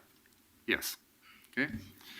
But I'd like to add this. By adding this tax to each ride, and this is what is critically important, I've not heard it discussed anywhere up to this point, it will net a massive windfall for the TNC industry. Their model is to take a 20% commission. In some markets, it's been argued that it's up to 30% on gross receipts. By shifting to a per ride tax, Uber now will take a 20% cut of the new higher total. Think about this. Using PBOT's data from the month of August alone, TNCs were averaging 8,000 daily rides. With a tax of 50 cents a ride, that generates $4,000 a day, or $4,000 in revenue. 4,000 times 365 days is 1,460,000. By taking that total times Uber's 20% cut, the company will net an extra $292,000 in profit. At the same time, Uber completely dodges the expense that would be assessed if using a per vehicle fee. It's brilliantly underhanded. Uber totally avoids the direct expense, shifts 100% of the cost of the consumer, and gets nearly $300,000 in additional profit in the meantime. And when you add in a surcharge for Wave, they're going to take 20% of that cut too. If I were one of the TNCs, I'd line up all day long saying, go ahead, add those taxes or surcharges, because I'm going to get 20% of the gross. I don't know that anybody's really dug into this and taken a look at it. So Isn't it equally true that the taxis, which the companies, which will no longer have to pay the permit fees directly, will be avoiding that cost, assuming your logic? the taxis will incur some of the same costs. That is correct, and they're not necessarily avoiding it. But what's happening? And what percentage of total taxi profits do taxi cab companies take as opposed to drivers? I don't have the answer to that. But I would just encourage the city, if you would, to reconsider the idea of returning to a vehicle permit fee. The city will have all the money it needs to administer the program, paid for by the transportation providers, while not creating a new consumer tax that creates a windfall for the TNCs. Thank you. Thank you. Commissioners, is the testifier correct that the 50 cents and then the wave fee that Uber and Lyft would take their cut of, their 20% of that? Well, that depends on the contracts between Uber and their drivers. So, I mean, it's that, just like the way the taxi cabs distribute costs and benefits between them and their drivers is up to them. All right, we'll get an answer to that. That's a good question. Let's go ahead and hear from you, sir. Good evening, council. My name is Jim Kennedy. I'm a lifetime Portland resident. I'm a family business owner of Consolidated Business Machines here in Portland. I've been in my chair since 1979, which predates ADA and many other accessible issues and policies. So I'm here to comment today on the waive code revisions proposed by Commissioner Novak. I'll begin by saying I think it's a very positive step forward. There's much to like about the proposal before you today. I especially applaud the service performance standard expectations for all private for hire transportation providers with the must response time of 30 minutes or less, 24/7 citywide. Speaking from my personal experience, this would be a huge improvement on current services. If I have a worry, it's this. Will these new performance standards really be enforced? If they are, the providers will step up, and those of us who depend heavily on wave service will be much better served. However, if they're not, I'm worried there'll be very little change. Please don't stop short of getting this right. The community of people with disability who face daily mobility challenges are depending on you. I'm asking you to make code enforcement a priority. Please be certain that there is adequate funding to ensure robust enforcement and compliance. Put some teeth into it with some consequences for all providers who don't meet the standards, including fines, suspensions of their operating permits, or revocation of their permits. Hire a bulldog or a pack of bulldogs to monitor and enforce these policies. My concern is well placed. Recent PBOT data from the trial period shows that wave service from the new transportation companies actually decreased 70% during the course of the pilot program, from 188 rides in May to 53 rides in August. To me, this is a huge red flag. To me, it signals that wave customers simply quit requesting rides from Uber and Lyft because they consistently didn't have the service available. This is not acceptable. If this is allowed to go uncontested, wave customers will once again be left on the curb. If you haven't already, I'd encourage you to look at the alternate code revisions provided by the Transportation Fairness Alliance. It is well constructed and has clearly enforceable performance standards, and it is a better solution. Portland Wave customers have had to endure challenges for many years in getting responsive, reliable for hire transportation services. This is our chance to really get it right. The code revision proposed by the Transportation Fairness Alliance is a good start. But if all of it is just words on paper, it amounts to nothing. So enforcement and compliance to guarantee transportation providers are delivering on the service standard is the key. Please ensure that funds, staffing, and training are in place to really follow through. Thank you. Thank Sir, you. I just wanted to say that I share your concern that it is possible that people who need wave vehicles found they couldn't get access when the pilot started and therefore stopped requesting it. And that's why I think we need to make a concerted effort to educate the public that they are required to provide wave service. And as I said before, it's my intention to impose penalties on Uber and Lyft for the beginning of the pilot, during which they clearly did not provide wave service. And I actually kind of hope that will get some publicity and make it clear to people who need wave service that yes, those entities are required to provide such service. If I may just add, a wave vehicle can be used for any kind of transportation. It's not unique to accessible trips. Thank you. Thank you all. Thanks very much. Next three are Sarah Conti, and is Chad Lehman here? No, okay, thank you. We'll go, is Laura Brown? Laura Brown? Then we'll go with, I think I may have called Clyde Showalter. You here? Then what about J.R. Storment? About Tez Sidise? Okay, there you go. You've got three now. Thank you.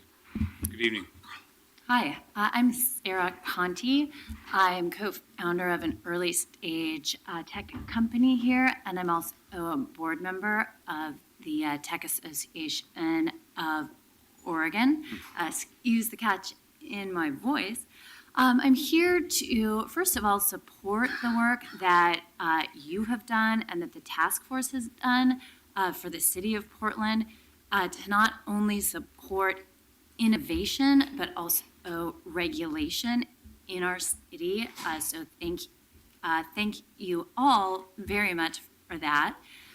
The data that I have found the most compelling in the report has been that the market overall has grown by 40%. That to me says that things are working. Demand is up, supply is up, and anecdotally and also entirely the data shows that people want this service and that they are willing to get out of their car and share a ride. So the combination of Uber, the combination of Lyft, taxi cab drivers has meant that overall in Portland, the wait times have reduced for rides. It also means that the availability has gone up for shared transportation, and that has encouraged people again to get out of their cars, solve for a lot of people that last mile problem, and really rely on new transportation methods. So in summary, I do, was that my time? That's okay, go ahead, finish. Okay, in summary, I just would like to support the regulations that are in front of the commission right now as a balance between that innovation and regulation. Thank you. Thank Thanks. you very much. Good evening. Welcome. Good evening. My name is J.R. Storment. I'm co-founder of a software company in Portland called Liability. We employ about just under 50 people. I travel a lot, and I've been using TNCs all over the country for a couple of years. In fact, I've taken about 200 rides in TNCs over the last couple of years. At home in Portland, I use TNCs now at least 15 times a month. Thanks to the arrival of TNCs this year, my wife and I actually decided not to get a second car because it made that form of transportation that much more reliable and cost-effective. I used to try and take taxis this way. To be frank, the experience between the TNCs and the taxis is light years apart. With taxis, which I formerly took 5 to 10 times a month, I've been left stranded when a promised ride never showed up. There was little accountability. And I live way out in East Portland, way out at 101st. It's hard to get a taxi out there. In one case, I was trying to get a ride home from downtown one night, and a taxi driver refused to take me home because he didn't want to go that far into East Portland.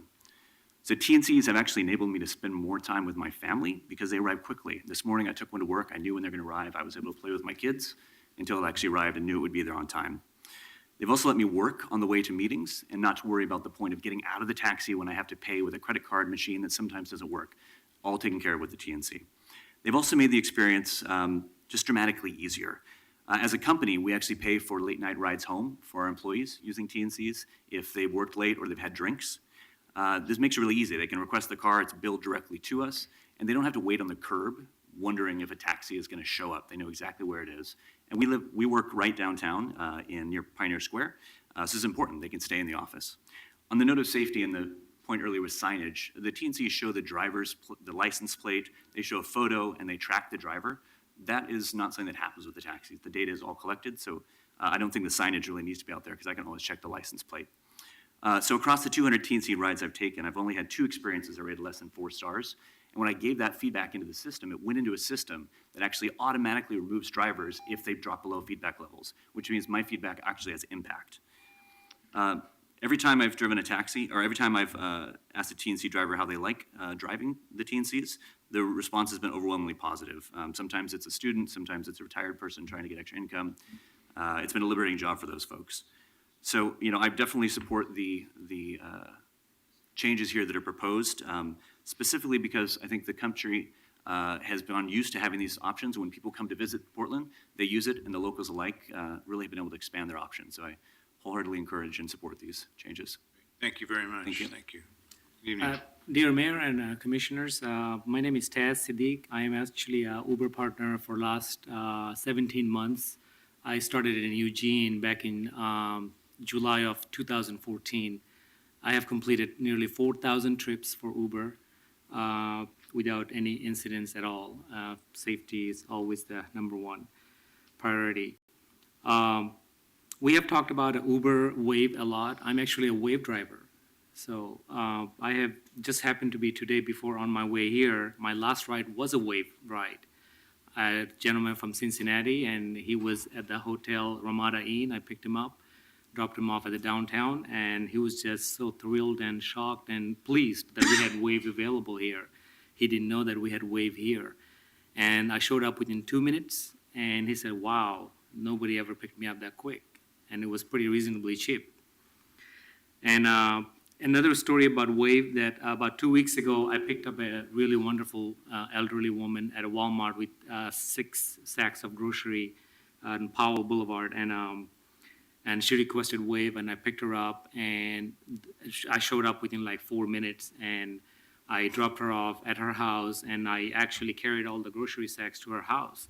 She said that she didn't expect that kind of service from Uber Wave people. And, it's just, I come from a family that my mom passed away after she's on wheelchair for 7 years. So it's not about just drop them off and just go goodbye. You have to stay with them and show them that you care, compassionate about the whole service.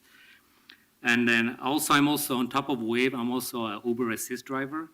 So I also pick up blind people with a service dog with them.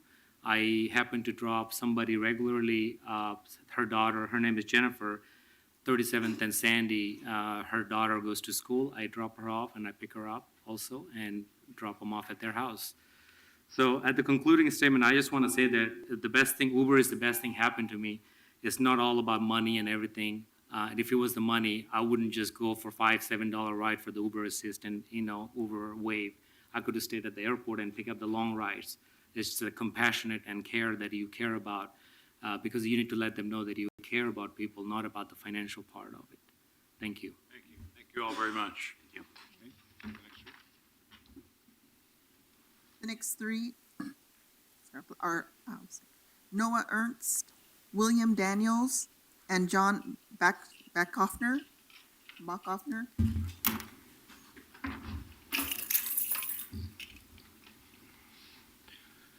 Okay, got all 3. Good evening. Go ahead. Hello, my name is Noah Ernst, and before my prepared testimony, I would like to answer a question that you posed to an Uber and Lyft, which they declined to answer. We know what happens in period 1 when a catastrophe. The first is, once again, Mr. Novak starts a presentation about transportation in Portland by saying, Uber has intentionally violated our laws, but this time they promise not to do it, and they really won't. They broke our laws the first time intentionally. They broke our laws with Waze intentionally. You can see why there might be some cynicism from those of us not in a TNC about whether there is actually any teeth to anything the City Council says. The final thing before I begin my prepared statement is Uber, and this sums up the whole process. I think a lot of people here will agree. Uber got to thank city staff for working closely with them to prepare these proposed regulations.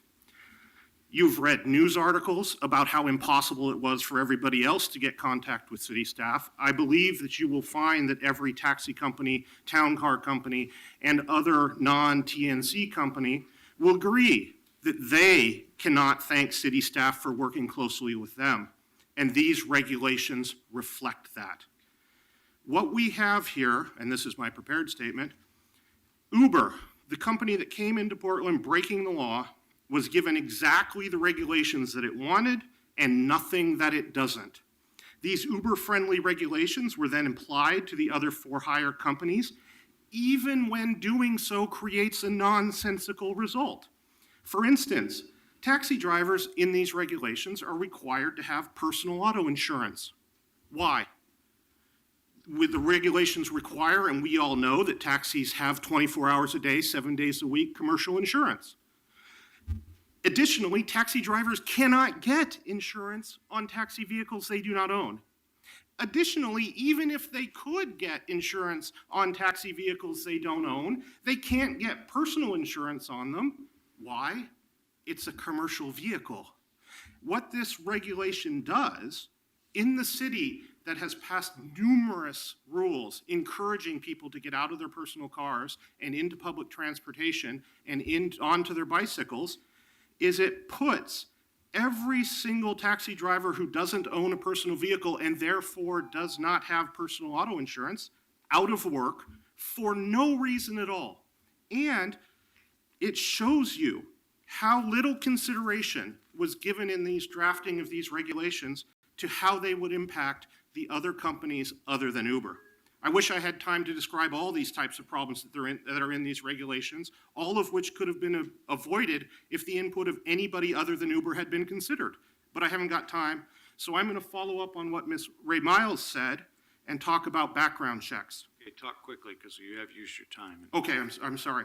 All I want to say is for decades, over at least since the 50s, Portland has had a system by which drivers are permitted, the background checks are performed by the city of Portland, and their identities are verified by the city of Portland. Now, the rules have been changed so that the background check that Uber and Lyft currently does is acceptable. That is completely worthless. To quote the district attorney for San Francisco, background checks that don't include fingerprints, that can't be tied to the right person, and therefore can't be secure. At the end of the day, you cannot have a comprehensive background check if the information you have obtained has nothing to do with the person that you are signing on to be a driver. It is completely worthless. Completely worthless should not be the standard for Portland, Oregon. It just shouldn't. Thank you very much. Thank you. Good evening. Good evening. My name is John Bachhoffner. I'm an attorney whose practice focused primarily on representing insurance companies and their insureds on coverage and personal injury claims. Hello, Commissioner Fish. I have initially reviewed this proposal and identified several different problems that I thought related to the insurance coverage aspect.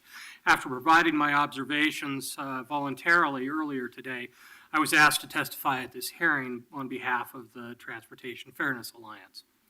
From my perspective, the most important aspect of this legislation is to provide protection to the general public. My focus is on the inconsistencies in the insurance provisions appearing at pages 11 to 12 and 32 to 34 in Exhibit A.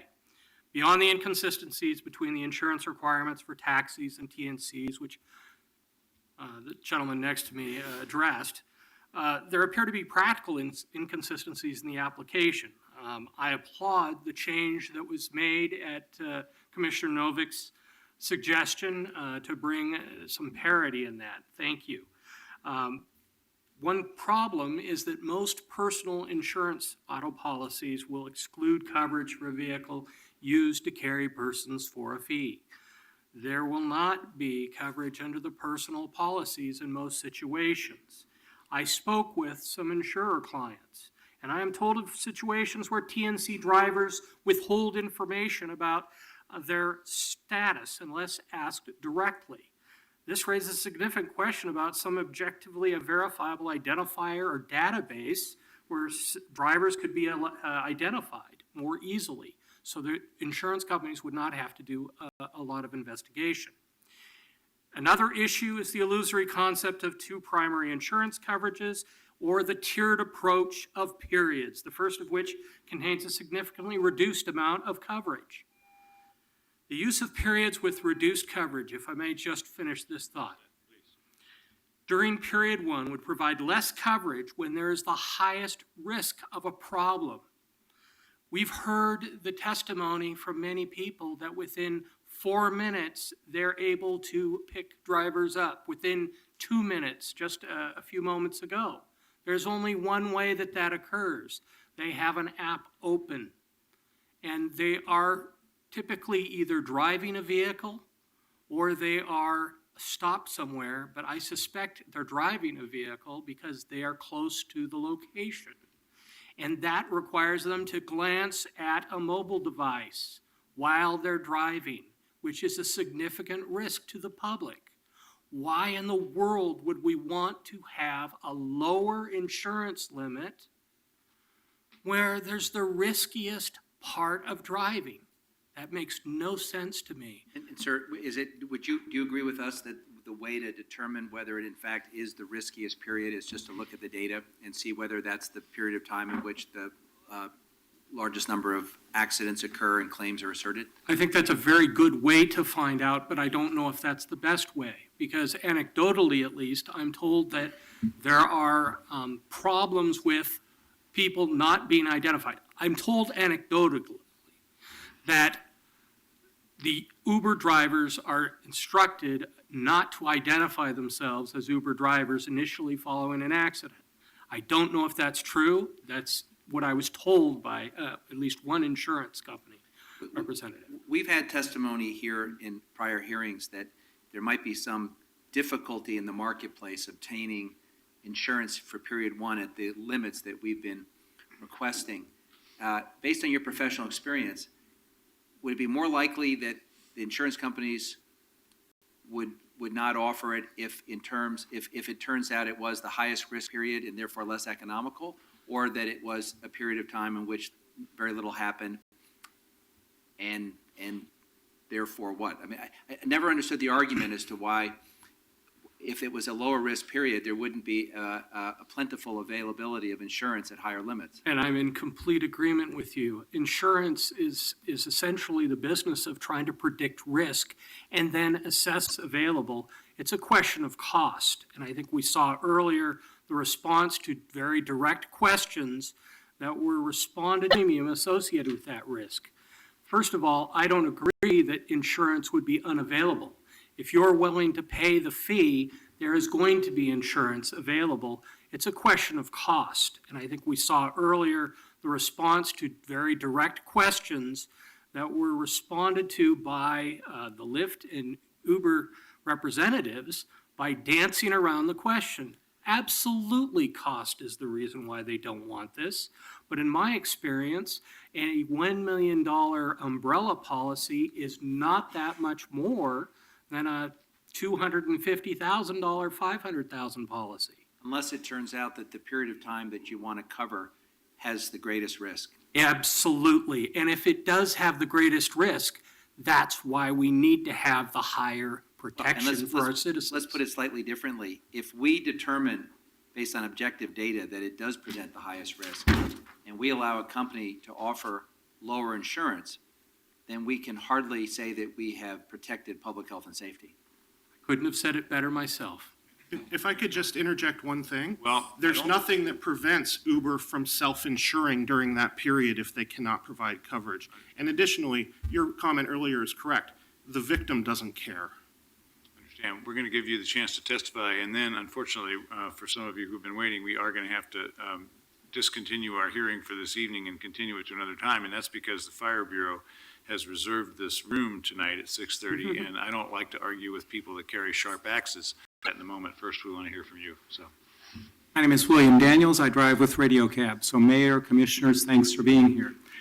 If your intent with this, so unfortunately, we will have to continue the hearing, I think, to the 18th, but we'll get back to that in a moment. First, we want to hear from you. So, my name is William Daniels. I drive with Radio Cab. So, Mayor, Commissioners, thanks for being here. If your intent with this proposal was to eliminate approximately 1,000 full-time jobs and chop them up into part-time work, you did it brilliantly. This will do it. If your intent was to appease multinational, destructive, and deceptive companies, this proposal does it. If your intent was to take business away from local companies and give it to multinational companies, this proposal does it. If your intent was to take away business from small companies and give it to giant companies, this proposal does it. If your intent was to be a problem for people in this community and businesses in this community, this proposal does it. Mayor Hales, a couple of months ago, you were in Rome working with the Pope Francis on issues of climate change and human trafficking. Pope Francis has spoken out quite often and quite clearly on the issue of economic justice. So, for example, on May 16th of 2013, he said, while the income of a minority is increasing exponentially, that of the majority is crumbling. This imbalance results from ideologies which uphold the absolute autonomy of markets and financial speculation, and thus deny the right of control to states which are themselves charged with providing for the common good, the good of all of us. On May 21st, he said, rampant capitalism has taught the logic of profit at all costs, of giving to get, of exploitation without looking at the person. And we see the results in the crisis we are experiencing. This home is a place that teaches charity, a school of charity, which instructs me to go encounter every person, not for profit, but for love. And on June 5th, he said, man is not in charge today, money is in charge. Money rules. God our Father did not give the task of caring for the earth to money, but to us. To men and women, we have this task. Instead, men and women are sacrificed to the idol of profit. I want to thank you and stop you there, because for one thing, we are out of time, and for another, I can't imagine a better last word for a hearing than the Pope, so thank you. But we are going to continue the hearing. Is that to the 18th, is that right? That's what we've currently got on the schedule. Well, Mayor, one thing I'm going to ask is, let's set a tentative date, but we had an unfortunate experience this week of 5 or 6 extremely substantive, complex matters all cascading together on our schedule. I'm concerned about and that too. I think we're at risk of shortchanging the public by doing that. So if we could set a tentative date and then call a meeting of execs to scrub the calendar for the rest of December so we avoid that scenario again. And I'd be prepared to come for a night hearing if necessary. Yeah, I would too. But it's not sustainable, the schedule we currently have. I totally agree. Where do we stand now on the 18th? If you're looking for a time certain, I don't have any extra time in either the Wednesday or Thursday afternoon sessions. Well, the problem with adding it to the 18th is we have a time certain on your resolution. And I'm going to object to putting 2 matters of that significance in the same afternoon schedule. Yeah, it's pretty booked for time certains. The next one I have is the afternoon of the 25th at 2 p.m. is the next available. That's the day before The day before Thanksgiving. That's not a good choice. All right, so then I'm going to continue the hearing, and folks, you'll just have to check back with us and find out when we're going to schedule it, because I think your suggestion is a good one. I don't want to nail that right here and crowd it in. So we're going to find a date when we can make sure the calendar is clear enough that the council can hear the remaining folks that want to testify. So again, our apologies that you're not going to get to testify today, but we'll set another date for that soon and put it in the calendar by early next week. And just to clarify, those who signed up, we would call you in order. Yes. And we'll work with representatives from all sides, because in this particular instance, doing an evening hearing might be more problematic, because that's when a lot of these folks earn their living. Yeah, So we'll have to find a figure out. time, and maybe it will go from afternoon to evening. So thank you all. We're adjourned for this week.